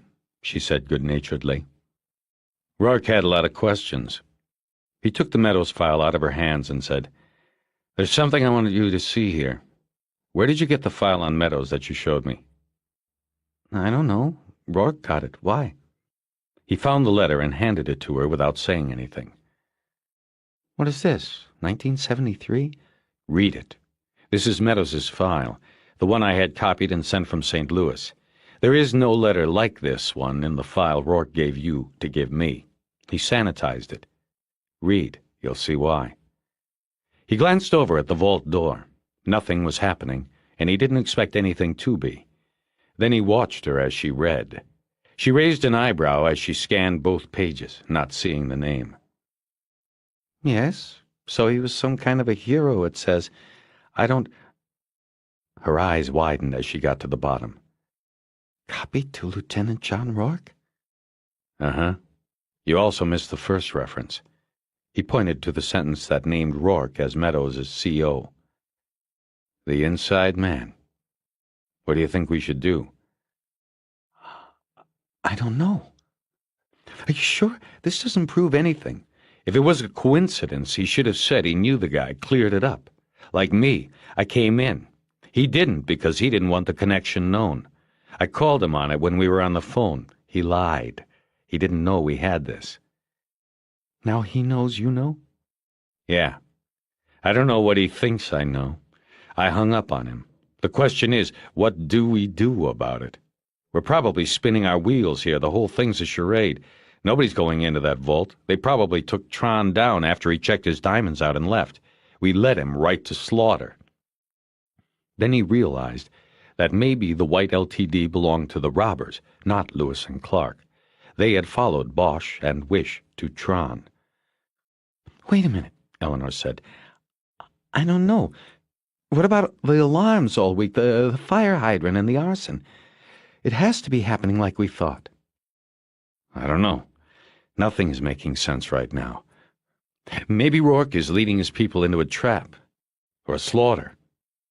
They both stared ahead at the vault. The rain had slacked off. The sun was completely up now, and it set the steel door aglow. Eleanor finally spoke. I think we have to get some help. We have Hanlon and Houck sitting on the other side of the bank, and SWAT, unless that was part of Rourke's charade. Bosch told her he had checked on the SWAT surveillance and learned that it actually was in place. Then what is Rourke doing? She said. Pushing all the buttons. They kicked it around for a few minutes and decided to call Orozco at Beverly Hills Police. First, Eleanor checked in with Hanlon and Houck. Bosch wanted to keep them in place. You guys awake over there? She said into the Motorola. It's 10-4, barely. I feel like that guy's stuck in his car in the overpass after the earthquake up in Oakland. What's up? Anything? No, just checking. How's the front door? Not a knock all night. She signed off, and there was a moment of silence before Bosch turned to get out of the car to call Orozco. He stopped and looked back at her. You know, he died, he said. Who died? The guy that was in that overpass. Just then there was a thump that slightly shook the car. Not as much a sound as a vibration, an impact, not unlike the first jolt of an earthquake. There was no following vibration. But after 1 or 2 seconds an alarm sounded. The ringing came loud and clear from the Beverly Hills Safe and Lock Company. Bosch sat bolt upright, staring into the vault room. There was no visible sign of intrusion. Almost immediately, the radio crackled with Hanlon's voice. "We got a bell. What's our plan of action?" Neither Bosch nor Wish answered the radio call at first. They just sat staring at the vault, dumbfounded. Rourke had let his people walk right into a trap, or so it seemed. "Son of a bitch," Bosch said. "They're in." Bosch said, "Tell Hanlon and Houck to stay cool until we get orders." And who is going to give the orders? Eleanor asked. Bosch didn't answer. He was thinking of what was going on in the vault. Why would Rourke lead his people into a setup? He must not have been able to warn them. Tell them that the diamonds aren't there and that we're up here, he said. I mean, 24 hours ago, we didn't know about this place or what was going on. Maybe by the time we got onto it, it was too late. They were too far in. So they're just proceeding as planned, Eleanor said. They'll pop Tran's box first, if they've done their homework and know which one it is. They'll find it empty, and then what do? Split, or open more boxes until they get enough stuff to make the whole thing worth their while. I think they split, she answered. I think when they open Tron's box and find no diamonds, they figure something is going down and get the hell out of there. Then we won't have much time. My guess is they'll get stuff ready in the vault, but they won't actually drill the box until after we've reset the alarm and cleared the scene. We can delay the resetting a bit, but too long and they might get suspicious and clear out, looking and ready for our people in the tunnels. He got out of the car and looked back at Eleanor. Get on the radio. Tell those guys to stay put, then get a message to your SWAT people. Tell them we think we've got people in the vault. They'll want to know why Rourke isn't telling them. Think of something. Tell them you don't know where Rourke is. Where are you going? To meet the patrol call-out for the alarm. I'll have them call Orozco out here. He slammed the door shut and walked down the garage ramp. Eleanor made the radio calls. As Bosch approached Beverly Hills Safe and Lock, he took his badge wallet out, folded it backward, and hooked it in the breast pocket of his coat. He turned the corner around the glass vault room and jogged to the front steps just as a Beverly Hills patrol car pulled up, lights flashing but no siren. 2 patrolmen got out, sliding their sticks out of the PVC pipe holders on the doors and then into the rings on their belts. Bosch introduced himself, told them what he was doing, and asked them to get a message through to Captain Orozco as soon as possible. One of the cops said the manager, a guy named Avery, was being called out to reset the alarm while the cops checked the place out. All routine. They said they were getting to know the guy. It was the third alarm they had been called to here this week. They also said they already had orders to report any calls to this address to Orozco at his home, no matter the hour. You mean these call-outs, they weren't false alarms? Said the one named Onaga. We aren't sure, Bosch said, but we want to handle this like it is a false alarm. The manager gets called out and together you reset the alarm and everybody goes on their way, okay? Just nice and relaxed, nothing unusual. Good enough, said the other cop. The copper plate over his pocket said Johnstone. Holding his nightstick in place on his belt, he trotted back to their cruiser to make the call to Orozco. Here's our Mr. Avery now, Onaga said. A white Cadillac floated to a stop at the curb behind the Beverly Hills car. Avery III, who was wearing a pink sports shirt and Madras slacks, got out and walked up. He recognized Bosch and greeted him by name. Has there been a break-in? Mr. Avery, we think something might be going on here. We don't know. We need time to check it out. What we want for you to do is open up the office, take a walk around like you usually do, like you did when the alarms went off earlier this week, then reset the alarm and lock up again. That's it? What if, Mr. Avery, what we want you to do is get in your car and drive away like you usually do, like you're going home, but I want you to go around the corner to Darling's, go in and have a coffee. I'll either come by to tell you what is happening or send for you. I want you to relax. We can handle whatever comes up here. We have other people checking it out, but for the sake of appearances, we want to make it seem that we are passing this off as another false alarm. I see, Avery said, digging a keyring from his pocket. He walked to the front door and opened it. And by the way, that is not the vault alarm that is ringing. It is the exterior alarm, set off by vibrations on the windows of the vault room. I can tell. It's a different tone, you see. Bosch figured the tunnelers had disabled the vault alarm system, not realizing the exterior alarm was a separate system. Onaga and Avery went in, with Bosch trailing behind.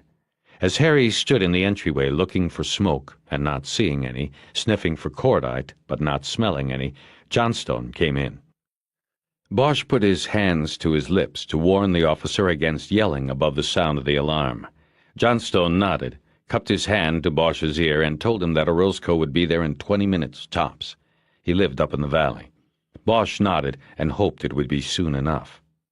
The alarm shut off, and Avery and Onaga came out of Avery's office into the lobby, where Johnstone and Bosch waited. Onaga looked at Bosch and shook his head, indicating nothing amiss. "Do you usually check the vault room?" Bosch asked. "We just look around," Avery said. He proceeded to the X-ray machine, switched it on, and explained it took 50 seconds to warm up. They passed the time without talking. Finally, Avery put his hand on the reader. It read it and approved the bone structure, and the lock on the first door of the man-trap snapped open. "Since I don't have my man inside the vault room, I have to override the lock on the second door," Avery said. "Gentlemen, if you don't mind not looking once we are in." The four of them moved into the tiny man-trap, and Avery pushed a set of numbers on the combination lock on the second door. It snapped open, and they moved into the vault room. There was nothing to see but steel and glass. Bosch stood near the vault door and listened, but heard nothing. He walked to the glass wall and looked up Wilshire. He could see that Eleanor was back in the car on the second floor of the garage. He turned his attention to Avery, who walked up to his side as if to look out the window himself, but instead huddled into a conspiratorial posture. "Remember, I can open the vault," he said in a low whisper. Bosch looked at him and shook his head, then said, "No, I don't want to do that. Too dangerous. Let's get out of here." Avery had a perplexed look on his face, but Bosch walked away. 5 minutes later, Beverly Hills' safe and lock was cleared and locked down. The two cops went back out on patrol, and Avery left. Bosch walked back to the garage. The street was busier now, and the noise of the day had begun. The garage was filling with cars and the stink of exhaust. Inside the car, Wish told him that Hanlon, Houck, and SWAT were in holding positions. He told her Orozco was on the way. Bosch wondered how long it would take before the men in the tunnel believed it was safe to start drilling. Orozco was still 10 minutes away. It was a long time. "So what do we do when he gets here?" she said. "His town, his call," he said. "We just lay it out for him and do whatever he wants to do. We tell him we have one fucked-up operation going here, and we don't know who to trust. Not the guy in charge of it, at least." They sat in silence for a minute or two after that. Bosch smoked a cigarette, and Eleanor didn't say anything about it. She seemed lost in her own thoughts, a puzzled look on her face. They both nervously checked their watches every 30 seconds or so. Lewis waited until the white Cadillac he tailed had turned north off Wilshire. As soon as the car was out of sight of Beverly Hills Safe and Lock, Lewis picked the blue emergency light up off the floor and put it on the dashboard. He flicked it on, but the driver of the Cadillac was already pulling to the side of the road in front of Darling's. Lewis got out of his car and walked up to the caddy. He was met halfway by Avery. "What is going on, officer?" Avery said. "Detective," Lewis said, and he opened his badge wallet. "Internal Affairs, LAPD. I need to ask you a few questions, sir. We are conducting an investigation of the man, Detective Harry Bosch, who you were just speaking with at Beverly Hills Safe and Lock." "What do you mean, we?" "I left my partner on Wilshire so he can keep an eye on your business, but what I would like is for you to step into my car so we can talk for a few minutes. Something is going on, and I need to know what." "That Detective Bosch. Hey, how do I know you are for real?" "How do you know he is?" "The thing is, we have had Detective Bosch under surveillance for a week, sir, and we know he is engaged in activities that could be, if not illegal, embarrassing to the department. We aren't sure what at this juncture. That's why we need you, sir. Would you step into the car, please?" Avery took 2 tentative steps toward the IAD car, and then seemed to decide, what the heck? He moved quickly to the passenger side and got in. Avery identified himself as the owner of Beverly Hills Safe and Lock, and briefly told Lewis what had been said during his 2 encounters with Bosch and Wish. Lewis listened without commenting, then opened the car door. "Wait here, please. I'll be right back." Lewis walked briskly up to Wilshire. He stood on the corner a few moments, apparently looking for someone, then made an elaborate show of checking his watch. He came back to the car and slid in behind the wheel. On Wilshire, Clark was waiting in the alcove of a store entrance and watching the vault. He caught sight of Lewis's signal and strolled casually to the car. As Clark climbed into the back seat, Lewis said, "Mr. Avery here says that Bosch told him to go to Darling's and wait, said there may be people in the vault. Come up from underground." "Did Bosch say what he would be doing?" Clark asked. "Not a word," Avery said. Everyone was silent, thinking. Lewis couldn't figure it. If Bosch was dirty, what was he doing? He thought some more on this, and realized that if Bosch was involved in ripping off the vault, he was in a perfect situation by being the man calling the shots on the outside. He could confuse the coverage on the burglary. He could send all the manpower to the wrong place, while his people in the vault went safely the opposite way. "He's got everybody by the short hairs," Lewis said, more to himself than to the other 2 men in the car. "Who, Bosch?" Clark asked. "He's running the caper. Nothing we can do but watch. We can't get in that vault. We can't go underground without knowing where we are going. He's already got the Bureau's SWAT team tied up down by the freeway. They're waiting for burglars that aren't coming, goddammit." Wait a minute, Avery said. "The vault. You can get in it." Lewis turned fully around in his seat to look at Avery. The vault owner told them that federal banking regulations didn't apply to Beverly Hills Safe and Lock because it wasn't a bank, and how he had the computer code that would open the vault. "Did you tell this to Bosch?" Lewis asked. "Yesterday and today." "Did he already know?" "No, he seemed surprised. He asked detailed questions on how long it would take to open the vault, what I had to do, things like that. Then today, when we had the alarm, I asked him if we should open it. He said no, just said to get out of there." "Damn," Lewis said excitedly. "I better call Irving." He leapt from the car and trotted to the payphones in front of Darling's. He dialed Irving at home and got no answer. He dialed the office and only got the duty officer. He had the officer page Irving with the payphone number. He then waited for 5 minutes, pacing in front of the phone and worrying about the time going by. The phone never rang. He used the one next to it to call the duty officer back to make sure Irving had been paged. He had. Lewis decided he couldn't wait. He would have to make this call himself, and it would be he who would become the hero. He left the bank of phones and went back to the car. "What did he say?" Clark asked. "We go in," Lewis said. He started the car. The police radio keyed twice, and then Hanlon's voice came on. "Hey, Broadway, we have visitors over here on First." Bosch grabbed up the radio. "What have you got, First? Nothing showing on Broadway." "We've got 3 white males going in on our side, using a key. Looks like one is the man that was here earlier with you. Old guy, plaid pants." Avery. Bosch held the microphone up to his mouth and hesitated, not sure what to say. "Now what?" he said to Eleanor.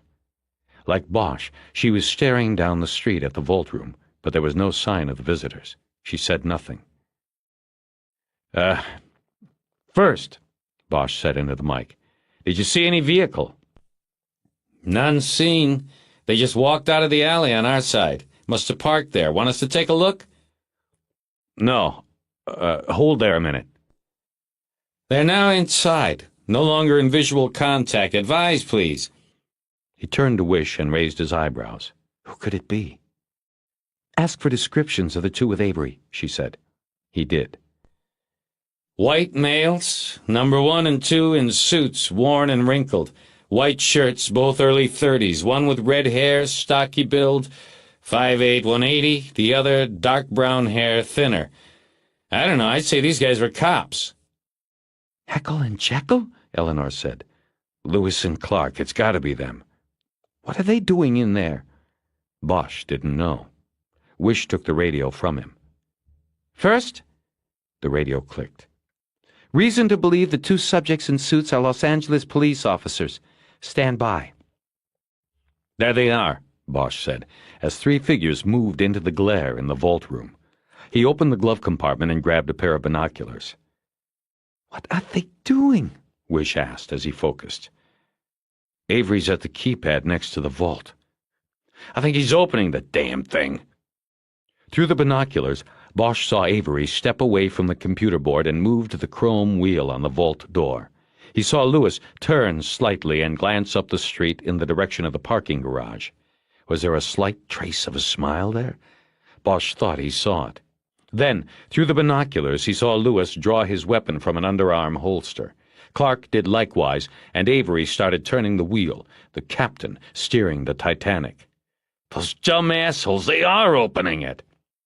Bosch leapt out of the car and started running down the ramp. He unholstered his gun and held it up as he ran. He glanced along Wilshire and saw an opening in the sporadic traffic. He bounded across the street, Wish just a short distance behind him. Bosch was still 25 yards away and knew he would be too late. Avery had stopped turning the vault wheel, and Bosch could see him pull back with all his weight. The door began slowly to move open. Bosch heard Eleanor's voice behind him. "No!" she yelled. "Avery, no!" But Bosch knew the double glass made the vault room silent. Avery couldn't hear her, and Lewis and Clark wouldn't have stopped what they were doing even if they could hear. What happened was like a movie to Bosch. An old movie on a TV set with the sound turned down. The slowly opening vault door with its widening band of blackness inside gave the picture an ethereal, almost underwater quality, a slow-motion inevitability. Bosch felt as if he were on a moving sidewalk going the wrong way, running but getting no closer. He kept his eyes on the vault door, the black margin opening wider.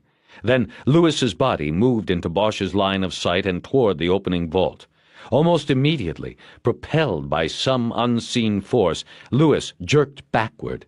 His hands flew up and his gun hit the ceiling and then fell soundlessly to the floor. As he backpedaled from the vault, his back and head ripped open and blood and brains spattered the glass wall behind him. As Lewis was hurled away from the vault door, Bosch could see the muzzle flash from the darkness inside, and then spider webs of cracks crazed the double glass as bullets struck silently. Lewis backstepped into a panel of the weakened glass and crashed through onto the sidewalk 3 feet below.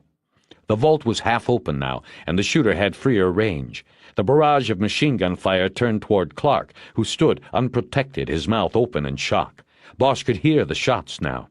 He saw Clark attempt to jump away from the line of fire, but it wasn't worth the effort. He, too, was thrown backward by the force of bullets impacting. His body slammed into Avery, and both men fell to the polished marble floor in a heap. The gunfire from the vault ended. Bosch jumped through the opening where the wall of glass had been and slid on his chest across the marble and glass dust.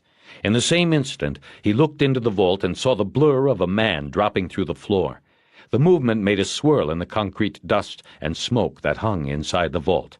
Like a magician, the man just disappeared in the mist. Then, from the darkness farther inside, a second man moved into the view, framed by the doorway. He sidestepped to the hole, swinging an M16 assault rifle in a covering side-to-side sweep. Bosch recognized him as Art Franklin, one of the Charlie Company graduates. When the black hole of the M16 came his way, Bosch leveled his gun with both hands, wrists on the cold floor, and fired. Franklin fired at the same time. His shots went high, and Bosch heard more glass shattering behind him. Bosch fired 2 more rounds into the vault. He heard one ping off the steel door. The other caught Franklin in the upper right chest, knocking him to the floor on his back. But in one quick motion, the injured man rolled and went head first through the floor.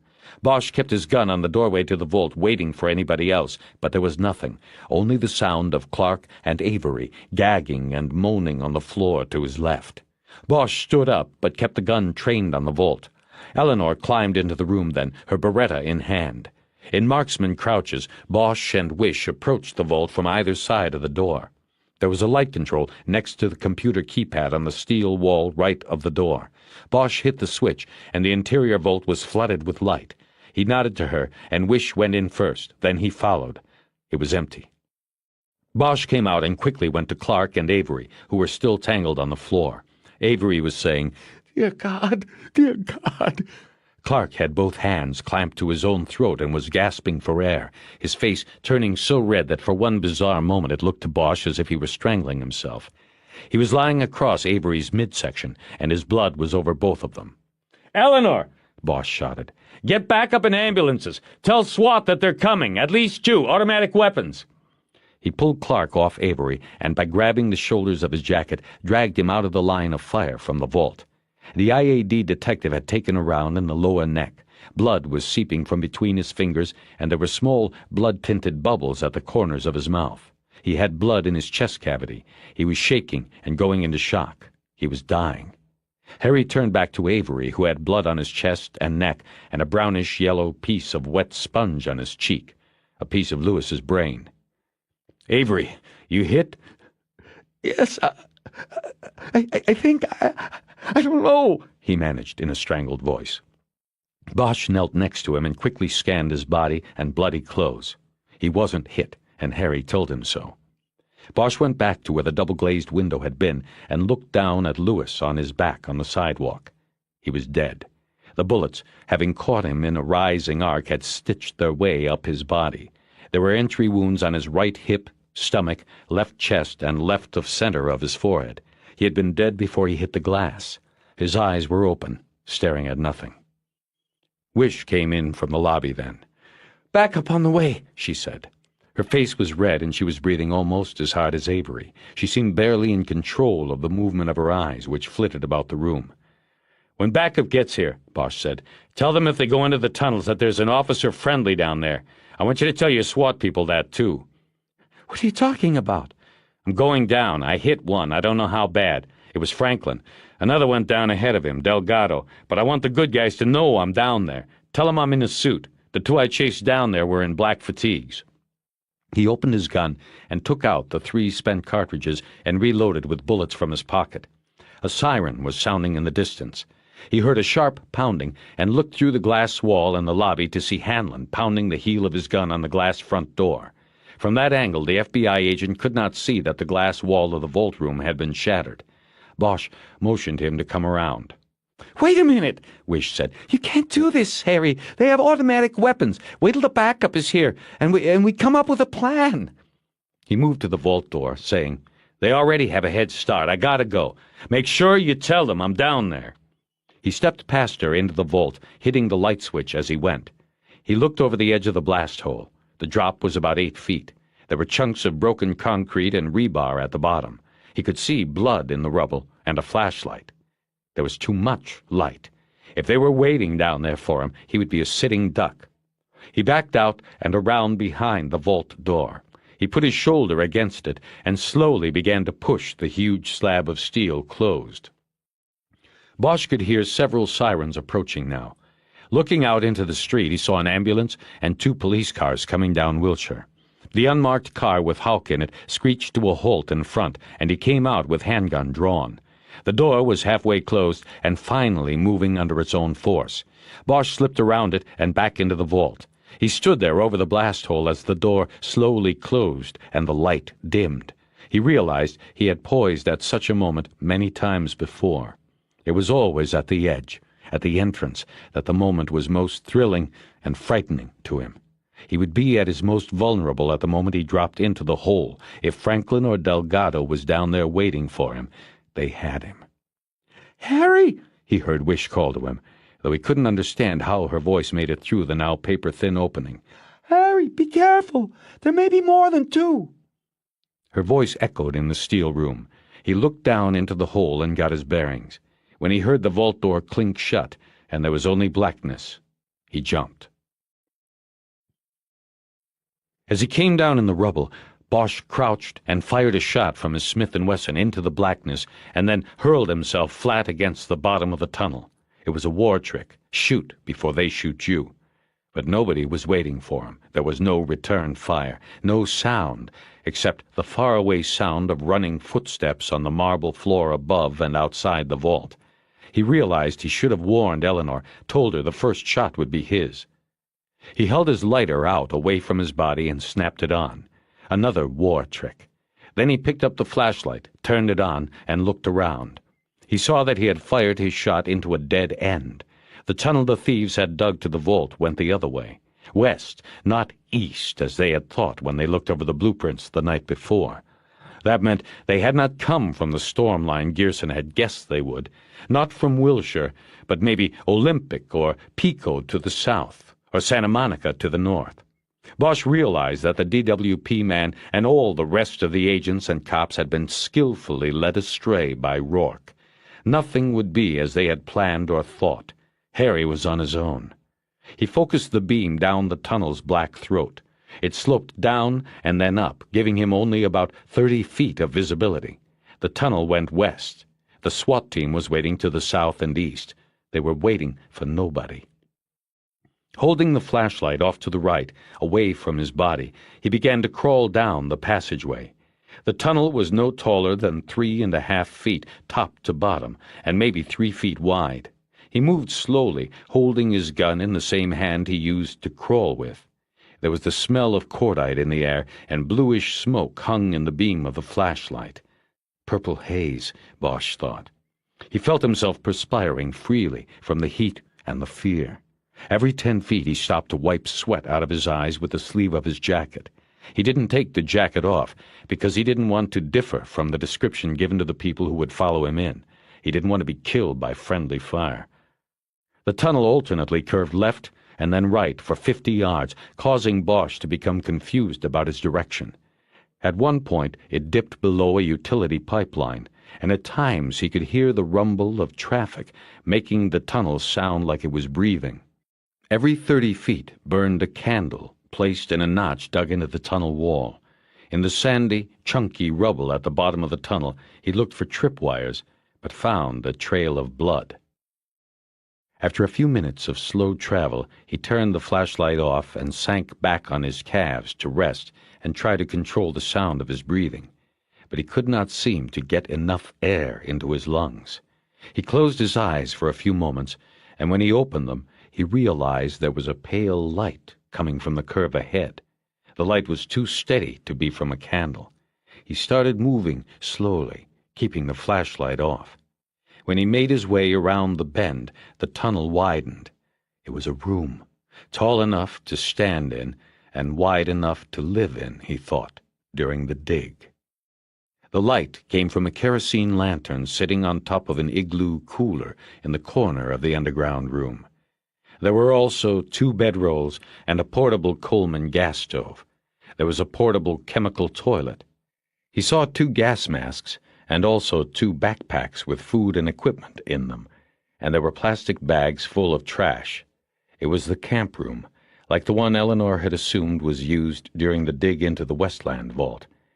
Bosch looked at all the equipment and thought of Eleanor's warning about there possibly being more than 2. But she had been wrong. Just 2 of everything. The tunnel continued on the other side of the camp room, where there was another 3-foot-wide hole. Bosch turned the lantern flame off so he wouldn't be backlit and crawled into the passageway. There were no candles in the walls here. He used the flashlight intermittently, turning it on to get his bearings and then crawling a short distance in the dark. Occasionally he stopped, held his breath, and listened. But the sound of traffic seemed farther away, and he heard nothing else. About 50 feet past the camp room, the tunnel reached a dead end, but Bosch saw a circular outline on the floor. It was a plywood circle covered with a layer of dirt. 20 years earlier, he would have called it a rat hole. He backed away, crouched down, and studied the circle. He saw no indication it was a trap. In fact, he did not expect one. If the tunnelers had rigged the opening, it would have been to guard against entry, not exit. The explosives would be on this side of the circle. Nevertheless, he took his keychain knife out and carefully ran its edge around the circle, then lifted it up a half-inch. He pointed the light into the crack and saw no wires or attachments to the underside of the plywood. He then flipped it up. There were no shots. He crawled to the edge of the hole and saw another tunnel below. He dropped his arm and the flashlight through the hole and flicked on the beam. He swept it around and braced for the inevitable gunfire. Again, none came. He saw that the lower passageway was perfectly round. It was smooth concrete with black algae and a trickle of water at the bottom of its curve. It was a stormwater drainage culvert. He dropped through the hole and immediately lost his footing on the slime and slipped onto his back. He propped himself up and with the flashlight began looking for a trail in the black slime. There was no blood, but in the algae there were scrape marks that could have been made with shoes digging for purchase. The trickle of water moved in the same direction as the scrape marks. Bosch went that way. By now he had lost his sense of direction, but he believed that he was heading north. He turned off the beam and moved slowly for 20 feet before flicking it on again. When he did so, he saw that the trail was confirmed. A smeared handprint of blood was at about 3 o'clock on the curved wall of the pipe. 2 feet farther, and at 5 o'clock there was another. Franklin was losing blood and strength quickly, he guessed. He had stopped here to check the wound. He would not be too much further ahead. Slowly, trying to lower the noise of his breathing, Bosch moved forward. The pipe smelled like a wet towel, and the air was damp enough to put a film on his skin. The sound of traffic rumbled from somewhere nearby. There was the sound of sirens. He felt the pipe was on a gradual downward slope that kept the trickle of water moving. He was going deeper underground. There were cuts on his knees that bled and stung as he slipped and scraped along the bottom. After maybe 100 feet, Bosch stopped and put on the beam, still holding it out to the side of his body and ready with the gun in his other hand. There was more blood on the curving wall ahead. When he switched off the flashlight, he noticed that the darkness changed farther ahead. There was light with a gray dawn quality to it.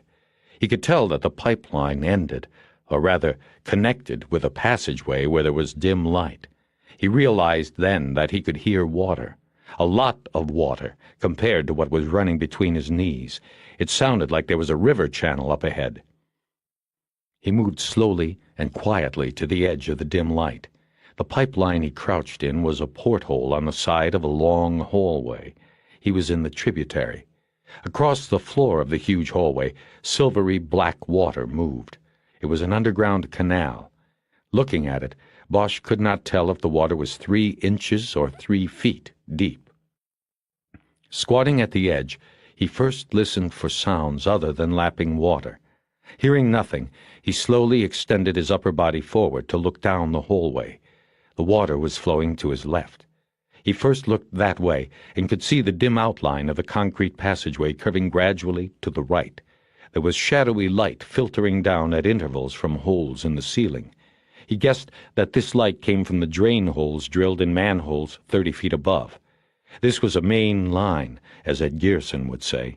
Which one it was, Bosch didn't know and no longer cared. There was no blueprint for him to follow, to tell him what to do. He turned to look upstream and immediately pulled his head back into his pipe like a turtle. There was a dark form against the inside wall of the passage, and Bosch had seen 2 orange eyes glowing in the darkness, looking right at him. Bosch didn't move and barely breathed for a whole minute. Stinging sweat dripped into his eyes. He closed them, but heard nothing but the sound of the black water. Then slowly he moved back to the edge until he could see the dark form again. It hadn't moved. 2 eyes, like the alien eyes of someone who looks into the flash in a snapshot, stared back at Bosch. He edged the flashlight around the corner and hit the switch. In the beam, he saw Franklin slumped against the wall. His M16 was strapped around his chest, but his hands had fallen away from it into the water. The end of the barrel dipped to the water also. Franklin wore a mask that Bosch took a few seconds to realize was not a mask. He wore NVGs, night vision goggles. "Franklin! It's over," Bosch called. "I'm police. Give it up." There was no reply, and Bosch didn't expect one. He glanced up and down the main line one more time, and then jumped down into the water. The water just covered his ankles. He kept his gun and the light on the still figure, but didn't believe he would need the weapon. Franklin was dead. Bosch saw that blood still seeped from a chest wound and down the front of his black T-shirt. Then it mixed into the water and was carried away. Bosch checked the man's neck for a pulse and found none. He holstered his gun and lifted the M16 over the dead man's head. Then he pulled the night goggles off the corpse and put them on. He looked one way down the long hallway and then the other. It was like looking at an old black and white TV, but the whites and grays had an amber tint. It would take some getting used to, but he could see his way better with the goggles, and he kept them on. Next, he checked the supply pockets on the thighs of Franklin's black fatigue pants. He found a sopping wet package of cigarettes and matches. There was an extra clip of bullets, which Bosch put in his jacket pocket, and a folded piece of wet paper on which blue ink was bleeding through and blurring. He carefully unfolded it and could tell that it had been a hand-drawn map. No names identifying anything, just smeared blue lines. There was a square box near the center which Bosch took to represent the vault. The blue lines were the drainage tunnels. He turned the map around in his hand, but the pattern did not seem familiar. A line running along the front of the box was the heaviest drawn. He figured that might be Wilshire or Olympic. Lines that intersected this were the cross streets: Robertson, Doheny, Rexford, and others. There was a cross-hatching of more lines continuing to the side of the page, then a circle with an X through it, the exit point. Bosch decided the map was useless, for he didn't know where he was or what direction he had taken. He dropped it into the water and watched it float off. In that moment he decided that he would follow the current. As good a choice as any. Bosch splashed through the water, moving with the current in a direction he thought was west.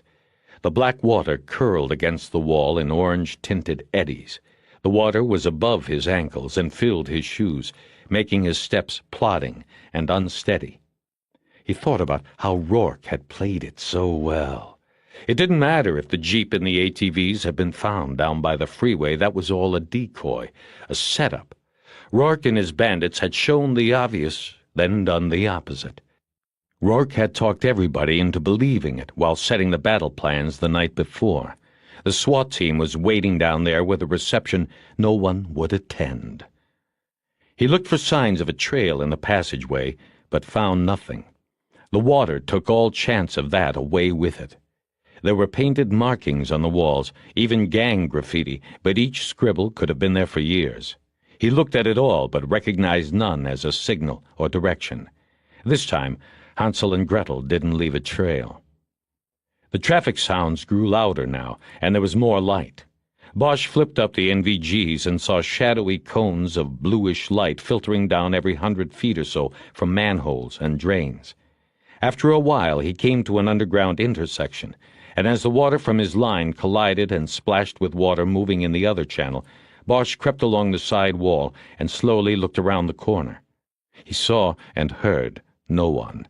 He had no clue as to which way to go. Delgado could have gone in any of 3 different directions. Bosch decided to follow the new passageway to the right, because it would take him, he believed, farther away from the SWAT setup. He had taken no more than 3 steps into the new tunnel when he heard a loud whisper from ahead. Artie, you gonna make it? Come on, hurry, Artie! Bosch froze. It came from about 20 yards, dead ahead, but he couldn't see anyone. He knew that it had been the NVGs he wore, the orange eyes, that had prevented him from walking into an ambush. But the cover wouldn't last long. If he got much closer, Delgado would know that he wasn't Franklin. Artie! The voice called hoarsely again. Come on! Coming, Bosch whispered. He took 1 step forward and felt instinctively that it hadn't worked. Delgado would know. He dove forward, bringing the M16 up as he went down.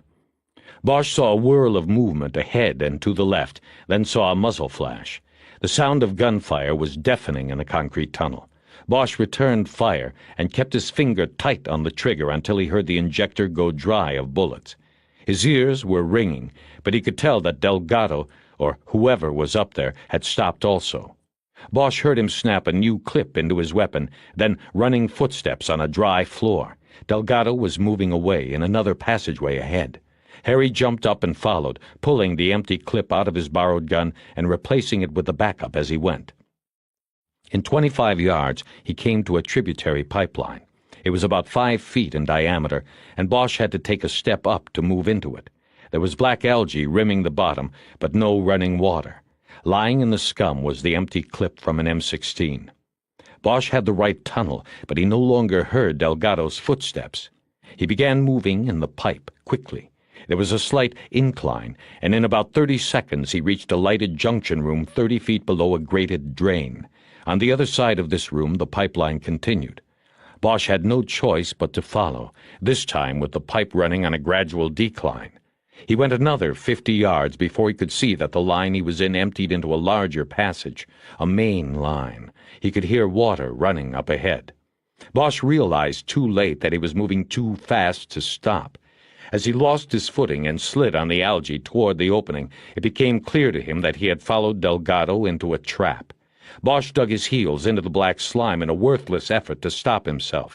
Instead, he went feet first, arms flailing for balance into the new passageway. It seemed odd to him, but he felt the bullet tear into his right shoulder before he heard the gunfire. It felt as though a hook on a rope had swung down from above, embedded in his right shoulder, and then yanked him backward off his feet and down. He let go of the gun and fell what seemed to him to be 100 feet. But of course it wasn't. The floor of the passageway, with its 2 inches of water, came up like a wall of water and hit him in the back of the head. The goggles flew off, and he watched, idly and detached, as sparks arced above him and bullets bit into the wall and ricocheted away.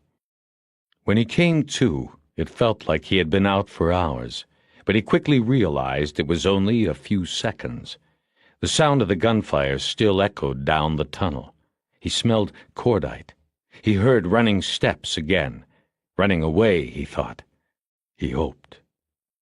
Bosch rolled in the darkness and water and spread his hands out to find the M16 and the goggles. He gave up after a while and tried to draw his own gun. The holster was empty. He sat up and pushed himself against the wall. He realized his right hand was numb. The bullet had hit him in the ball of the shoulder, and his arm hummed with dull pain from the point of impact down to the dead hand. He could feel blood running under his shirt and down his chest and arm. It was a warm counterpoint to the cool water swirling around his legs and balls. He became aware that he was gasping for air and tried to regulate his intake. He was going into shock, and he knew it.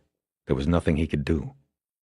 The sound of the steps, the running away, stopped then. Bosch held his breath and listened. Why had he stopped? He was home free. Bosch scissored his legs along the floor of the tunnel, still looking for one of the weapons. There was nothing there, and it was too dark to see where they had fallen. The flashlight was gone as well. There was a voice then, too far away and too muffled to be distinguished or understood, but someone was talking. And then there was a second voice. 2 men. Bosch tried to make out what was said, but couldn't. The second voice suddenly grew shrill. Then there was a shot, and then another. Too much time had elapsed between shots, Bosch thought. That wasn't the M16.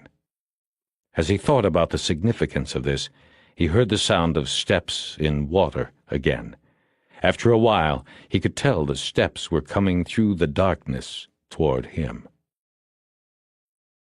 There was nothing hurried about the steps that came through the water toward Bosch. Slow, even, methodical, like a bride coming down the aisle.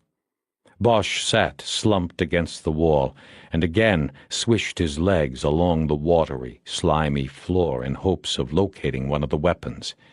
They were gone. He was weak and tired, defenseless.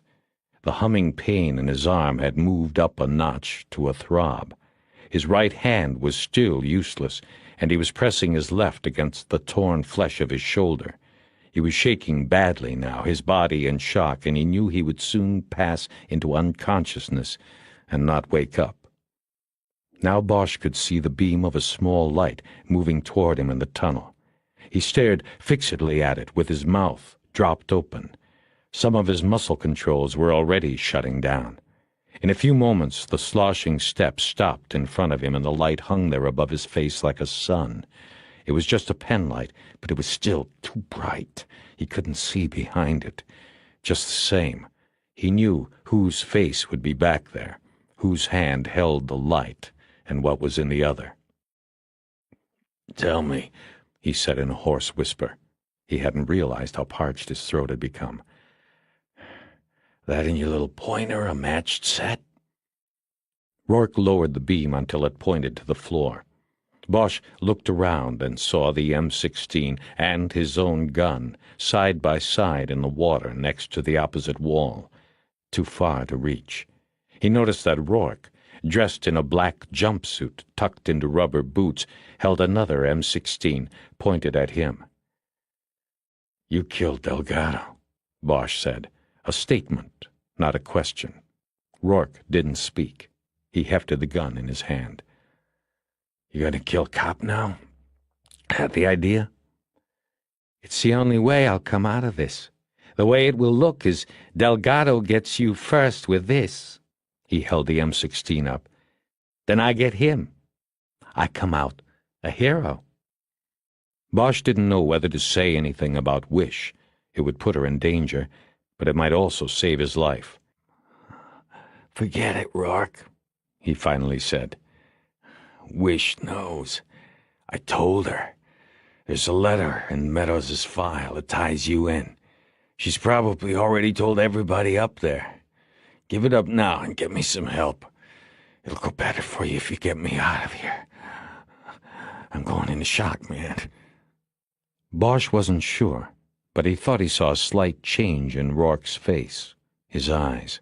They stayed open, but it was as if they had stopped seeing, as if the only thing he was seeing was what was inside. Then they were back, looking at Bosch without sympathy, just contempt.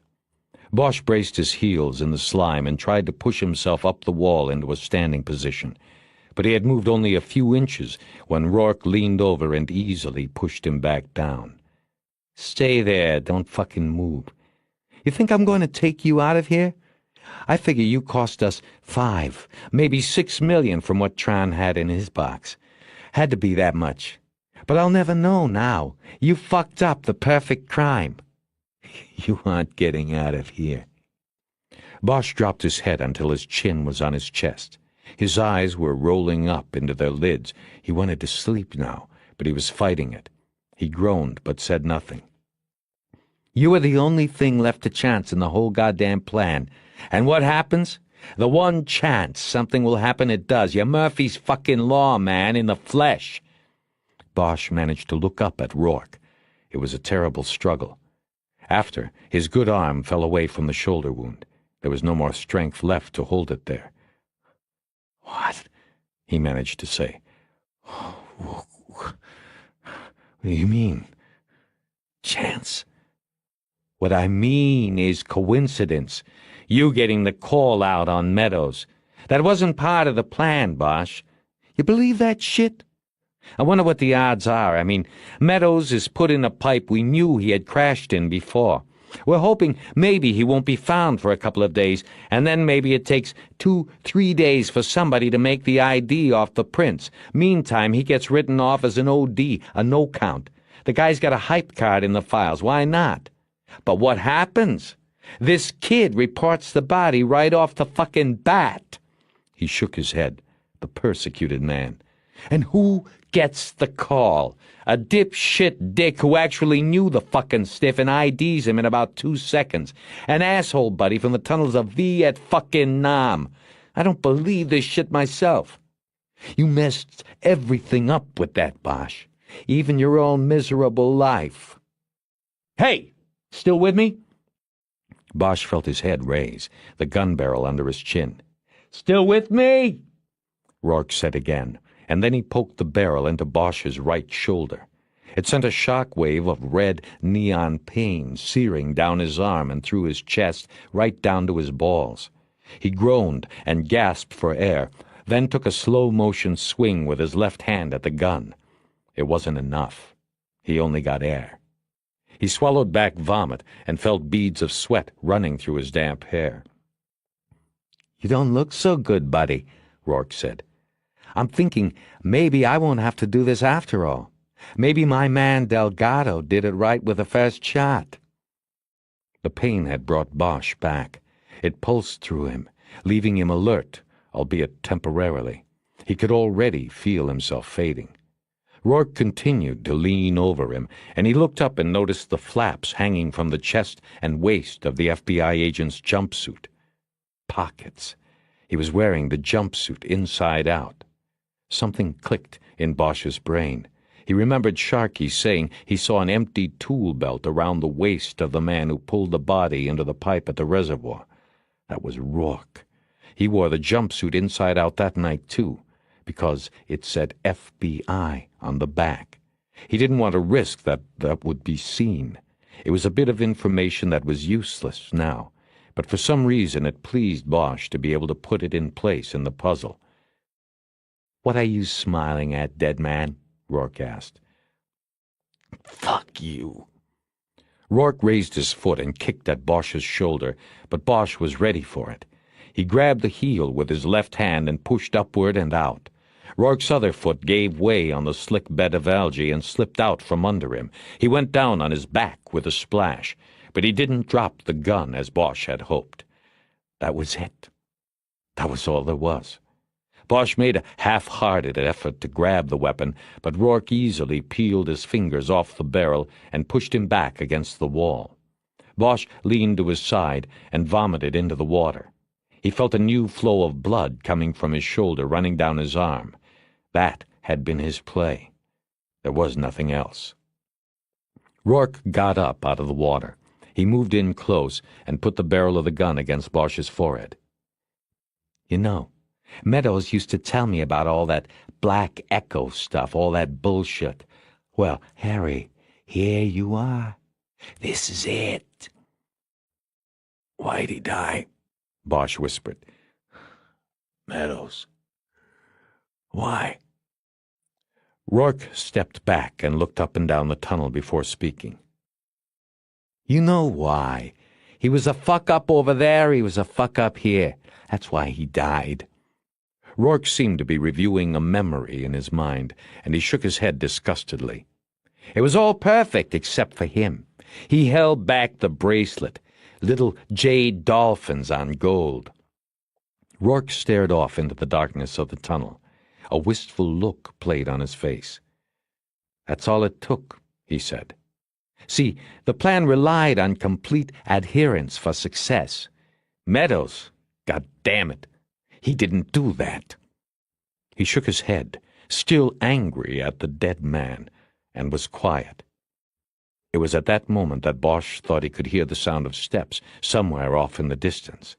He wasn't sure if he had heard it or if it was what he hoped to hear. He moved his left leg in the water. Not enough to cause Rourke to pull the trigger, but enough to make the water slosh and to cover the sound of the steps, if they were even there. He kept the bracelet, Bosch said. That was it. That was enough, Rourke said angrily. Nothing was to turn up. Don't you see? That was the beauty of the thing. Nothing would turn up. We'd get rid of everything except the diamonds, and those we'd keep until we were done with both jobs. But that fool couldn't wait until the second job was completed. He palms that cheap bracelet and pawns it to score dope. I saw it on the pawn reports. Yeah, after the Westland job, we went to LAPD and asked them to send over their monthly pawn list so we could check them out, too.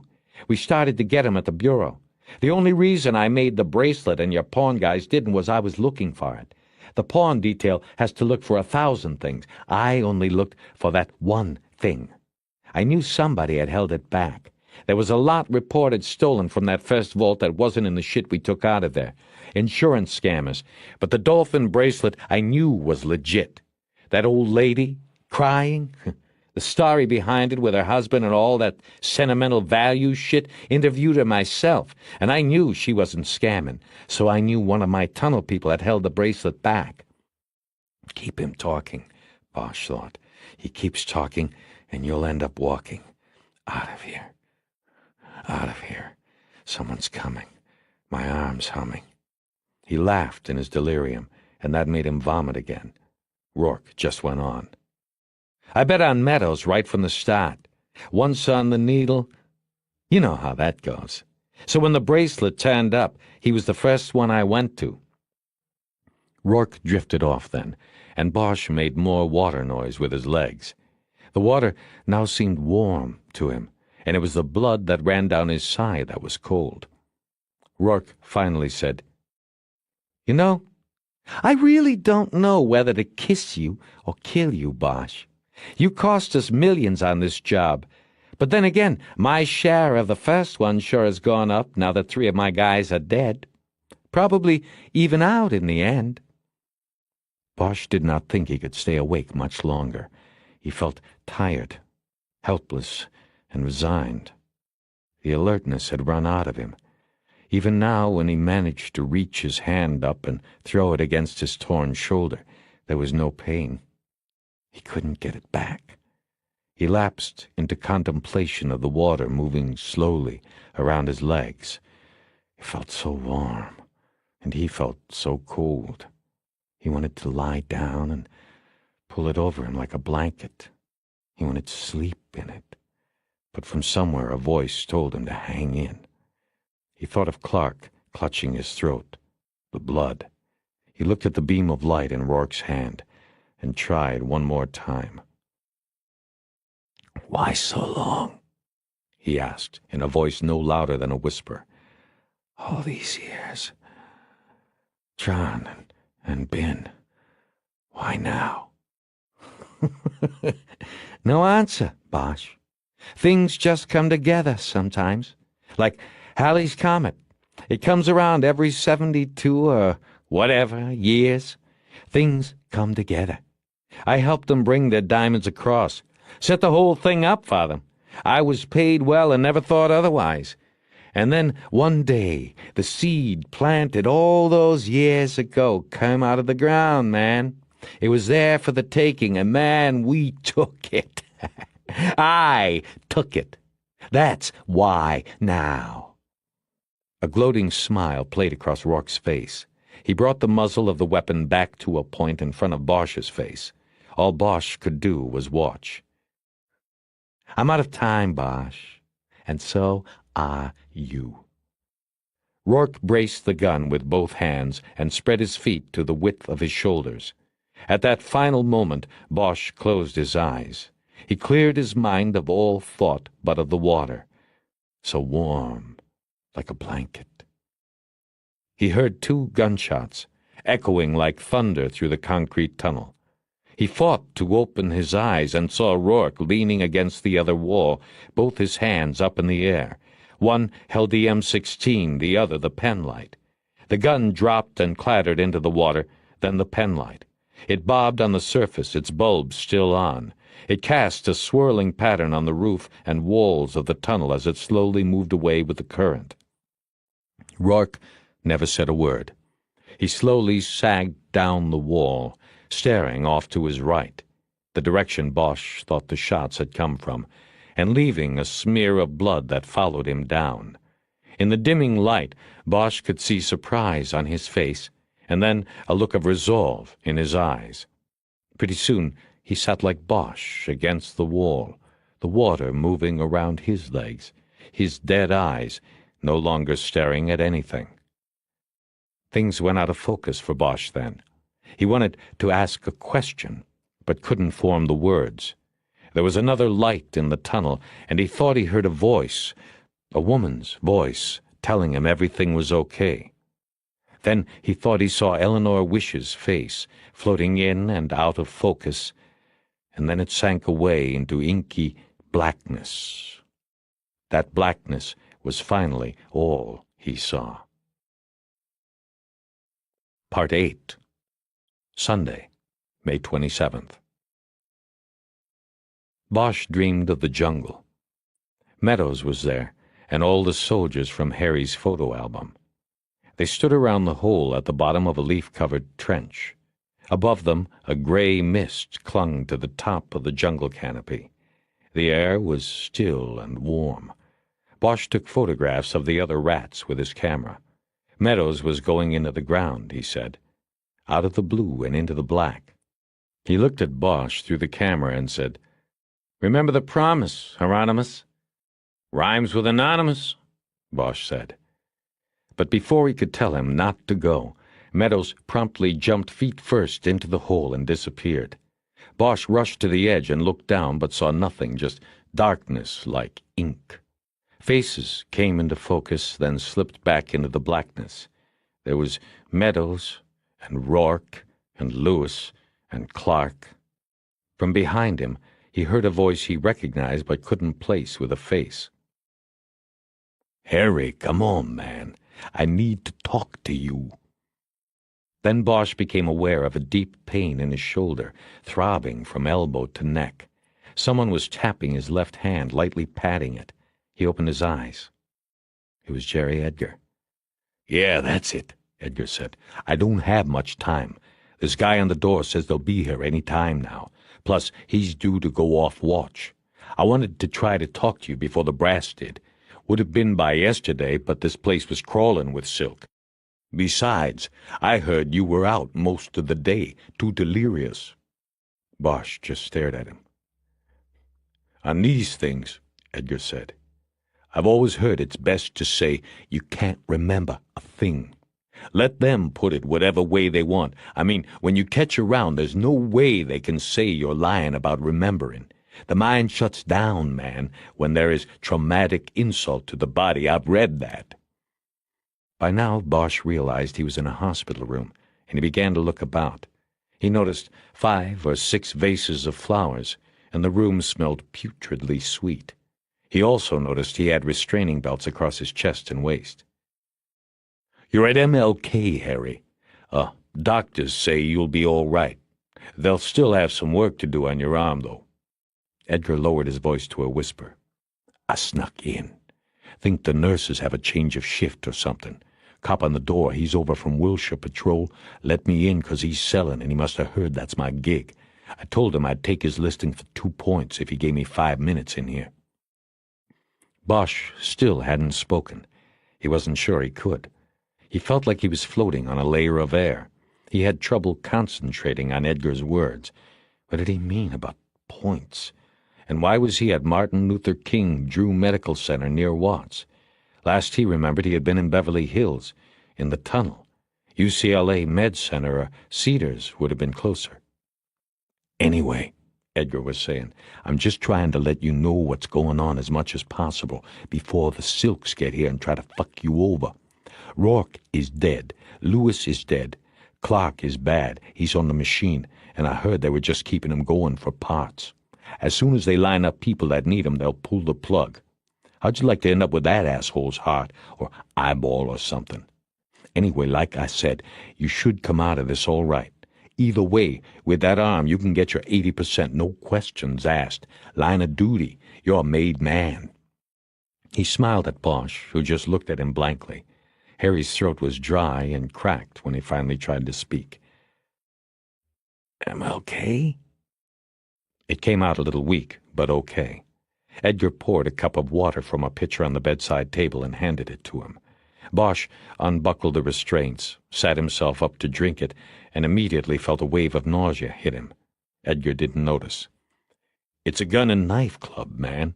This is where they take the gangbangers after the drive-bys. No better place to go with a gunshot in the county. Leastwise, those yuppie doctors over at UCLA. They train military doctors here, so they'll be ready for war casualties. They brought you in on a chopper. What time is it? It's a little after 7 Sunday morning. You lost the day. Then Bosch remembered Eleanor. Was she the one in the tunnel at the end? What had happened? Edgar seemed to read him. Everybody had been doing that lately. Your lady partner is fine. She and you are in the spotlight, man. Heroes. Heroes. Bosch thought about that. After a while, Edgar said, I got a book on out of here. If they know I talked to you first, I'll get shipped out to Newton. Bosch nodded. Most cops wouldn't mind Newton Division. Non-stop action and shooting Newton. But not Jerry Edgar, real estate agent. Who's coming? Usual crew, I guess. IAD, officer-involved shooting team. The FBI's in on the act. Bev Hills, too. I think everybody's still figuring out what the fuck happened down there.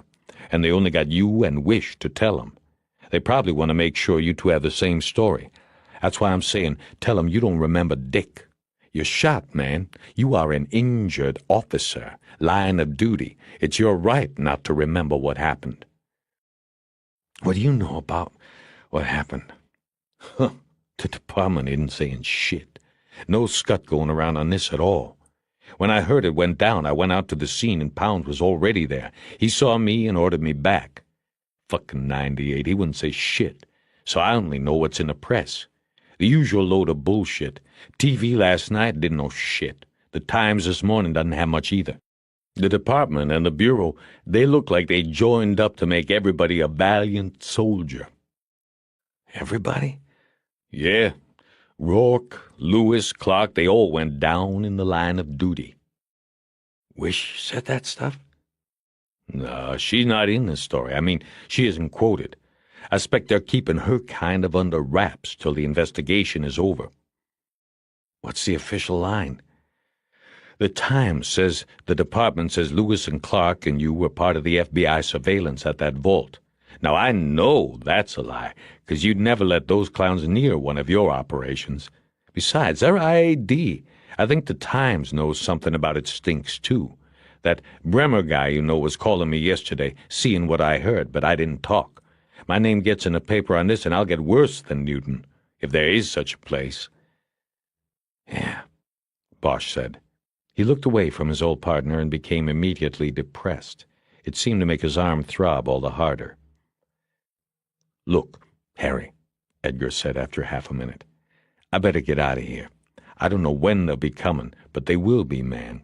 You take care and do like I told you. Amnesia. Then take the 80% line of duty disability and fuck 'em. Edgar pointed a finger to his temple and nodded his head.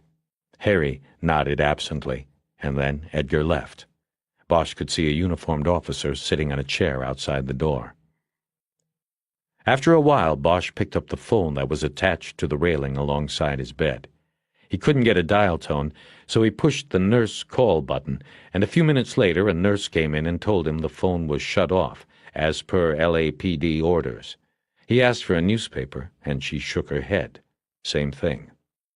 He became even more depressed. He knew that both LAPD and the FBI faced huge public relations problems with what had happened, but he couldn't see how it could be covered up. Too many agencies, too many people. They could never keep a lid on it. Could they be stupid enough to try? He loosened the strap across his chest and tried to sit all the way up. It made him dizzy, and his arms screamed to be left alone. He felt nausea overtake him and reached for a stainless steel pan on the bed table. The feeling subsided, but it jogged loose a memory of being in the tunnel with Rourke the morning before. He began remembering pieces of Rourke's conversation. He tried to fit the new information with what he had already known. Then he wondered about the diamonds, the cash from the Westland job, and whether they had been found. Where? As much as he had grown to admire the engineering of the caper, he could not bring himself to admire its maker, Rourke. Bosch felt fatigue overcome him like a cloud crossing the sun. He dropped back against the pillow, and the last thing he thought of before dozing off was what Rourke had said in the tunnel, the part about getting a larger share because Meadows, Franklin, and Delgado were dead. It was then, as he slid into the black jungle hole that Meadows had jumped into before, that Bosch realized the full meaning of what Rourke had said. The man in the visitor's chair wore an $800 pinstripe suit, gold cufflinks, and an onyx pinky ring, but it was no disguise. "ID, right?" Bosch said, and yawned. "Wake up from a dream to a nightmare." The man started. He hadn't seen Bosch open his eyes. He stood up and left the hospital room without saying a word. Bosch yawned again and looked around for a clock. There was none. He loosened the chest belt again and tried to sit up. This time he was much better, no dizziness, no sickness. He looked over at the floral arrangements on the windowsill and the bureau. He thought that their number might have grown while he was asleep. He wondered if any of them were from Eleanor. Had she come by to see him? They probably wouldn't let her. In another minute, Pinstripe came back in, carrying a tape recorder and leading a procession that included 4 other suits. One was Lieutenant Bill Haley, head of the LAPD officer-involved shooting squad, and one was Deputy Chief Irvin Irving, head of IAD. Bosch figured the other 2 for FBI men. "If I'd known I had so many suits waiting for me, I would have set an alarm," Bosch said. "But they didn't give me an alarm clock, or a phone that works, or a TV, or a newspaper." "Bosch, you know who I am," Irving said, and threw a hand toward the others. "And you know Haley. This is Agent Stone, and this is Agent Folsom, FBI." Irving looked at Pinstripe and nodded toward the bed table. The man stepped forward and placed the recorder on the table, put a finger on the record button, and looked back at Irving. Bosch looked at him and said, "You don't rate an introduction?" Pinstripe ignored him, and so did everybody else. "Bosch, I want to do this quickly and without any of your brand of humor," Irving said. He flexed his massive jaw muscles and nodded at Pinstripe. The recorder was turned on. Irving dryly spoke the date, day, and time. It was 11:30 a.m. Bosch had only been asleep a few hours, but he felt much stronger than when Edgar had visited. Irving then added the names of those present in the room, this time giving a name to Pinstripe. Clifford Galvin, Jr., same name, minus the junior part, as one of the department's other deputy chiefs. Junior was being groomed and doomed, Bosch thought. He was on the fast track, under Irving's wing. "Let's do it from the top," Irving said. "Detective Bosch, you start by telling us everything about this deal since the moment you climbed in." "You got a couple of days?" Irving walked over to the recorder and hit the pause button. "Bosch," he said, "we all know what a smart guy you are, but we are not going to hear it today. I stopped the tape only this once. If I do it again, I will have your badge in a glass block by Tuesday morning, and that's only because of the holiday tomorrow. And never mind any line-of-duty pension, I will see you get 80% of nothing." He was referring to the department practice of forbidding a retiring cop to keep his badge. The chief and the city council didn't like the idea of some of the city's former finest floating around the city with buzzers to show off. Shakedowns, free meals, free flops. It was a scandal they could see coming 100 miles away. So if you wanted to take your badge with you, you could, set nicely in a lucite block with a decorative clock. It was about a foot square, too big to fit in the pocket. Irving nodded, and Junior pushed the button again. Bosch told it like it had been, leaving out nothing and stopping only when Junior needed to turn the tape over. The suits asked him questions from time to time, but mostly just let him tell it. Irving wanted to know what Bosch had dropped from the Malibu pier. Bosch almost didn't even remember. Nobody took notes. They just watched him tell it. He finally finished the tale an hour and a half after starting. Irving looked at Junior then and nodded. Junior stopped the tape. When they had no more questions, Bosch asked his. "What did you find at Rourke's place?" "That's not your business," Irving said. "The hell it isn't. It's part of a murder investigation. Rourke was the murderer. He admitted it to me." "Your investigation has been reassigned." Bosch said nothing as the anger pushed its way into his throat. He looked around the room and noticed that none of the others, even Junior, would look at him. Irving said, "Now, before I would go around shooting my mouth off about fellow law enforcement officers killed in the line of duty, I would make sure I knew the facts, and I would make sure that I had the evidence supporting those facts. We don't want any rumors being spread about good men." Bosch couldn't hold back. "You think you people will pull this off? What about your two goons? How are you going to explain that? First they put the bug in my phone, then they blunder into a fucking surveillance and get themselves shot, and you want to make them heroes. Who are you kidding?" "Detective Bosch, it already has been explained. That is not your worry. It is also not your role to contradict the public statements of the department or the Bureau on this matter. That, detective, is an order. If you talk to the press about this, it will be the last time you do as a Los Angeles police detective." Now it was Bosch who could not look at them. He stared at the flowers on the table and said, "Then why the tape? The statement, all the suits here with you. What's the point when you don't want to know the truth?" "We want the truth, detective. You are confusing that with what we choose to tell the public. But out of the public eye, I guarantee, and the Federal Bureau of Investigation guarantees, that we will complete your investigation and take appropriate action where fitting." "That's pathetic." "And so are you, detective, so are you." Irving leaned over the bed with his face close enough that Bosch could smell his sour breath. "This is one of those rare times when you hold your future in your own hands, Detective Bosch. You do what is right. Maybe you find yourself back at robbery-homicide. Or you can pick up that phone. Yes, I am going to have the nurse turn it on, and call your pals at that rag over on Spring Street. But if you do that, you better ask them if there are any career opportunities there for a former homicide detective." The five of them then left, leaving Bosch alone with his anger. He sat up and was ready to take a swing with his good arm at a vase of daisies on the bedside table when the door opened and Irving came back in, alone, no tape recorder. "Detective Bosch, this is unofficial. I told the others I forgot to give you this." He pulled a greeting card out of his coat pocket and propped it upright on the windowsill. On the front was a busty policewoman with her uniform blouse unbuttoned to the navel. She was wrapping her nightstick in her hand impatiently. A bubble from her mouth said, "Get well soon," or... Bosch would have to read the inside to get the punchline. "I didn't forget, I just wanted to say something private." He stood mute at the foot of the bed until Bosch nodded. "You are good at what you do, Detective Bosch. Anybody knows that. But that doesn't mean you are a good police officer.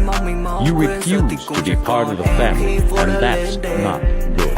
And meantime, you see, I have this department to protect. To me, that's the most important job in the world. And one of the best ways to do that is to control public opinion, keep everybody happy. So if it means putting out a couple of nice press releases and putting on a couple of big funerals with the mayor and the TV cameras and all the brass there, that's what we are going to do. The protection of the department is more important than the fact that two dumb cops made a mistake. Same goes for the Federal Bureau of Investigation. They will grind you up before they publicly flog themselves with Rourke. So what I am telling you is that Rule 1 is you have to go along to get along. That's bullshit, and you know it. Yeah. No, I do not know. Deep down, neither do you. Let me ask you something. Why is it, you think, that Lewis and Clark were pulled back on the investigation of the dollmaker shooting? Who do you think reined them in? When Bosch didn't say anything, Irving nodded. You see, we had to make a decision. Would it be better to see one of our detectives dragged through the papers and brought up on criminal charges, or for him to be quietly demoted and transferred? He let that hang there a few seconds before continuing. Another thing. Lewis and Clark came to me last week with the story about what you did to them, cuffing them to that tree. Very brutal, that was. But they were as happy as a couple of high school cheerleaders after an evening with the football team. They had you by the balls and were ready to put the paper in right then. They had me, but I had them. No, that's what I'm telling you. They came to me with this story about the bug in the phone, what you told them. But the thing is, they didn't drop the bug in your phone like you thought. I checked it out. That is what I am telling you. They had you. Then who? Bosch stopped right there. He knew the answer. I told them to hold back a few days, to watch, see what happened. Something was going on. Those two men were always hard to bridle when it came to you. They overstepped when they decided to stop that fellow Avery and then told him to take them back to the vault. They paid the price. What about the FBI? What do they say about the bug? I don't know, and I'm not asking. If I did, they would say, "What bug?" You know that. Bosch nodded and was immediately tired of the man. A thought was pushing into his head that he didn't want to allow in. He looked away from Irving to the window. Irving told him once more to think of the department before he did anything, then walked out. When he was sure Irving had made his way down the hall, Bosch lashed out with his left arm and sent the vase of daisies tumbling into the corner of the room. The vase was plastic and didn't break. The damage was just spilled water and flowers. Galvin Jr.'s ferret face momentarily poked in and then out of the room. He said nothing, but it tipped Bosch that the IAD man was posted outside in the hall. Was that for his protection, or for the department's? Bosch didn't know. He didn't know anything anymore. Bosch pushed away an untouched tray containing an institutional meal of turkey loaf with flour gravy, corn, yams, a hard roll that was supposed to be soft, and strawberry shortcake with flat whipped cream. You eat that, you might never get out of here. He looked up. It was Eleanor. She stood in the open door, smiling. He smiled back. He couldn't help himself. I know. How are you, Harry? Okay. I'll be okay. Might not be able to do chin-ups anymore, but I'll survive with that. How are you, Eleanor? I'm fine, she said, and her smile just slayed him. They put you through the Vegematic today? Oh, yeah. Sliced and diced. The best and the brightest of my fine department. A couple of your pals, too. Had me on the ropes all morning. There's a chair on this side. She circled the bed but continued standing next to the chair. She looked around and a slight frown creased her brow, as if she knew this room and therefore knew something wasn't right. They got me, too, last night. They wouldn't let me come see you till they were through with you. Orders. Didn't want us going together on the story. But I guess our stories came out all right. At least they didn't pull me back in after they talked to you today. Told me that was it. They find the diamonds? Not that I've heard, but they aren't telling me much anymore. They've got 2 crews working it today, but I'm out of it. I'm on a desk till it cools off and the shooting team finishes up. They're still probably at Rourke's place looking. What about Trown and Bin? They cooperate?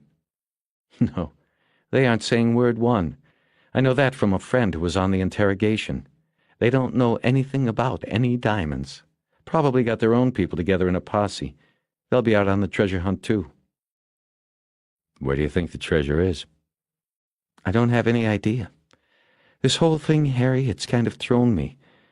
I don't know what I think about things anymore. That included what she thought about him, he knew. He didn't say anything, and after a while the silence became uneasy. What happened, Eleanor? Irving told me Lewis and Clark intercepted Avery, but that's all I know. I don't understand. They watched us watch the vault all night.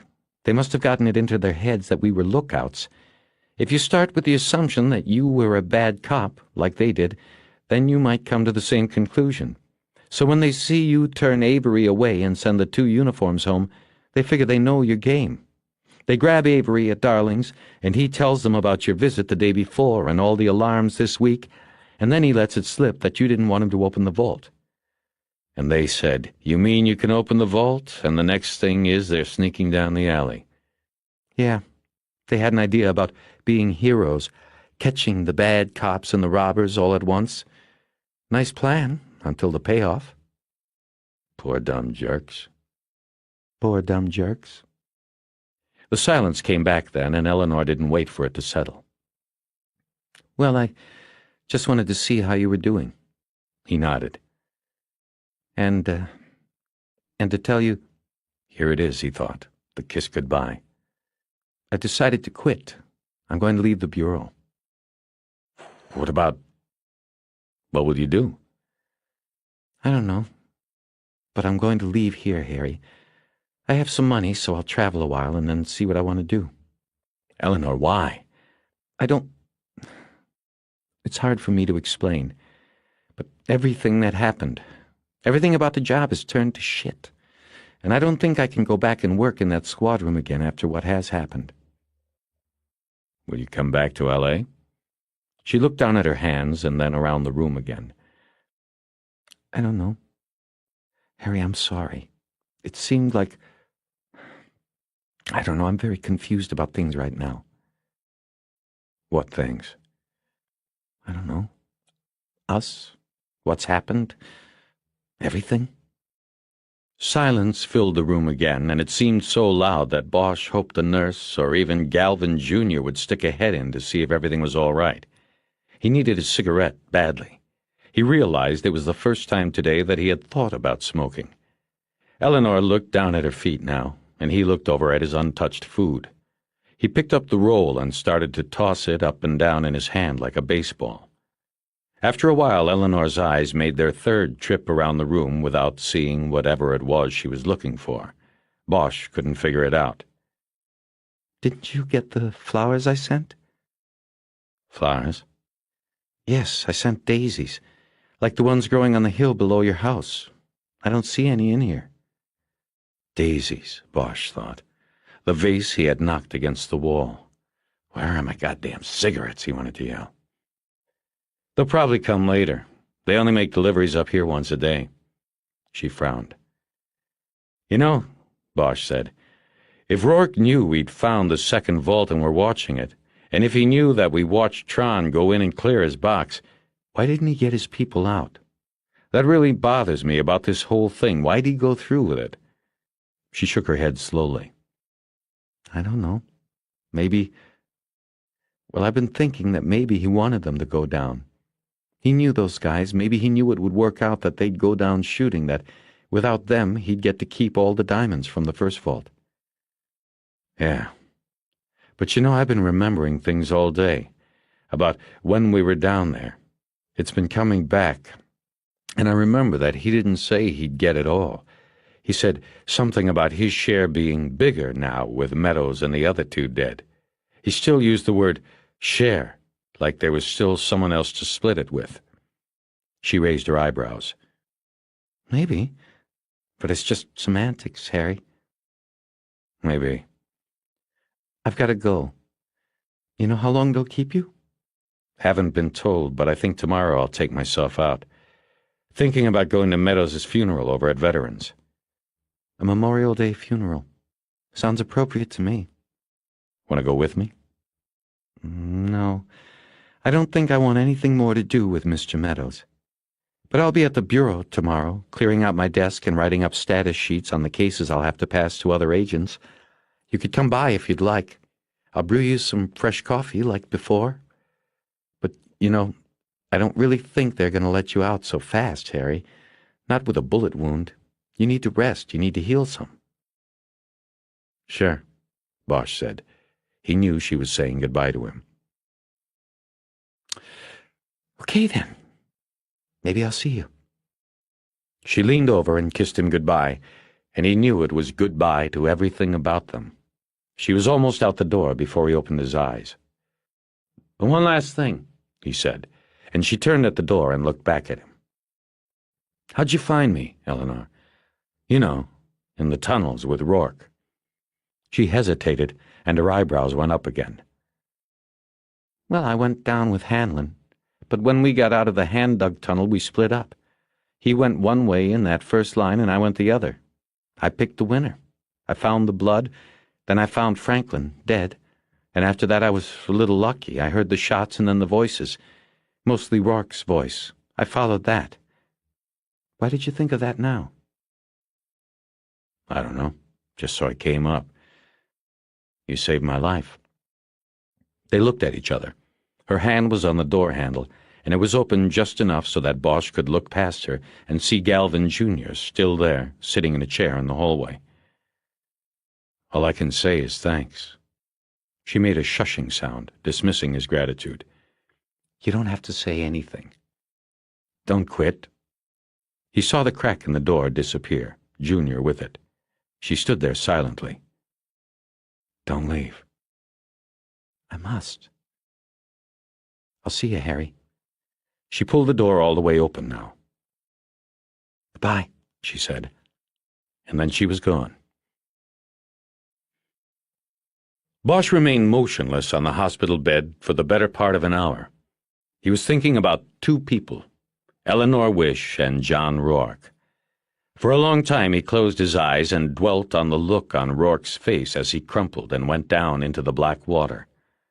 I'd be surprised too, Bosch thought, but there was also something else there, something he couldn't exactly identify, some kind of knowing look of recognition and resolution, not of his dying, but of another, secret knowledge. After a while he got up and took a few tentative steps alongside his bed. His body felt weak, yet all the sleep in the last 36 hours had made him restless. After he got his bearings and his shoulder made a slightly painful adjustment to gravity, he began to pace back and forth alongside the bed. He was wearing pale green hospital pajamas, not one of the opened-back smocks that he would have found humiliating. He padded around the room in bare feet, stopping to read the cards that had come with the flowers. The Protective League had sent one of the vases. The others came from a couple of cops he knew but wasn't particularly close to, the widow of an old partner, his union lawyer, and another old partner who lived in Ensenada. He walked away from the flowers and went to the door. He opened it a crack and saw Galvin Jr. still sitting there, reading a police equipment catalog. Bosch pulled the door all the way open. Galvin's head jerked up, and he slapped the magazine closed and slipped it into a briefcase at his feet. He didn't say anything. "So, Clifford, I hope I can call you that. What are you doing here? Am I supposed to be in danger?" The younger cop didn't say anything. Bosch glanced up and down the hall and saw that it was empty all the way, down to the nurse's station, about 50 feet away. He looked at his door and noticed he was in room 313. "Detective, please go back in your room," Galvin finally said. "I'm only here to keep the press out of your room. The deputy chief thinks they'll probably try to get an interview with you, and my job is to prevent that, to prevent you from being disturbed." What if they used the sneaky method of just... Bosch made a show of looking up and down the hall to make sure no one would hear. Using the telephone. Galvin exhaled loudly and continued not to look at Bosch. "The nurses are screening incoming calls. Only family, and I'm told you don't have family, so no calls." "How'd that lady FBI agent get by you?" "She was cleared by Irving. Go back into your room, please." "Certainly." Bosch sat on his bed and tried to go over the case again in his mind. But the more he turned the parts of it over, the more he got an anxious feeling that sitting on a bed in a hospital room was wasting time. He felt he was onto something, a breakthrough in the logic of the case. A detective's job was to walk down the trail of evidence, examine each piece, and take it with him. At the end of the trail, what he had in his basket made or lost the case. Bosch had a full basket, but he began to believe there were pieces missing. What had he missed? What had Rourke told him at the end? Not so much in his words, but his meaning, and the look on his face. Surprise. But surprise at what? Was he shocked at the bullet, or shocked by where and who it came from? It could have been both, Bosch decided, and either way, what did it mean? Rourke's reference to his share growing larger because of the death of Meadows, Franklin, and Delgado continued to bother him. He tried to put himself in Rourke's position. If all his partners were dead and he was suddenly the sole beneficiary of the first vault caper, would he say, "My share has gone up," or would he simply say, "It's all mine"? Bosch's gut feeling was he would say the latter, unless there was still someone else sharing in the pot. He decided he had to do something. He had to get out of this room. He was not under house arrest, but he knew that if he left, Galvin was there to follow and report to Irving. He checked the phone and found that it had been turned on as Irving promised. No calls in, but Harry could call out. He got up and checked the closet. His clothes were there, what was left of them. Shoes, socks, and pants. That was it. The pants had abrasion marks on the knees, but had been cleaned and pressed by the hospital. His sports coat and shirt had probably been taken off with scissors in the ER, and either thrown away or put in an evidence bag. He grabbed all the clothing and got dressed, tucking his pajama top into his pants when he was done. He looked cloddish, but it would do until he got some clothes on the outside. The pain in his shoulder was least when he held his arm up in front of his chest, so he began to put his belt around his shoulders to use it as a sling, but deciding that would make him too noticeable going out of the hospital, he put the belt back through the loops of his pants. He checked the drawer of the nightstand and found his wallet and badge, but no gun. When he was ready, he picked up the phone on the bedside table, dialed the operator, and asked for the third-floor nursing station. A woman's voice said, "Hello," and Bosch identified himself as Deputy Chief Irvin Irving. "Can you get Detective Galvin, my man on the chair down the hall, to come to the phone? I need to speak with him." Bosch put the phone down on the bed and walked softly to the door. He opened it just wide enough to see Galvin sitting on the chair reading the catalog again. Bosch heard the nurse's voice calling him to the phone, and Galvin got up. Bosch waited about 10 seconds before looking down the hall. Galvin was still walking toward the nurse's station. Bosch stepped out of the room and began walking quietly the opposite way. After 10 yards, there was an intersection of hallways, and Bosch took a left. He came to an elevator with a sign above it that said, "Hospital personnel only," and he punched the button. When it came, it was a stainless steel and fake wood grain affair with another set of doors at the back, big enough for at least 2 beds to be wheeled in. He pushed the first-floor button, and the door closed. His treatment for the bullet wound had ended. The elevator dropped Bosch off in the emergency room. He walked through and out into the night. On the way to Hollywood Station in a cab, he had the driver stop at his bank, where he got money out of an ATM, and then at a Save-On drugstore, where he bought a cheap sports shirt, a carton of cigarettes, a lighter, since he couldn't handle matches, and some cotton, fresh bandages, and a sling. The sling was navy blue. It would be perfect for a funeral. He paid the cab driver at the station on Wilcox and went in through the front door, where he knew there was less chance that he would be recognized or spoken to. There was a rookie he didn't know on the front desk with the same pimple-faced explorer scout who had brought the pizza to Sharkey. Bosch held up his badge and passed by without saying a word. The detective bureau was dark and deserted, as it was on most Sunday nights, even in Hollywood. Bosch had a desk light clamped to his spot at the homicide table. He turned it on, rather than using the bureau's ceiling lights, which might draw curious patrol officers down the hall from the watch commander's office. Harry didn't feel like answering questions, even the well-meaning ones from the uniformed troops.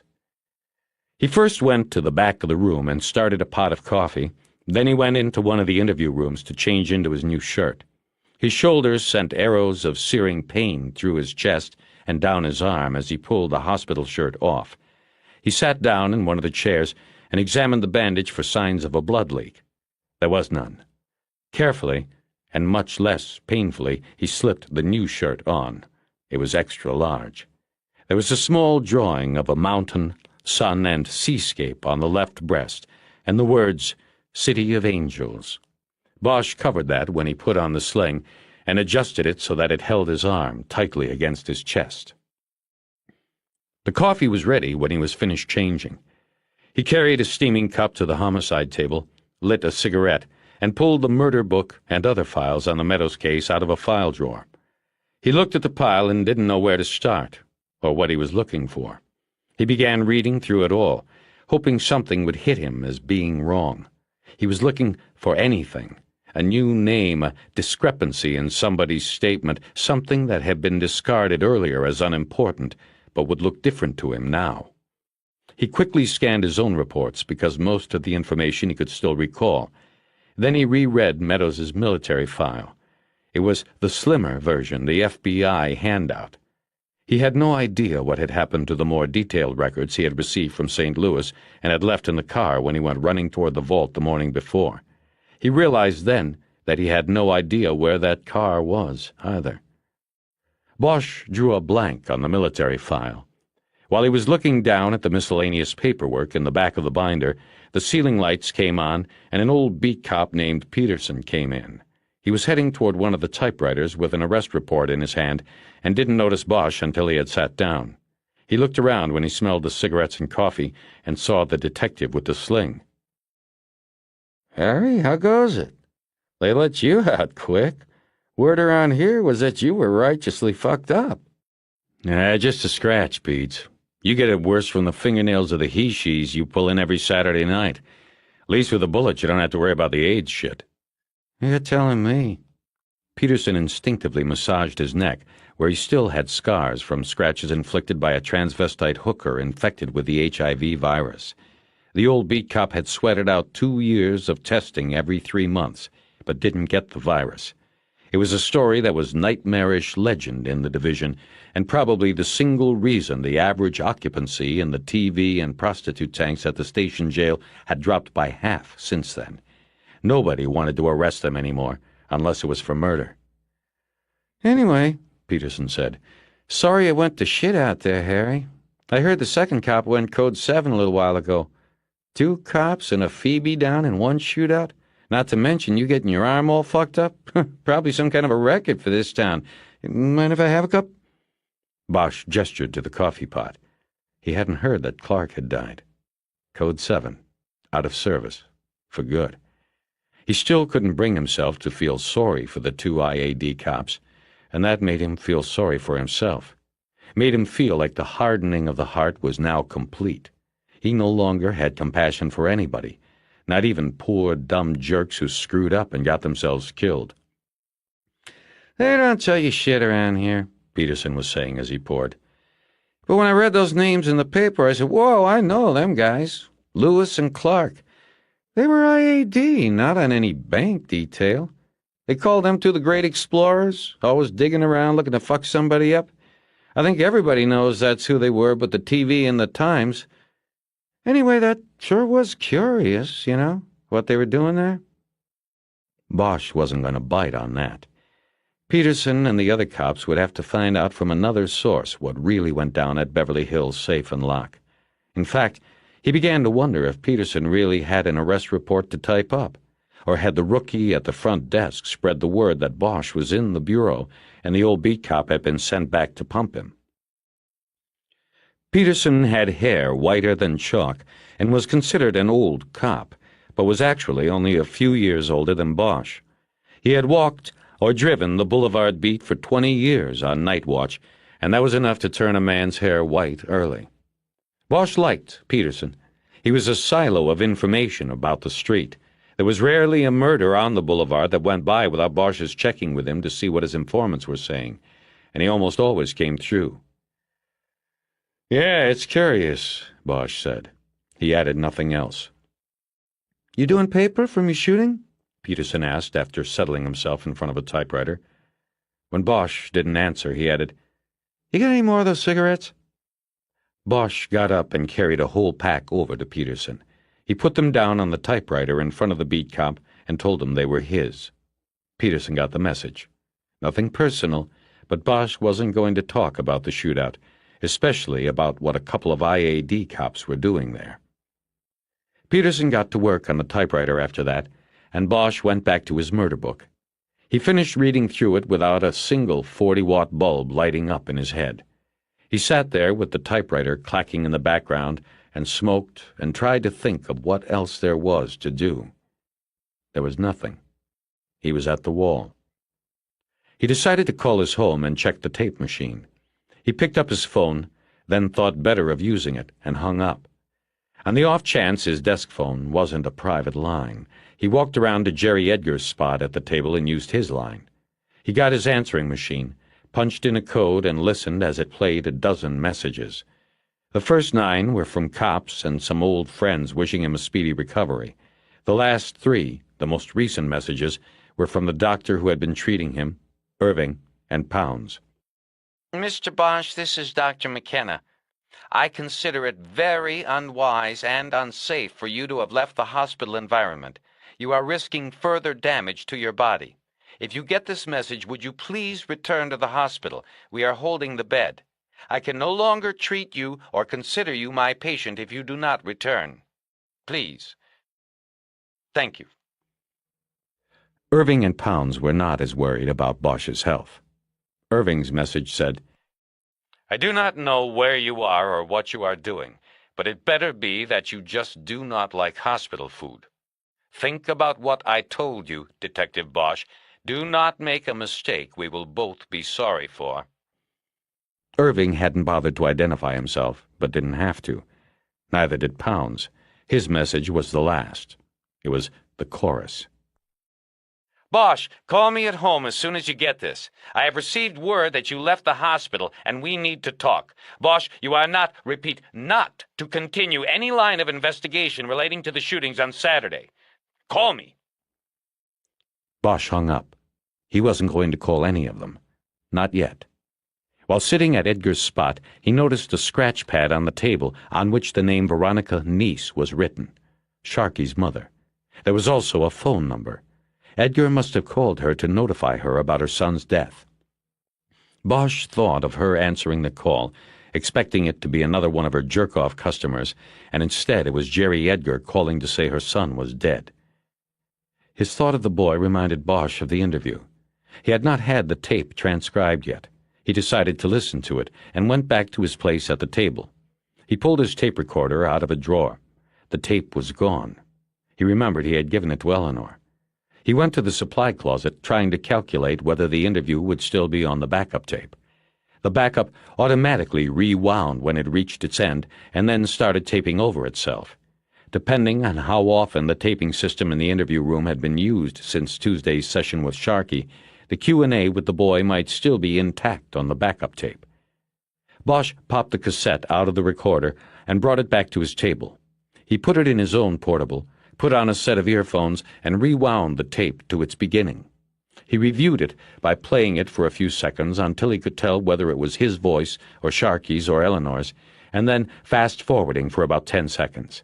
He repeated this process for several minutes before he finally hit the Sharky interview in the last half of the tape. Once he found it, he rewound the tape a bit so he could hear the interview from the start. He rewound too far and ended up listening to half a minute of another interview concluding. Then he heard Sharky's voice addressing Eleanor. What are you looking at? I don't know. I was wondering if you knew me. You seemed familiar. I didn't realize I was staring. What? Why should I know you? I never did no federal shit, man. I don't know. Never mind. You looked familiar to me, that's all. I was wondering if you recognized me. Why don't we wait until Detective Bosch comes in? Yeah, okay. Cool. There was silence on the tape then. Listening to it, Bosch was confused. Then he realized that what he had just heard had been said before he went into the interview room. What had she been doing? The silence on the tape ended, and Bosch heard his own voice. Sharky, we're going to tape this because it might help us later to go over it. Like I said, you are not a suspect, so... Bosch stopped the tape and rewound it to the exchange between the boy and Eleanor. He listened to it again, and then again. Each time it felt as if he had been punched in the heart. His hands were sweating, and his fingers slipped on the buttons of the recorder. He finally pulled the earphones off and flung them onto the table. "Damn it," he said. Peterson stopped typing and looked over. Part 9. Monday, May 28th. Memorial Day observed. By the time Bosch got to the Veterans Cemetery in Westwood, it was just after midnight. He had checked a new car out of the Wilcox Fleet garage and then driven by Eleanor Wish's apartment. There were no lights on, and he felt like a teenager checking on the girlfriend who dumped him. Even though he was alone, he was embarrassed. He didn't know what he would have done if there had been a light. He headed back east toward the cemetery, thinking about Eleanor and how she had betrayed him in love and business, all at the same time. He started with the supposition that Eleanor had asked Sharkey if he recognized her because it was she who had been in the jeep that delivered Meadows' body to the reservoir. She had been looking for a sign that the boy realized this and recognized her, but he didn't. Sharkey went on, after Bosch joined the interview, to say he had seen two people who he thought were men. He said the smaller of the two stayed in the jeep's passenger seat and didn't help with the body at all. It seemed to Bosch that the boy's mistake should have ensured his life, but he knew that it had been he who had then doomed Sharkey when he suggested hypnotizing him. Eleanor had passed that on to Rourke, who knew he couldn't risk it. Next was the question of why. The money was the ultimate answer, but Bosch could not comfortably attribute this motive to Eleanor. There was something more. The others involved, Meadows, Franklin, Delgado, and Rourke, all shared the common bond of Vietnam as well as direct knowledge of the two targets, Bin and Tron. How did Eleanor fit into this? Bosch thought about her brother, killed in Vietnam. Was he the connection? He remembered that she had said his name was Michael, but she hadn't mentioned how or when he was killed. Bosch hadn't let her. Now he regretted having stopped her when she apparently wanted to talk about him. She had mentioned the memorial in Washington and how it had changed her. What could she have seen that would do that? What could the wall have told her that she didn't already know? He drove into the cemetery off Sepulveda Boulevard and up to the great black iron gates that stood closed across the gravel entrance road. Bosch got out and walked up, but they were locked with a chain and padlock. He looked through the black bars and saw a small stone block house about 30 yards up the gravel road. He saw the pale blue glow of TV light against a curtained window. Bosch went back to the car and flipped the siren. He let it wail until a light came on behind the curtain. The cemetery attendant came out a few moments later and walked toward the gate with a flashlight while Bosch got his badge case out and held it open through the bars. The man wore dark pants and a light blue shirt with a tin badge on it. "You police?" he asked. Bosch felt like saying, "No, Amway." Instead, he said, "LAPD, I wonder if you can open her up for me." The attendant put the flashlight on his badge and ID. In the light, Bosch could see the white whiskers on the man's face and smell the slight scent of bourbon and sweat. "What's the problem, officer?" "Detective, I'm on a homicide investigation, Mr. Kester. Homicide? We got plenty dead people here, but these cases are closed, I guess you could say.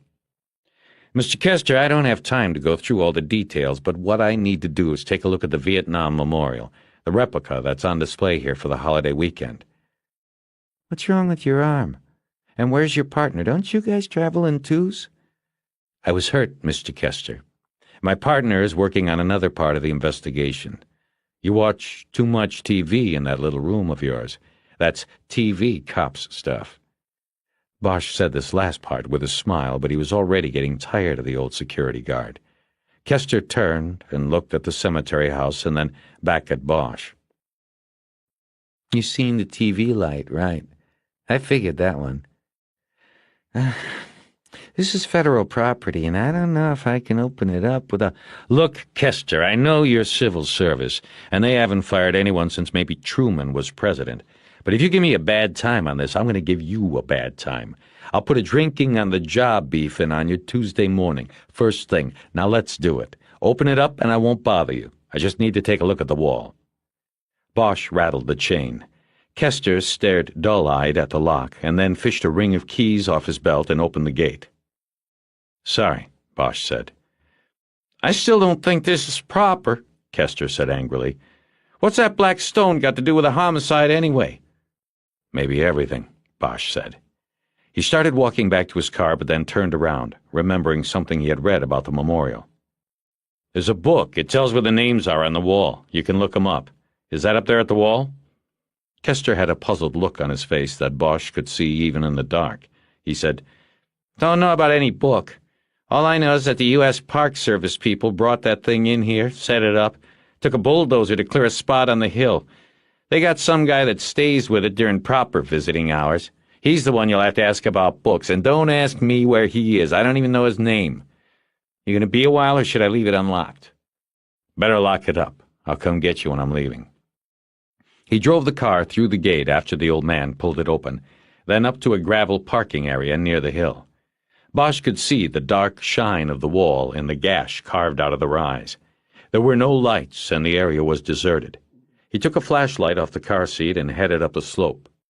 He first swung the light around to get an idea of the wall's size. It was about 60 feet long, tapering at each end.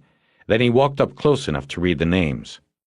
An unexpected feeling came over him, a dread. He did not want to see these names, he realized. There would be too many that he knew.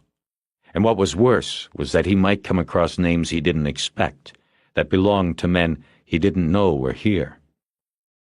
He swept the beam around and saw a wooden lectern, its top canted and ledged to hold a book, like a church Bible stand. But when he walked over, he found nothing on the stand. The Park Service people must have taken the directory with them for safekeeping. Bosch turned and looked back at the wall, its far end tapering off into darkness. He checked his cigarettes and saw he had nearly a whole pack. He admitted to himself that he had expected it would be this way. He would have to read every name. He knew it before he came. He lit a cigarette and put the beam on the first panel of the wall. It was 4 hours before he saw a name he recognized. It wasn't Michael Scarletti. It was Darius Coleman, a boy Bosch had known from 1st Infantry. Coleman was the first guy Bosch had known, really known, to get blown away. Everybody had called him Cake. He had a knife-cut tattoo on his forearm that said Cake, and he was killed by friendly fire when a 22-year-old lieutenant called in the wrong chart coordinates for an airstrike in the Triangle. Bosch reached to the wall and ran his fingers along the letters in the dead soldier's name. He had seen people do that on TV and in movies. He pictured Cake, with a reefer tucked behind his ear, sitting on his pack and eating chocolate cake out of a can. He was always trading for everybody's cake. The reefer made him crave the chocolate. Harry moved on to other names after that, stopping only to light cigarettes until he had none left. In nearly 4 more hours he had come across 3 dozen more names belonging to soldiers he had known and knew were dead. There were no surprise names, and so his fear in that regard was unfounded. But despair came from something else. A small picture of a man in uniform was wedged into the thin crack between the false marble panels of the memorial. The man offered his full, proud smile to the world. Now he was a name on the wall. Bosch held the photo in his hand and turned it over. It said, "George, we miss your smile. All our love, Mom and Terry." Bosch carefully put the photo back into the crack, feeling like an intruder on something very private.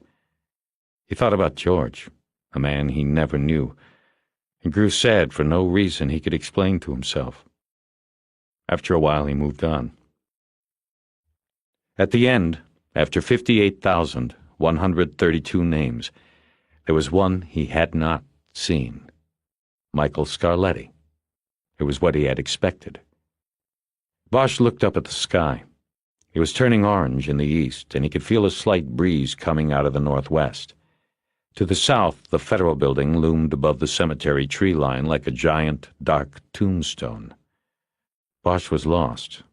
He didn't know why he was here, or whether what he had found meant a damned thing. Was Michael Scarletti still alive? Had he ever existed?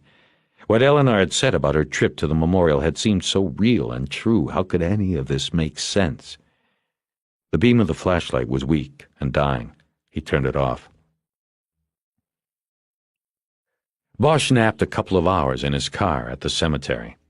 When he woke, the sun was high in the sky, and for the first time he noticed that the cemetery lawns were awash in flags, each grave marked by a small plastic Old Glory on a wooden stick. He started the car and slowly made his way along the thin cemetery roads, looking for the spot where Meadows would be buried. It wasn't hard to find. Nestled on the side of one of the roads that wound into the northeast section of the cemetery were 4 vans with microwave antennas. There was a grouping of other cars as well. The media. Bosch hadn't expected all of the TV cameras and the reporters, but once he saw this crowd, he realized that he had forgotten that holidays were slow news days, and the tunnel caper, as it had been dubbed by the media, was still a hot item. The video vampires would need fresh footage for the evening's broadcasts. He decided to stay in the car and watched as the short ceremony at Meadows's gray casket was filmed in quadruplicate. It was presided over by a rumpled minister who probably came from one of the downtown missions. There were no real mourners, except for a few professionals from the VFW. A 3-man honor guard also stood at attention. When it was over, the minister pushed the brake pedal with his foot, and the casket slowly descended. The cameras came in tight on this. And then, afterward, the news teams broke off in different directions to film stand-up reports at locations around the gravesite. They were spread out in a semicircle. This way, each reporter would look as if he or she had been at the funeral exclusively. Bosch recognized a few as people who had shoved microphones in his face before. Then he noticed that one of the men he had thought was one of the professional mourners was actually Bremer. The Times reporter walked away from the grave and was heading to one of the cars parked along the access road. Bosch waited until Bremer was almost next to his car before he rolled down the window and called to him. "Harry, I thought you were in the hospital or something." "I thought I'd come by, but I didn't know it was going to be a circus. Don't you people have anything better to do?" "Hey, I'm not with them. That's a pig fuck." "What?"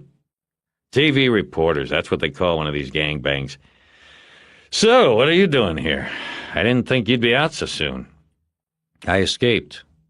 Why don't you get in and take a ride?" Then, indicating the TV reporters with his hand, Bosch said, "They might see me here and charge over and trample us." Bremer walked around and got in the car. Bosch took the driveway to the west section of the cemetery. He parked under the shade of a sprawling oak tree, from which they could see the Vietnam Memorial. There were several people milling about, mostly men, mostly alone. They all looked at the black stone quietly. A couple of the men wore old fatigue jackets, the sleeves cut off. "You seen the papers or TV yet on this thing?" Bremer asked. "Not yet, but I heard what was put out." "And?" "Bullshit. Most of it, at least." "Can you tell me?" "Not that it gets back to me." Bremer nodded. They had known each other a long time. Bosch did not have to ask for promises, and Bremer did not have to go over the differences between off-the-record statements, background statements, and statements not for attribution. They had a trust built on prior credibility, going both ways. "3 things you should check," Bosch said. "Nobody's asked about Lewis and Clark. They weren't part of my surveillance. They were working for Irving over at IAD. So once you get that established, put the heat on them to explain what they were doing." "What were they doing?" "That you'll have to get somewhere else. I know you have other sources in the department." Bremer was writing in a long, thin spiral notebook, the kind that always gave reporters away. He was nodding as he wrote. "Second, find out about Rourke's funeral. It'll probably be out of state somewhere. Someplace far enough away that the media back here won't bother to send anybody. But send somebody anyway. Somebody with a camera. He'll probably be the only one there, just like today's planting. That should tell you something." Bremer looked up from his notebook. "You mean no hero's funeral? You're saying Rourke was part of this thing, or he just fucked it up? Christ, the Bureau and we, the media, are making the guy out to be John Wayne reincarnated." Yeah, well, you gave him life after death. You can take it away, I guess. Bosch just looked at him a moment, contemplating how much he should tell, what was safe for him to tell. For just a moment he felt so outraged he wanted to tell Bremer everything he knew, and the hell with what would happen and what Irving had said. But he didn't. Control came back. What's the third thing? Bremer asked. Get the military records of Meadows, Rourke, Franklin, and Delgado. That'll tie it up for you. They were in Vietnam, same time, same unit. That's where this whole thing starts. When you get that far, call me and I'll try to fill in what you don't have. Then, all at once, Bosch grew tired of the charade being orchestrated by his department and the FBI. The thought of the boy, Sharkey, kept coming to mind. Flat on his back, his head cocked at that odd, sickening angle. The blood. They were going to mop that one up like it didn't matter. There's a fourth thing, he said. There was a kid. When the story about Sharkey was finished, Bosch started the car and drove Bremer back down the driveway to his own car.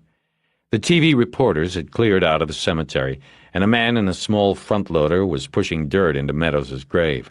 Another man leaned on a shovel nearby and watched. I'll probably need a job after your story comes out, Bosch said while watching the gravediggers.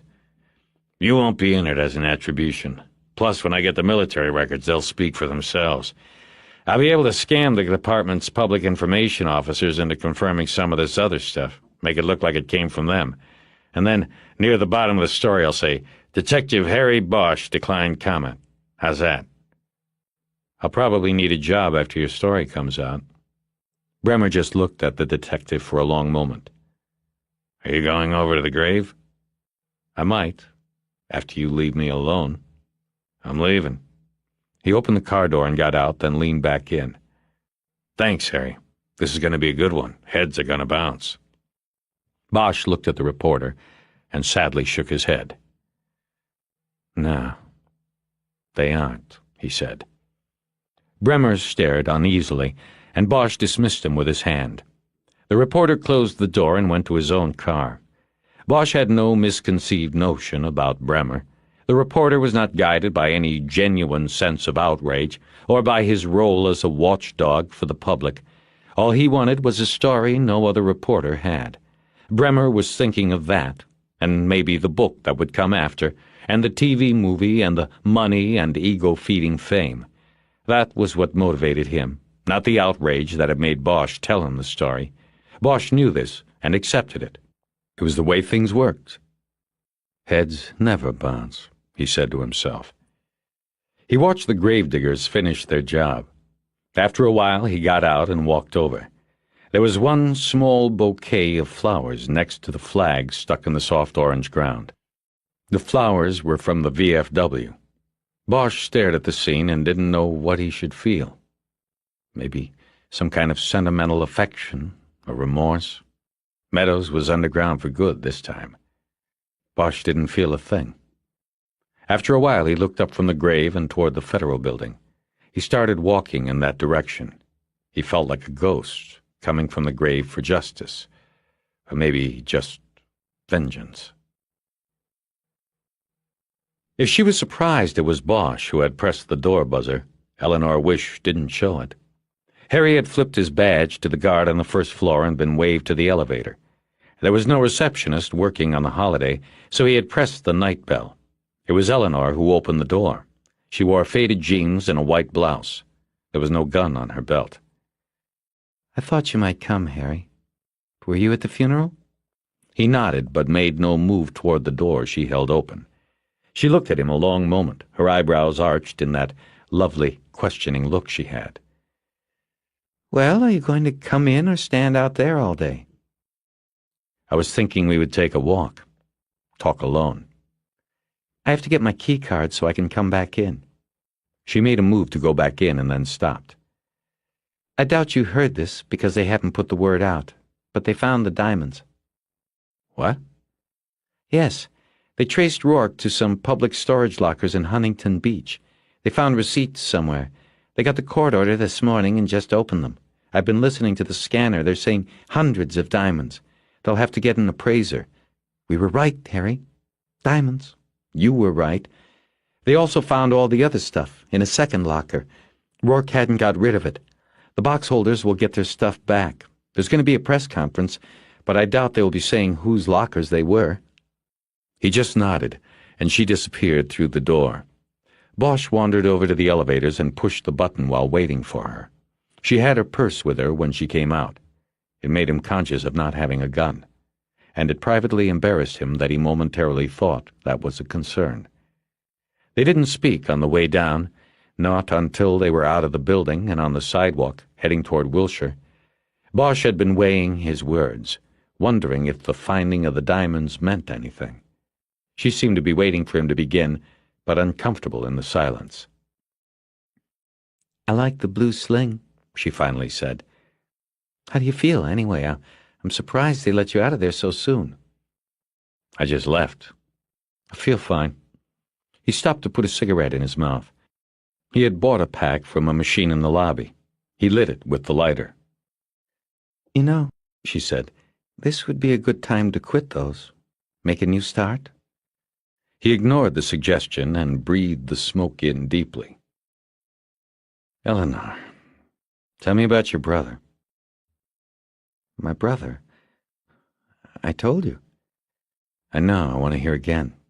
About what happened to him and what happened when you visited the wall in Washington. You said it changed things for you. Why did it change things for you?" They were at Wilshire. Bosch pointed across the street and they crossed toward the cemetery. "I left my car over here. I'll drive you back." "I don't like cemeteries, I told you." "Who does?" They walked through the opening in the hedge, and the sound of traffic was quieted. Before them was the expanse of green lawn, white stones, and American flags. "My story's the same as 1,000 others," she said. "My brother went over there and didn't come back. That's all. And then, going to the memorial, well, it filled me with a lot of different feelings." "Anger?" "Yes, there was that." "Outrage?" "Yes, I guess. I don't know. It was very personal. What's going on, Harry? What has this got to do with anything?" They were on the gravel drive that ran alongside the rows of white stone. Bosch was leading her toward the replica. "You said your father was career military. Did you get the details of what happened to your brother?" "He did, but he and my mother never really said anything to me about details. I mean, they just said he was coming home soon, and I had gotten a letter from him saying he was coming. Then, like the next week, they said he had been killed. He didn't make it home after all. Harry, you're making me feel... What do you want? I don't understand this." "Sure you do, Eleanor." She stopped and just looked down at the ground. Bosch saw the color in her face change to a lighter shade of pale, and her expression became one of resignation. It was subtle, but it was there.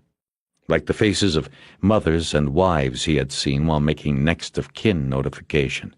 You didn't have to tell them somebody was dead. They opened the door, they knew the score. And now Eleanor's face showed that she knew Bosch had her secret. She lifted her eyes and looked off, away from him. Her gaze settled on the black memorial gleaming in the sun at the top of the rise. "That's it, isn't it? You brought me here to see that." "I guess I could ask you to show me where your brother's name is, but we both know it's not on there." "No, it's not." She was transfixed by the sight of the memorial. Bosch could see in her face that the hard shell resistance was gone. The secret wanted to come out. "So tell me about it," he said. "I did have a brother, and he died. I never lied to you, Harry. I never actually said he was killed over there. I said he never came back, and he didn't. That is true. But he died here in L.A. on his way home. It was 1973. She seemed to go off on a memory. Then she came back. Amazing. I mean, to make it through that war and then to not make the trip home. It doesn't make sense. He had a 2-day layover in L.A. on the way back to D.C. to the hero's welcome we were going to have for him. There was a nice, safe job, arranged through father at the Pentagon? Only they found him in a brothel in Hollywood. The spike was still in his arm. Heroin. She looked up at Bosch's face and then looked away. That's the way it looked, but that wasn't the way it was. It was ruled an OD, but he was murdered, just like Meadows so many years later. But my brother was written off the way Meadows was supposed to have been written off. Bosch thought she might be beginning to cry. He needed to keep her on track, telling the story. What's going on, Eleanor?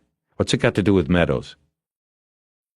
Nothing, she said, and looked back along the trail they had walked. Now she was lying. He knew there was something. He had the dreadful feeling in his gut that the whole thing revolved around her. He thought of the daisies she had sent to his hospital room, the music they had played at her apartment, the way she had found him in the tunnel. Too many coincidences. Everything, he said. It was all part of your plan. No, Harry. Eleanor, how did you know there are daisies growing on a hill below my house? I saw them when You visited me at night, remember? You couldn't see anything below the porch. He let that sink in a little. You had been there before, Eleanor, when I was taking care of Sharky. And then the visit later that night, that wasn't a visit, that was a test. Like the hang-up phone call, that was you. Because it was you who put the bug in my phone. This whole thing was... Why don't you just tell me? She nodded without looking at him. He could not take his eyes off her. She composed herself and began. Did you ever have one thing that was at your center? Was the very seed of your existence? Everybody has one unalterable truth at their core. For me, it was my brother. My brother and his sacrifice. That's how I dealt with his death. By making it and him larger than life. Making him a hero. It was the seed that I protected and nurtured. I built a hard shell around it and watered it with my adoration. And as it grew, it became a bigger part of me. It grew into the tree that shaded my life. Then all of a sudden, one day it was gone. The truth was false. The tree was chopped down, Harry. No more shade. Just the blinding sun. She was quiet a moment, and Bosch studied her. She seemed all at once to be so fragile he wanted to rush her to a chair before she collapsed. She cupped one elbow with her hand and held the other hand to her lips. It dawned on him what she was saying. You didn't know, did you? Bosch said. Your parents... Nobody told you the truth. She nodded. I grew up thinking he was the hero my mother and father told me he was. They shielded me. They lied. But how could they know that one day a monument would be made and they would put every name on it? Every name but my brother's. She stopped, but this time he waited her out. One day, a few years ago, I went to the memorial. I thought there was some kind of mistake. There was a book there, an index of the names, and I looked, and he wasn't listed. No Michael Scarletti. I yelled at the parks people, how could you just leave someone's name out of the book? And so I spent the rest of the day reading the names on the wall. All of them. I was going to show them how wrong they were. But he wasn't there either. I couldn't... Do you know what it's like to spend almost 15 years of your life believing something? To build your beliefs around one single shining fact and to find that all that time it actually was like cancer growing inside. Bosch smeared the tears on her cheeks with his hand. He leaned his face close to hers. So what did you do, Eleanor? The fist against her lips squeezed tighter, her knuckles as bloodless as a corpse's. Bosch noticed a park bench farther down the walkway, and he took her by the shoulder and directed her there. This whole thing, he said, after they were sitting. I don't understand, Eleanor. This whole thing, you wanted some kind of revenge against... Justice! Not revenge, not vengeance. Is there a difference? She didn't answer. Tell me what you did. I confronted my parents, and they finally told me about L.A. I went through all my things from him, and I found a letter. His last letter. I still had it in my things at my parents' house, but I'd forgotten it. It's here. She opened her purse and pulled out her wallet. Bosch could see the rubber grips and the handle of her gun in the purse. She opened her wallet and pulled out a twice-folded piece of lined notebook paper. She delicately unfolded it and held it open for him to read. He didn't touch it. Ellie, I'm getting so short here I can practically taste the soft-shell crabs. I should be home in 2 weeks or so. First, I have to stop off in Los Angeles to make some money. Ha. I have a plan, but don't tell the OM. I'm supposed to drop off a diplomatic package in L.A., but there might be a way to do something better with it. When I get back, maybe we can go up to the Poconos again before I have to go back to work for the war machine. I know what you think about what I'm doing, but I can't tell the OM no. We'll see how it goes. One thing's for sure, I'm glad to be leaving this place. I've been in the bush for 6 weeks before getting some R&R here in Saigon. I don't want to go back, so I'm having them treat me for dysentery. Ask the OM what that is, ha. All I had to do was eat some of the restaurant food in this town and got the symptoms. Anyway, that's all for now. I'm safe, and I'll be home soon. So get those crab traps out of the shed. Love, Michael. She folded the letter carefully and put it away. The OM? Bosch asked. The old man. Right. Her composure was coming back. Her face was taking on the hard look Bosch had seen the first day he met her. Her eyes dropped from his face to his chest and his arm in the blue sling. I'm not wired, Eleanor, he said. I'm here for myself. I want to know for myself. That's not what I was looking at, she said. I knew you wouldn't be wired. I was thinking of your arm. Harry, if there's anything that you believe about me now, that you can believe me when I say no one was supposed to get hurt. No one... Everybody was to lose, but that was all. After that day, at the memorial, I looked and I searched and I found out what happened to my brother. I used Ernst at State, I used the Pentagon, my father, I used whatever I could, and I found out about my brother. She searched his eyes, but he tried not to reveal the thoughts behind them. And it was like Ernst told us. Toward the end of the war, the 3 captains, the triad, were taking an active part in the transport of heroin to the States. One conduit was Rourke and his crew at the embassy, the military police. That included Meadows, Delgado, and Franklin. They would find short-timers in the bars in Saigon and proposition them. A few $1,000s to take a sealed diplomatic package through customs, nothing to it. They could arrange for them to receive temporary courier status, put them on a plane, and somebody would be waiting for the package in L.A. My brother was one of those that accepted. But Michael had a plan. It didn't take a genius to figure out what they were carrying, and so he must have thought he could get over here and make a better deal with somebody else.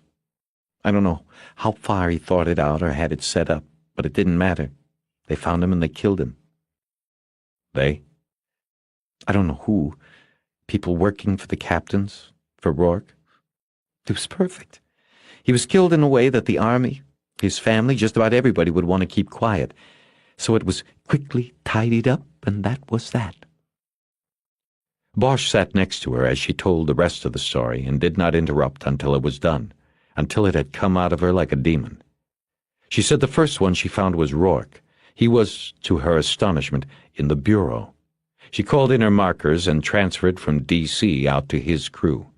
She had a different last name than her brother had. Rourke didn't know who she was. After that, Meadows, Franklin, and Delgado were located easily enough in prisons.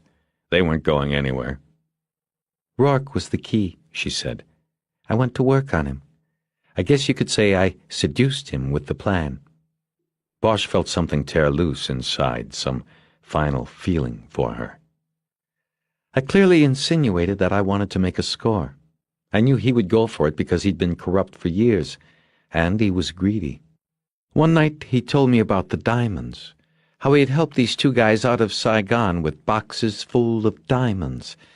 It was Tron and Bin. From there, it was easy to plan the whole thing. Rourke recruited the other three and pulled some strings, anonymously, to get them early releases into Charlie Company. It was a perfect plan, and Rourke actually thought it was his. That's what made it perfect. In the end, I was going to disappear with the treasure.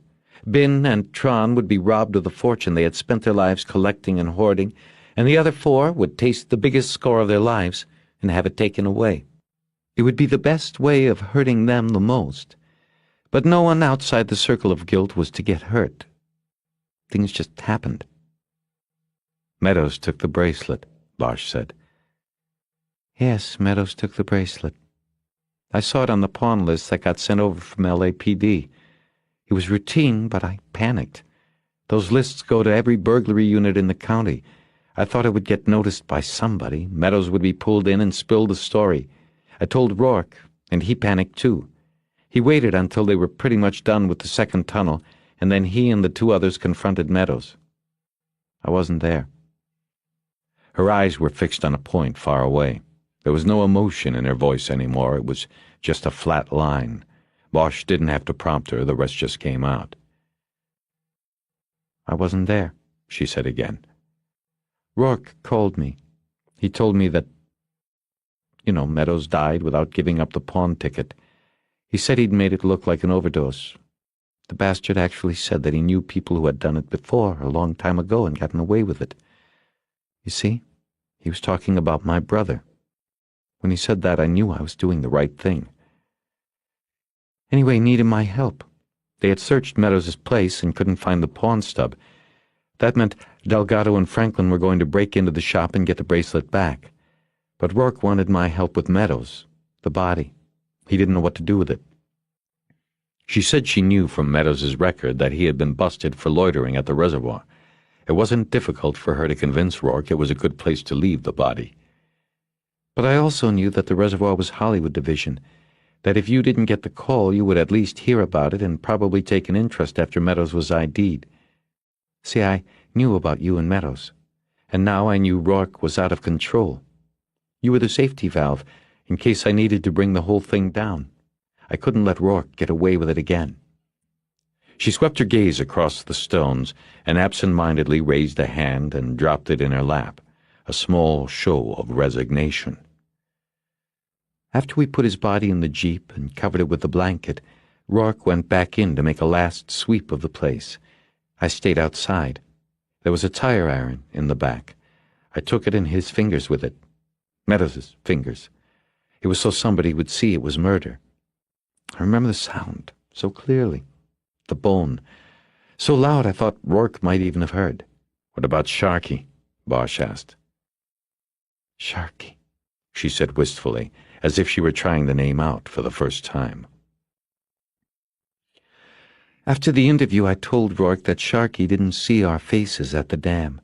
He even thought I was a man sitting in the Jeep. But I made a mistake. I mentioned how we discussed hypnotizing him. Even though I stopped you and trusted that you wouldn't do it without me, Rourke didn't trust you. So he did what he did with Sharkey. After we were called out there and I saw him, She didn't finish, but Bosch wanted to know everything. You what? Later, I confronted Rourke and told him I was bringing the whole thing down because he was out of control, killing innocent people. He told me there was no way to stop it. Franklin and Delgado were in the tunnel and out of reach. They turned the radios off when they brought the C4 in. It's too unstable. He said there was no way stopping it without more spilled blood. Then the next night, you and I were almost run down. That was Rourke, I'm sure. She said that the two of them played an unspoken game of mutual distrust and suspicion after that. The burglary of Beverly Hills Safe and Lock continued as planned, and Rourke steered Bosch and everybody else away from going underground to stop it. He had to let Franklin and Delgado go through with it, even though there were no diamonds left in Tron's box. Rourke could not risk going underground to warn them either. Eleanor finally ended the game when she followed Bosch down into the tunnel and killed Rourke, his eyes staring at her as he slid down into the black water. And that's the whole story, she said quietly. My car's over this way, Bosch said as he stood up from the bench. I'll take you back now. They found his car on the driveway, and Bosch noticed her eyes linger on the fresh soil on Meadows' grave before she got in. He wondered if she had watched from the Federal Building as the casket was put in the ground. As he drove toward the exit, Harry said, "Why couldn't you let it go? What happened to your brother was another time, another place. Why didn't you let it go?" You don't know how many times I've asked that, and how many times I didn't know the answer. I still don't. They were at the light at Wilshire, and Bosch was wondering what he was going to do. And once again she read him. She sensed his indecision. You going to take me in now, Harry? You might have a hard time proving your case. Everybody's dead. It could look like you were part of it, too. You going to risk that? He didn't say anything. The light changed, and he drove down to the Federal Building, pulling to the curb near the Garden of Flags. She said, "If it means anything to you at all, what happened between you and me, it wasn't part of any plan. I know you won't ever know if that's the truth, but I wanted to say..." "Don't," he said. "Don't say a thing about it." A few uneasy moments of silence passed between them. You're just letting me go here?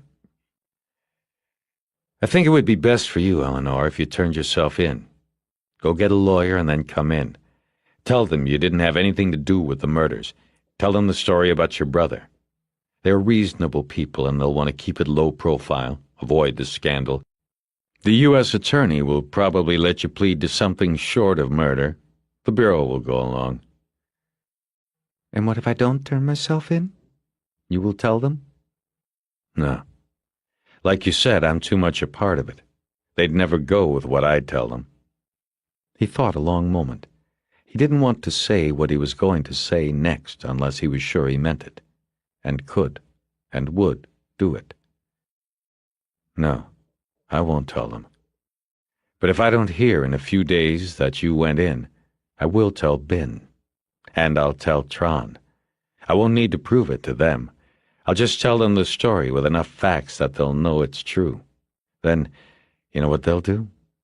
They'll act like they don't know what the hell I'm talking about, and they'll tell me to get out. And then they'll come after you, Eleanor, looking for the same kind of justice you got for your brother." You would do that, Harry? "I said I would. I'll give you 2 days to go in, then I tell them the story." She looked at him, and the pained expression on her face asked why. Harry said, "Somebody has to answer for Sharkey." She turned away, put her hand on the door handle, and looked out the car window at the flags flapping in the Santa Ana breeze. She didn't look back at him when she said, "So I guess I was wrong about you." "If you mean the dollmaker case, the answer is yes. You were wrong about me." She looked back at him with a wan smile as she opened the door. She quickly leaned over and kissed him on the cheek. She said, "Bye, Harry Bosch." Then she was out of the car, standing in the wind and looking in at him. She hesitated and then closed the door. As Harry drove away, he glanced once in the mirror and saw her still at the curb. She stood there looking down like someone who had dropped something in the gutter. After that, he didn't look back. Epilogue. The morning after Memorial Day, Harry Bosch checked back into MLK, where he was severely chastised by his doctor, who seemed, to Harry at least, to take a perverse pleasure in ripping the home-applied bandages away from his shoulder and then using a stinging saline solution to rinse the wound. He spent 2 days resting and then was wheeled into the OR for surgery to reattach muscles that had been torn from bone by the bullet. On the second day of his recovery from surgery, a nurse's aide dropped off a day-old Los Angeles Times for him to while away a few hours with. Bremer's story was on the front page, and it accompanied a photograph of a priest standing before a lonely casket at a cemetery in Syracuse, New York. It was FBI Special Agent John Rourke's casket. Bosch could tell from the photo that more mourners, albeit members of the media, had been at Meadows' funeral. But Bosch tossed the front section aside after scanning the first few paragraphs of the story and realizing it wasn't about Eleanor, he turned to the sports. The next day he had a visitor. Lieutenant Harvey Pounds told Bosch that when he was recovered he would report back to Hollywood Homicide. Pounds said that neither of them had any choice in the matter. The order came from the 6th floor at Parker Center. The lieutenant didn't have much else to say and didn't mention the newspaper article at all. Harry took the news with a smile and a nod, not wanting to show a hint of what he felt or thought. Of course, this is all contingent on you being able to pass a departmental physical when you're released by your physicians here, Pounds added. Of course, Bosch said. You know, Bosch, some officers would want the disability. Retire at 80% pay. You could get a job in the private sector and do very nicely. You'd deserve it. Ah, Harry thought, there is the reason for the visit. Is that what the department wants me to do, Lieutenant? He asked. Are you the messenger? Of course not. The department wants you to do what you want, Harry. I'm just looking at the advantages of the situation. Just something to think about. I understand private investigation is the growth market of the 90s. No trust anymore, Nowadays, people are secretly getting complete backgrounds, medical, financial, romantic, on the people they're going to marry. That doesn't sound like my kind of work. You'll take the homicide table, then? Soon as I pass the physical. He had another visitor the next day. This one was expected. She was a prosecutor from the U.S. Attorney's Office. Her name was Chavez, and she wanted to know about the night Sharkey was killed. Eleanor Wish had come in, Bosch knew then. He told the prosecutor that he had been with Eleanor, confirming her alibi. Chavez said she just had to check to be sure before they started talking a deal. She asked a few other questions about the case, then got up from the visitor's chair to go. What's going to happen to her? Bosch asked. I can't discuss that, Detective. Off the record? Off the record, she's obviously going to have to go away, but it probably won't be long. The climate is right for this to be handled very quietly. She came forward. She brought competent counsel, and it appears she was not directly responsible for the deaths involved. If you ask me, she'll get out of this very lucky. She'll plead and do maybe 30 months tops up at Tehachapi. Bosch nodded, and Chavez was gone. Harry, too, was gone the next day, sent home for 6 weeks' recuperative leave before reporting back to the station on Wilcox. When he had arrived at the house on Woodrow Wilson, he found a yellow slip of paper in his mailbox. He took it to the post office and exchanged it for a wide, flat package in brown paper. He didn't open it until he was home. It was from Eleanor Wish, though it did not say so. It was just something he knew. After tearing away the paper and bubbled plastic liner, he found a framed print of Hopper's Nighthawks. It was the piece he had seen above her couch that first night he was with her. Bosch hung the print in the hallway near his front door, and from time to time he would stop and study it when he came in, particularly from a weary day or night on the job. The painting never failed to fascinate him, or to evoke memories of Eleanor Wish. The darkness, the stark loneliness, the man sitting alone, his face turned to the shadows. I am that man, Harry Bosch would think each time he looked. This book is over, but the story continues. Keep listening after the credits to hear the beginning of The Black Ice, Book 2 in the Harry Bosch series, free. We hope you have enjoyed our presentation of The Black Echo by Michael Connelly, copyright 1992 by Michael Connelly, and performance copyright 1998 by Brilliance Corporation, all rights reserved. For further information concerning this program or other Brilliance audio titles, please call the following toll-free number, 1-800-222-3225. No part of this recording may be played for an audience or reproduced in any form without written permission. Address all inquiries to Brilliance Corporation, Post Office Box 887, Grand Haven, Michigan, 49417. And now, a free preview of The Black Ice, Book 2 in the Harry Bosch series, The smoke carried up from the Cahuenga Pass and flattened beneath a layer of cool, crossing air. From where Harry Bosch watched, the smoke looked like a gray anvil rising up the pass. The late afternoon sun gave the gray a pinkish tint at its highest point, tapering down to deep black at its root, which was a brush fire moving up the hillside on the east side of the cut. He switched his scanner to the Los Angeles County Mutual Aid frequency and listened as firefighter battalion chiefs reported to a command post that 9 houses were already gone on one street and those on the next street were in the path.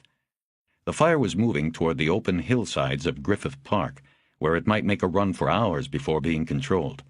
Harry could hear the desperation in the voices of the men on the scanner. Bosch watched the squadron of helicopters, like dragonflies from this distance, dodging in and out of the smoke, dropping their payloads of water and pink fire retardant on burning homes and trees.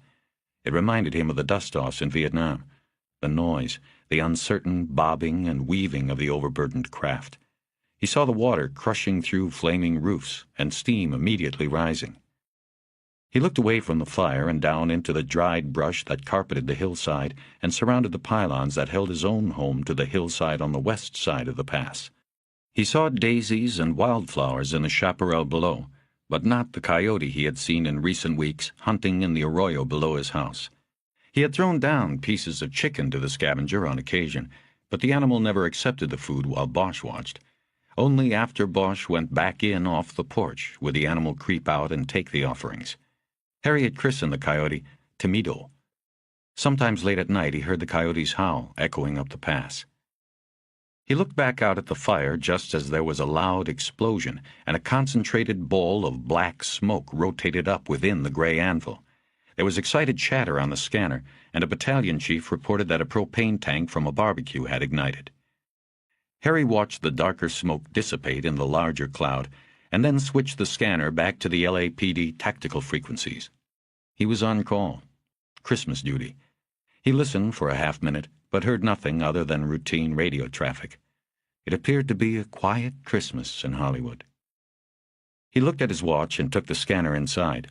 He pulled a pan out of the oven and slid his Christmas dinner, a roasted breast of chicken, onto a plate. Next, he took the lid off a pot of steamed rice and peas and dumped a large portion onto the plate. He took his meal out to the table in the dining room, where there was already a glass of red wine waiting, next to the 3 cards that had come in the mail earlier in the week, but that he had left unopened. He had Coltrane's arrangement of Song of the Underground Railroad on his CD player.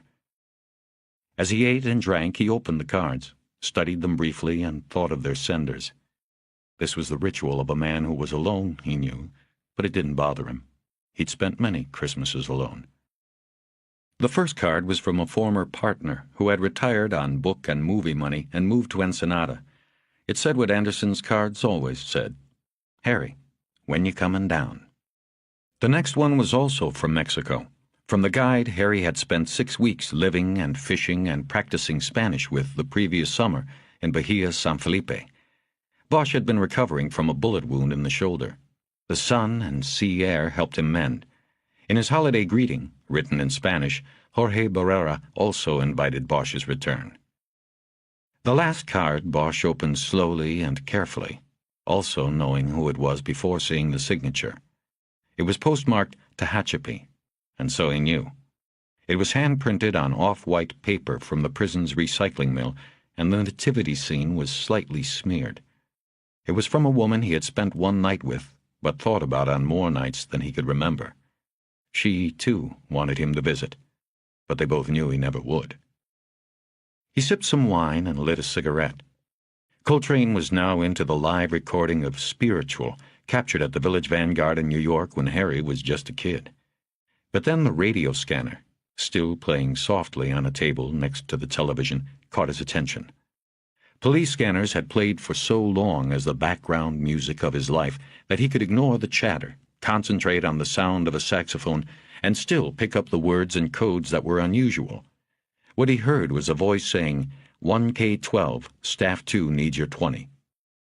Bosch got up and walked over to the scanner, as if looking at it would make his broadcast more clear.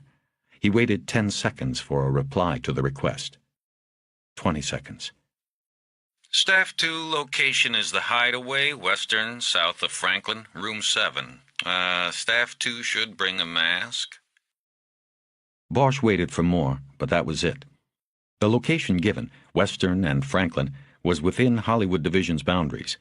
1K12 was a radio designation for a homicide detective out of the downtown headquarters Parker Center, the Robbery Homicide Division, and Staff 2 was the designation for an assistant chief of police.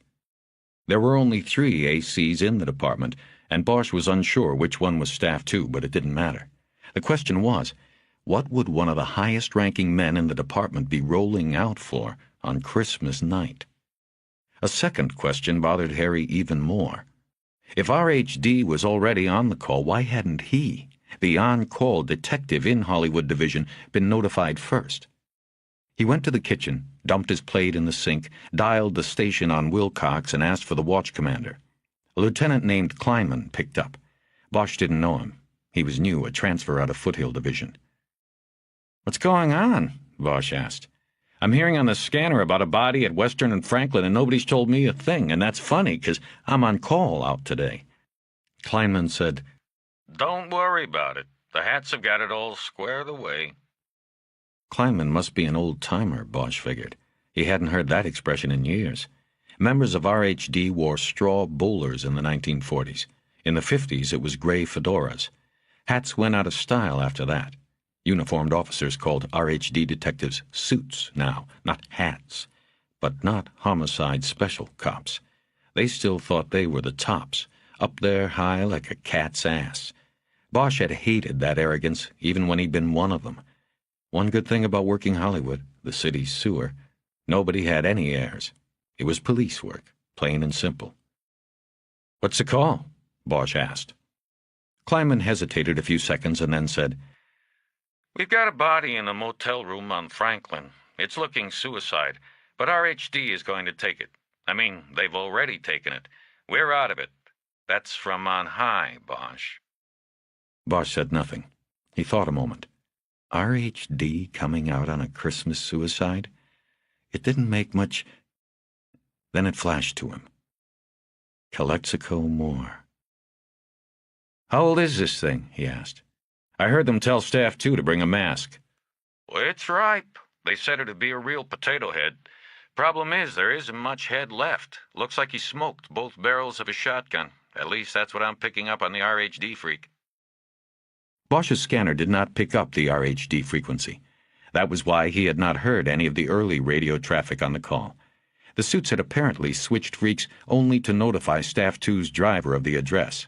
If not for that, Bosch would not have heard about the call until the following morning when he came into the station. This angered him, but he kept his voice steady. He wanted to get what he could from Kleinman. "It's Moore, isn't it?"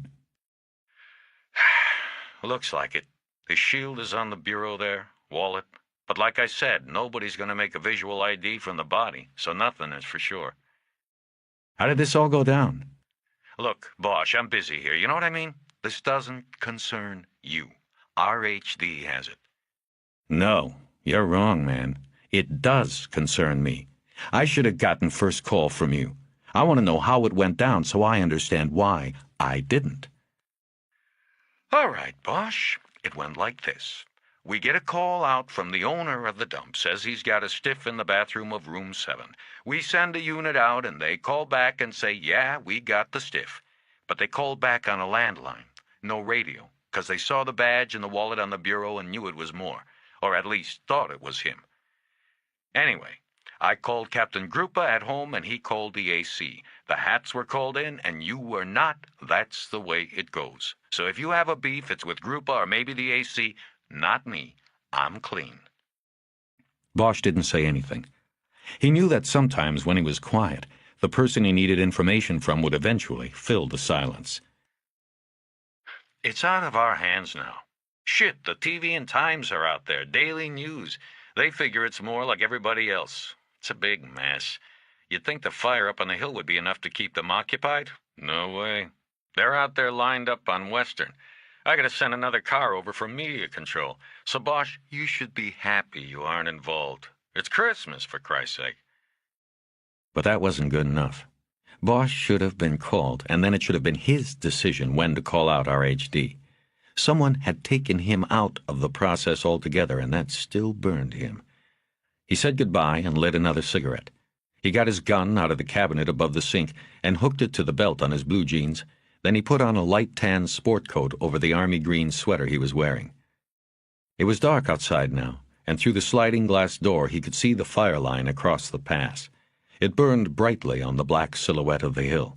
It was a crooked devil's grin moving to the crest. From out in the darkness below his house he heard the coyote, howling at the rising moon, or the fire, or maybe just at himself, for being alone and in the dark. 2. Bosch drove down out of the hills into Hollywood, traveling mostly on deserted streets until he reached the boulevard. On the sidewalks there were the usual groupings of runaways and transients. There were strolling prostitutes. He saw one with a red Santa hat on. Business is business, even on Christmas night. There were elegantly made-up women sitting on bus benches who were not really women and not really waiting for buses. The tinsel and Christmas lights strung across the boulevard at each intersection added a surreal touch to the neon glitz and grime. Like a whore with too much makeup, he thought, if there was such a thing. But it wasn't the scene that depressed Bosch. It was Cal Moore. Bosch had been expecting this for nearly a week, since the moment he heard that Moore had failed to show up for roll call. For most of the cops at Hollywood Division, it wasn't a question of whether Moore was dead, it was just a question of how long before his body turned up. Moore had been a sergeant heading up the division's street narcotics unit. It was a night job, and his unit worked the boulevard exclusively. It was known in the division that Moore had separated from his wife and replaced her with whiskey. Bosch had found that out firsthand the one time he had spent time with the narc. He had also learned that there might be something more than just marital problems and early burnout plaguing him. Moore had spoken obliquely of internal affairs and a personnel investigation. It all added up to a heavy dose of Christmas depression. As soon as Bosch heard they were starting a search for Cal Moore, he knew. The man was dead. And so did everyone else in the department, though nobody said this out loud. Not even the media said it. At first, the department tried to handle it quietly. Discreet questions at Moore's apartment in Los Feliz, a few helicopter runs over the nearby hills in Griffith Park. But then a TV reporter was tipped, and all the other stations and the newspapers followed the story for the ride. The media dutifully reported on the progress of the search for the missing cop. Moore's photograph was pinned to the bulletin board in the Parker Center press room, and the weight of the department made the standard pleas to the public. It was drama. Or at least it was good video. Horseback searches, air searches, the police chief holding up the photo of the darkly handsome and serious-looking sergeant. But nobody said they were looking for a dead man. Bosch stopped the car for the light at Vine and watched a man wearing a sandwich board cross the street. His stride was quick and jerky, and his knees continuously popped the cardboard sign up in the air. Bosch saw there was a satellite photograph of Mars pasted on the board with a large section of it circled. Written in large letters below was, "Repent, the face of the Lord watches us." Bosch had seen the same photograph on the cover of a tabloid while standing in line at a Lucky store, but the tabloid had claimed the face was that of Elvis. The light changed, and he continued on toward Western. He thought of Moore. Outside of one evening spent drinking with him at a jazz bar near the boulevard, he had not had much interaction with Moore. When Bosch had been transferred to Hollywood Division from RHD the year before, there had been hesitant handshakes and glad-to-know-yous from everyone in the division, but people generally kept their distance. It was understandable, since he had been rolled out of RHD on an IAD beef, and Bosch didn't mind. Moore was one of those who didn't go out of his way to do much more than nod when they passed in the hall or saw each other at staff meetings, which was also understandable, since the homicide table where Bosch worked was in the First Floor Detective Bureau, and Moore's squad, the Hollywood Bang, short for Boulevard Anti-Narcotics Group, was on the second floor of the station. Still, there had been the one encounter. For Bosch, it had been a meeting to pick up some background information for a case he was working. For Moore, it had been an opportunity to have many beers and many whiskeys. Moore's Bang Squad had the kind of slick, media-grabbing name the department favored, but in reality was just 5 cops working out of a converted storage room and roaming Hollywood Boulevard at night, dragging in anybody with a joint or better in his pocket. Bang was a numbers squad, created to make as many arrests as possible in order to help justify requests for more manpower, equipment, and, most of all, overtime in the following year's budget. It did not matter that the DA's office handed out probation deals on most of the cases and kicked the rest. What mattered were those arrest statistics. And if Channel 2 or 4 or a Times reporter from the West Side insert wanted to ride along one night and do a story on the Bang Squad, all the better. There were numbers squads in every division. At Western, Bosch turned north, and ahead he could see the flashing blue and yellow lights of the patrol cars and the lightning-bright strobes of TV cameras. In Hollywood, such a display usually signaled the violent end of a life, or the premiere of a movie. But Bosch knew nothing premiered in this part of town except 13-year-old hookers. Bosch pulled to the curb a half block from the hideaway and lit a cigarette. Some things about Hollywood never changed. They just came up with new names for them. The place had been a rundown dump 30 years ago when it was called the El Rio. It was a rundown dump now. Bosch had never been there, but he had grown up in Hollywood and remembered. He had stayed in enough places like it, with his mother, when she was still alive. The Hideaway was a 1940s-era courtyard motel that during the day would be nicely shaded by a large banyan tree which stood in its center. At night, the motel's 14 rooms receded into a darkness only the glow of red neon invaded.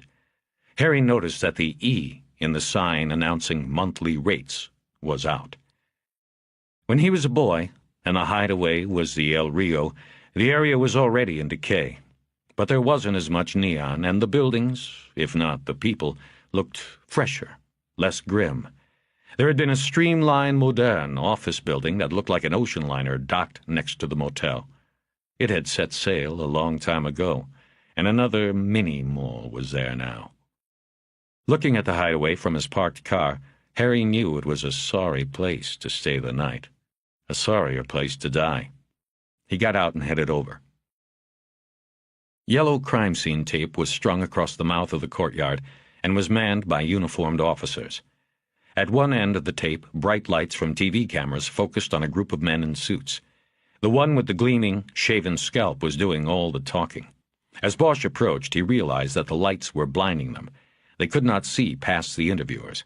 He quickly showed his badge to one of the uniforms, signed his name on the crime scene attendance log the cop held on a clipboard, and slipped under the tape. The door to room 7 was open, and light from inside spilled out. The sound of an electric harp also wafted from the room, and that told Bosch that Art Donovan had caught the case. The crime scene tech always brought a portable radio with him, and it was always tuned to The Wave, a new age music channel. Donovan said the music brought a soothing calm to a scene where people had killed or been killed. Harry walked through the door, holding a handkerchief over his mouth and nose. It didn't help.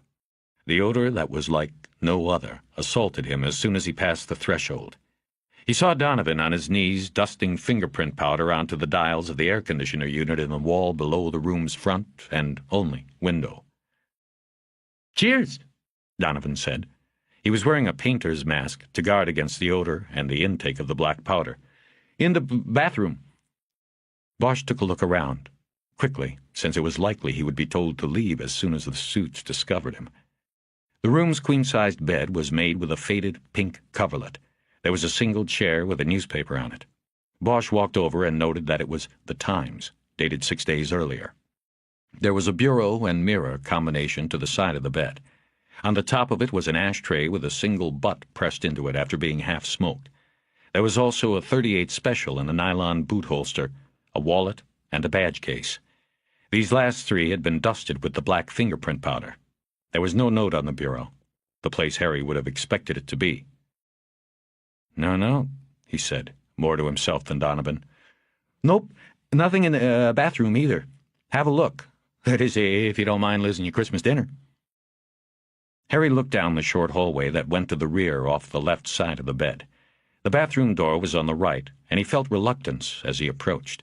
He believed there wasn't a cop alive who hadn't thought at least once of turning his own hand cold. He stopped at the threshold. The body sat on the dingy white floor tile, its back propped against the tub. The first thing to register on Bosch was the boots, gray snakeskins with bulldog heels. Moore had worn them the night they had met for drinks. One boot was still on the right foot, and he could see the manufacturer's symbol, an S like a snake, on the worn rubber heel. The left boot was off and stood upright next to the wall. The exposed foot, which was in a sock, had been wrapped in a plastic evidence bag. The sock had once been white, Bosch guessed, but now it was grayish, and the limb was slightly bloated. On the floor next to the door jamb was a 20-gauge shotgun with side-by-side barrels. The stock was splintered along the bottom edge. A 4-inch-long sliver of wood lay on the tile and had been circled with a blue crayon by Donovan or one of the detectives. Bosch had no time to deliberate on these facts. He just tried to take it all in. He raised his eyes the length of the body. Moore was wearing jeans and a sweatshirt. His hands were dropped at his sides. His skin was gray wax. The fingers, thick with putrefaction, the forearms bulging like Popeyes. Bosch saw a misshapen tattoo on the right arm, a devil's grinning face below a halo. The body was slumped back against the tub, and it almost appeared that Moore had rolled his head back as if to dip it into the tub, maybe to wash his hair. But Bosch realized it only looked that way because most of the head was simply not there. It had been destroyed by the force of the double-barrel blast. The light blue tiles that enclosed the tub area were awash in dried blood. The brown drip trails all went down into the tub. Some of the tiles were cracked where shotgun pellets had struck. Bosch felt the presence of someone behind him. He turned into the stare of Assistant Chief Irvin Irving. Irving was wearing no mask and holding no rag to his mouth and nose. "Evening, Chief." Irving nodded and said, "What brings you here, Detective?" Bosch had seen enough to be able to put together what had happened. He stepped away from the threshold, moved around Irving, and walked toward the front door. Irving followed. They passed 2 men from the medical examiner's office who were wearing matching blue jumpsuits. Outside the room, Harry threw his handkerchief into a trash can brought to the scene by the cops. He lit a cigarette and noticed that Irving was carrying a manila file in his hand. "I picked it up on my scanner," Bosch said. "Thought I'd come out since I'm supposed to be on call tonight. It's my division. It's supposed to be my call." "Yes. Well, when it was established who was in the room, I decided to move the case to Robbery Homicide Division immediately. Captain Grupa contacted me. I made the decision." "So it's already been established that's Moore in there?" "Not quite." He held up the manila file. "I ran by records and pulled his prints. They will be the final factor, of course. There is also the dental, if there's enough left, but all other appearances lead to that conclusion. Whoever's in there checked in under the name Rodrigo Moya, which was the alias Moore used in Bang, and there's a Mustang parked behind the motel that was rented under that name. At the moment, I don't think there is much doubt here among the collective investigative team." Bosch nodded. He had dealt with Irving before, when the older man was a deputy chief in command of the Internal Affairs Division. Now he was an AC, one of the top 3 men in the department, and his purview had been extended to include IAD, Narcotics Intelligence and Investigation, and all detective services. Harry momentarily debated whether he should risk pushing the point about not getting the first call. "I should have been called," he said anyway. "It's my case. You took it away before I even had it." "Well, Detective, it was mine to take and give away. Wouldn't you agree? There is no need to get upset. Call it streamlining. You know robbery homicide handles all officer deaths. You would have had to pass it to them eventually. This saves time. There is no ulterior motive here other than expediency. That's the body of an officer in there. We owe it to him and his family, no matter what the circumstances of his death are, to move quickly and professionally." Bosch nodded again and looked around. He saw an RHD detective named Sheehan in a doorway below the monthly Rats sign near the front of the motel. He was questioning a man of about 60 who was wearing a sleeveless T-shirt despite the evening chill and chewing a sodden cigar stump. The manager. "Did you know him?" Irving asked. "Moore? No, not really. I mean, yes, I knew him. We worked the same division, so we knew each other. He was on night shift mostly, working the streets. We didn't have much contact. Bosch did not know why, in that moment, he decided to lie. He wondered if Irving had read it in his voice. He changed the subject. So, it's, suicide. Is that what you told the reporters? I did not tell the reporters a thing. I talked to them, yes, but I said nothing about the identity of the body in this room, and will not until it is officially confirmed. You and I can stand here and say we are pretty sure that it is Calexico Moore in there, but I won't give that to them until we've done every test, dotted every I on the death certificate. He slapped the manila file hard on his thigh. This is why I pulled his personnel file, to expedite. The prints will go with the body to the medical examiner. Irving looked back toward the door of the motel room. But you were inside, Detective Bosch, you tell me. Bosch thought a moment. Is this guy interested, or is he just pulling my chain? This was the first time he had dealt with Irving outside of the adversarial situation of an internal affairs investigation. He decided to take a chance. Looks like he sits down on the floor by the tub, takes off his boot, and pulls both triggers with his toe. I assume it was both barrels, judging by the damage. He pulls the triggers with his toe, the recoil, throws the shotgun into the door jamb, splintering off a piece of the stock. His head goes the other way, onto the wall and into the tub. Suicide. There you go, Irving said. Now I can tell Detective Sheehan that you concur, just as if you had gotten the first call out. No reason for anybody to feel left out. That's not the point, Chief. What is the point, Detective? That you can't go along to get along? That you do not accept the command decisions of this department? I am losing my patience with you, Detective. Something I had hoped would never happen to me again. Irving was standing too close to Bosch, his wintergreen breath puffing right in his face. It made Bosch feel pinned down by the man, and he wondered if it was done on purpose. He stepped back and said, But no note. No note yet. We still have some things to check. Bosch wondered what. Moore's apartment and office would have been checked when he first turned up missing. Same with his wife's home. What was left? Could Moore have mailed a note to somebody? It would have arrived by now. When did it happen? Hopefully we'll get an idea from the autopsy tomorrow morning, but I am guessing he did it shortly after he checked in, 6 days ago. In his first interview, the manager said Moore checked in 6 days ago and hadn't been seen outside the room since. This jibes with the condition of the room, the condition of the body, the date on the newspaper. The autopsy was tomorrow morning. That told Bosch that Irving had this one greased. It usually took 3 days to get an autopsy done, and the Christmas holiday would back things up even further. Irving seemed to know what he was thinking. The acting chief medical examiner has agreed to do it tomorrow morning. I explained there would be speculation in the media that would not be fair to the man's wife or the department. She agreed to cooperate. After all, the acting chief wants to become the permanent chief. She knows the value of cooperation. Bosch didn't say anything. So we will know then. But nobody, the manager included, saw Sergeant Moore after he checked in 6 days ago. He left specific instructions that he was absolutely not to be disturbed. I think he went ahead and did it shortly after checking in. So why didn't they find him sooner? He paid for a month in advance. He demanded no disturbances. A place like this, they don't offer daily maid service anyway. The manager thought he was a drunk who was either going to go on a binge or try to dry out. Either way, a place like this, the manager can't be choosy. A month? That's $600. He took the money. And they made good on their promise not to go to room 7 until today, when the manager's wife noticed that Mr. Moya's car, the Mustang, had been broken into last night.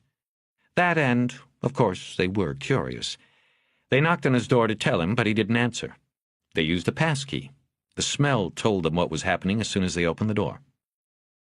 Irving said that Moya had set the air conditioner on its highest and coldest level to slow decomposition and keep the odor contained in the room. Wet towels had been laid across the floor at the bottom of the front door to further seal the room. Nobody heard the shot? Bosch asked. Not that we found. The manager's wife is nearly deaf, and he says he didn't hear anything. They live in the last room on the other side. We've got stores on one side, an office building on the other. They all close at night.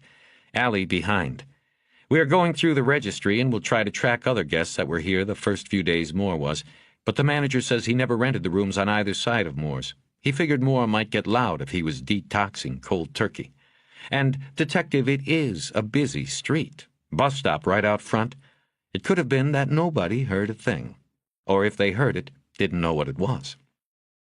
After some thought, Bosch said, I don't get renting the place for a month. I mean, why? If the guy was going to off himself, why try to hide it for so long? Why not do it and let them find your body? End of story. That's a tough one, Irving said. Near as I can figure it, he wanted to cut his wife a break. Bosch raised his eyebrows. He didn't get it. They were separated, Irving said. Maybe he didn't want to put this on her during the holidays, so he tried to hold up the news a couple weeks, maybe a month. That seemed pretty thin to Bosch, but he had no better explanation at the moment. He could think of nothing else to ask at the moment. Irving changed the subject, signaling that Bosch's visit to the crime scene was over. We hope you enjoyed this free preview of The Black Ice, Book 2 in the Harry Bosch series. To keep the story going, get the complete book today. Audible hopes you have enjoyed this program.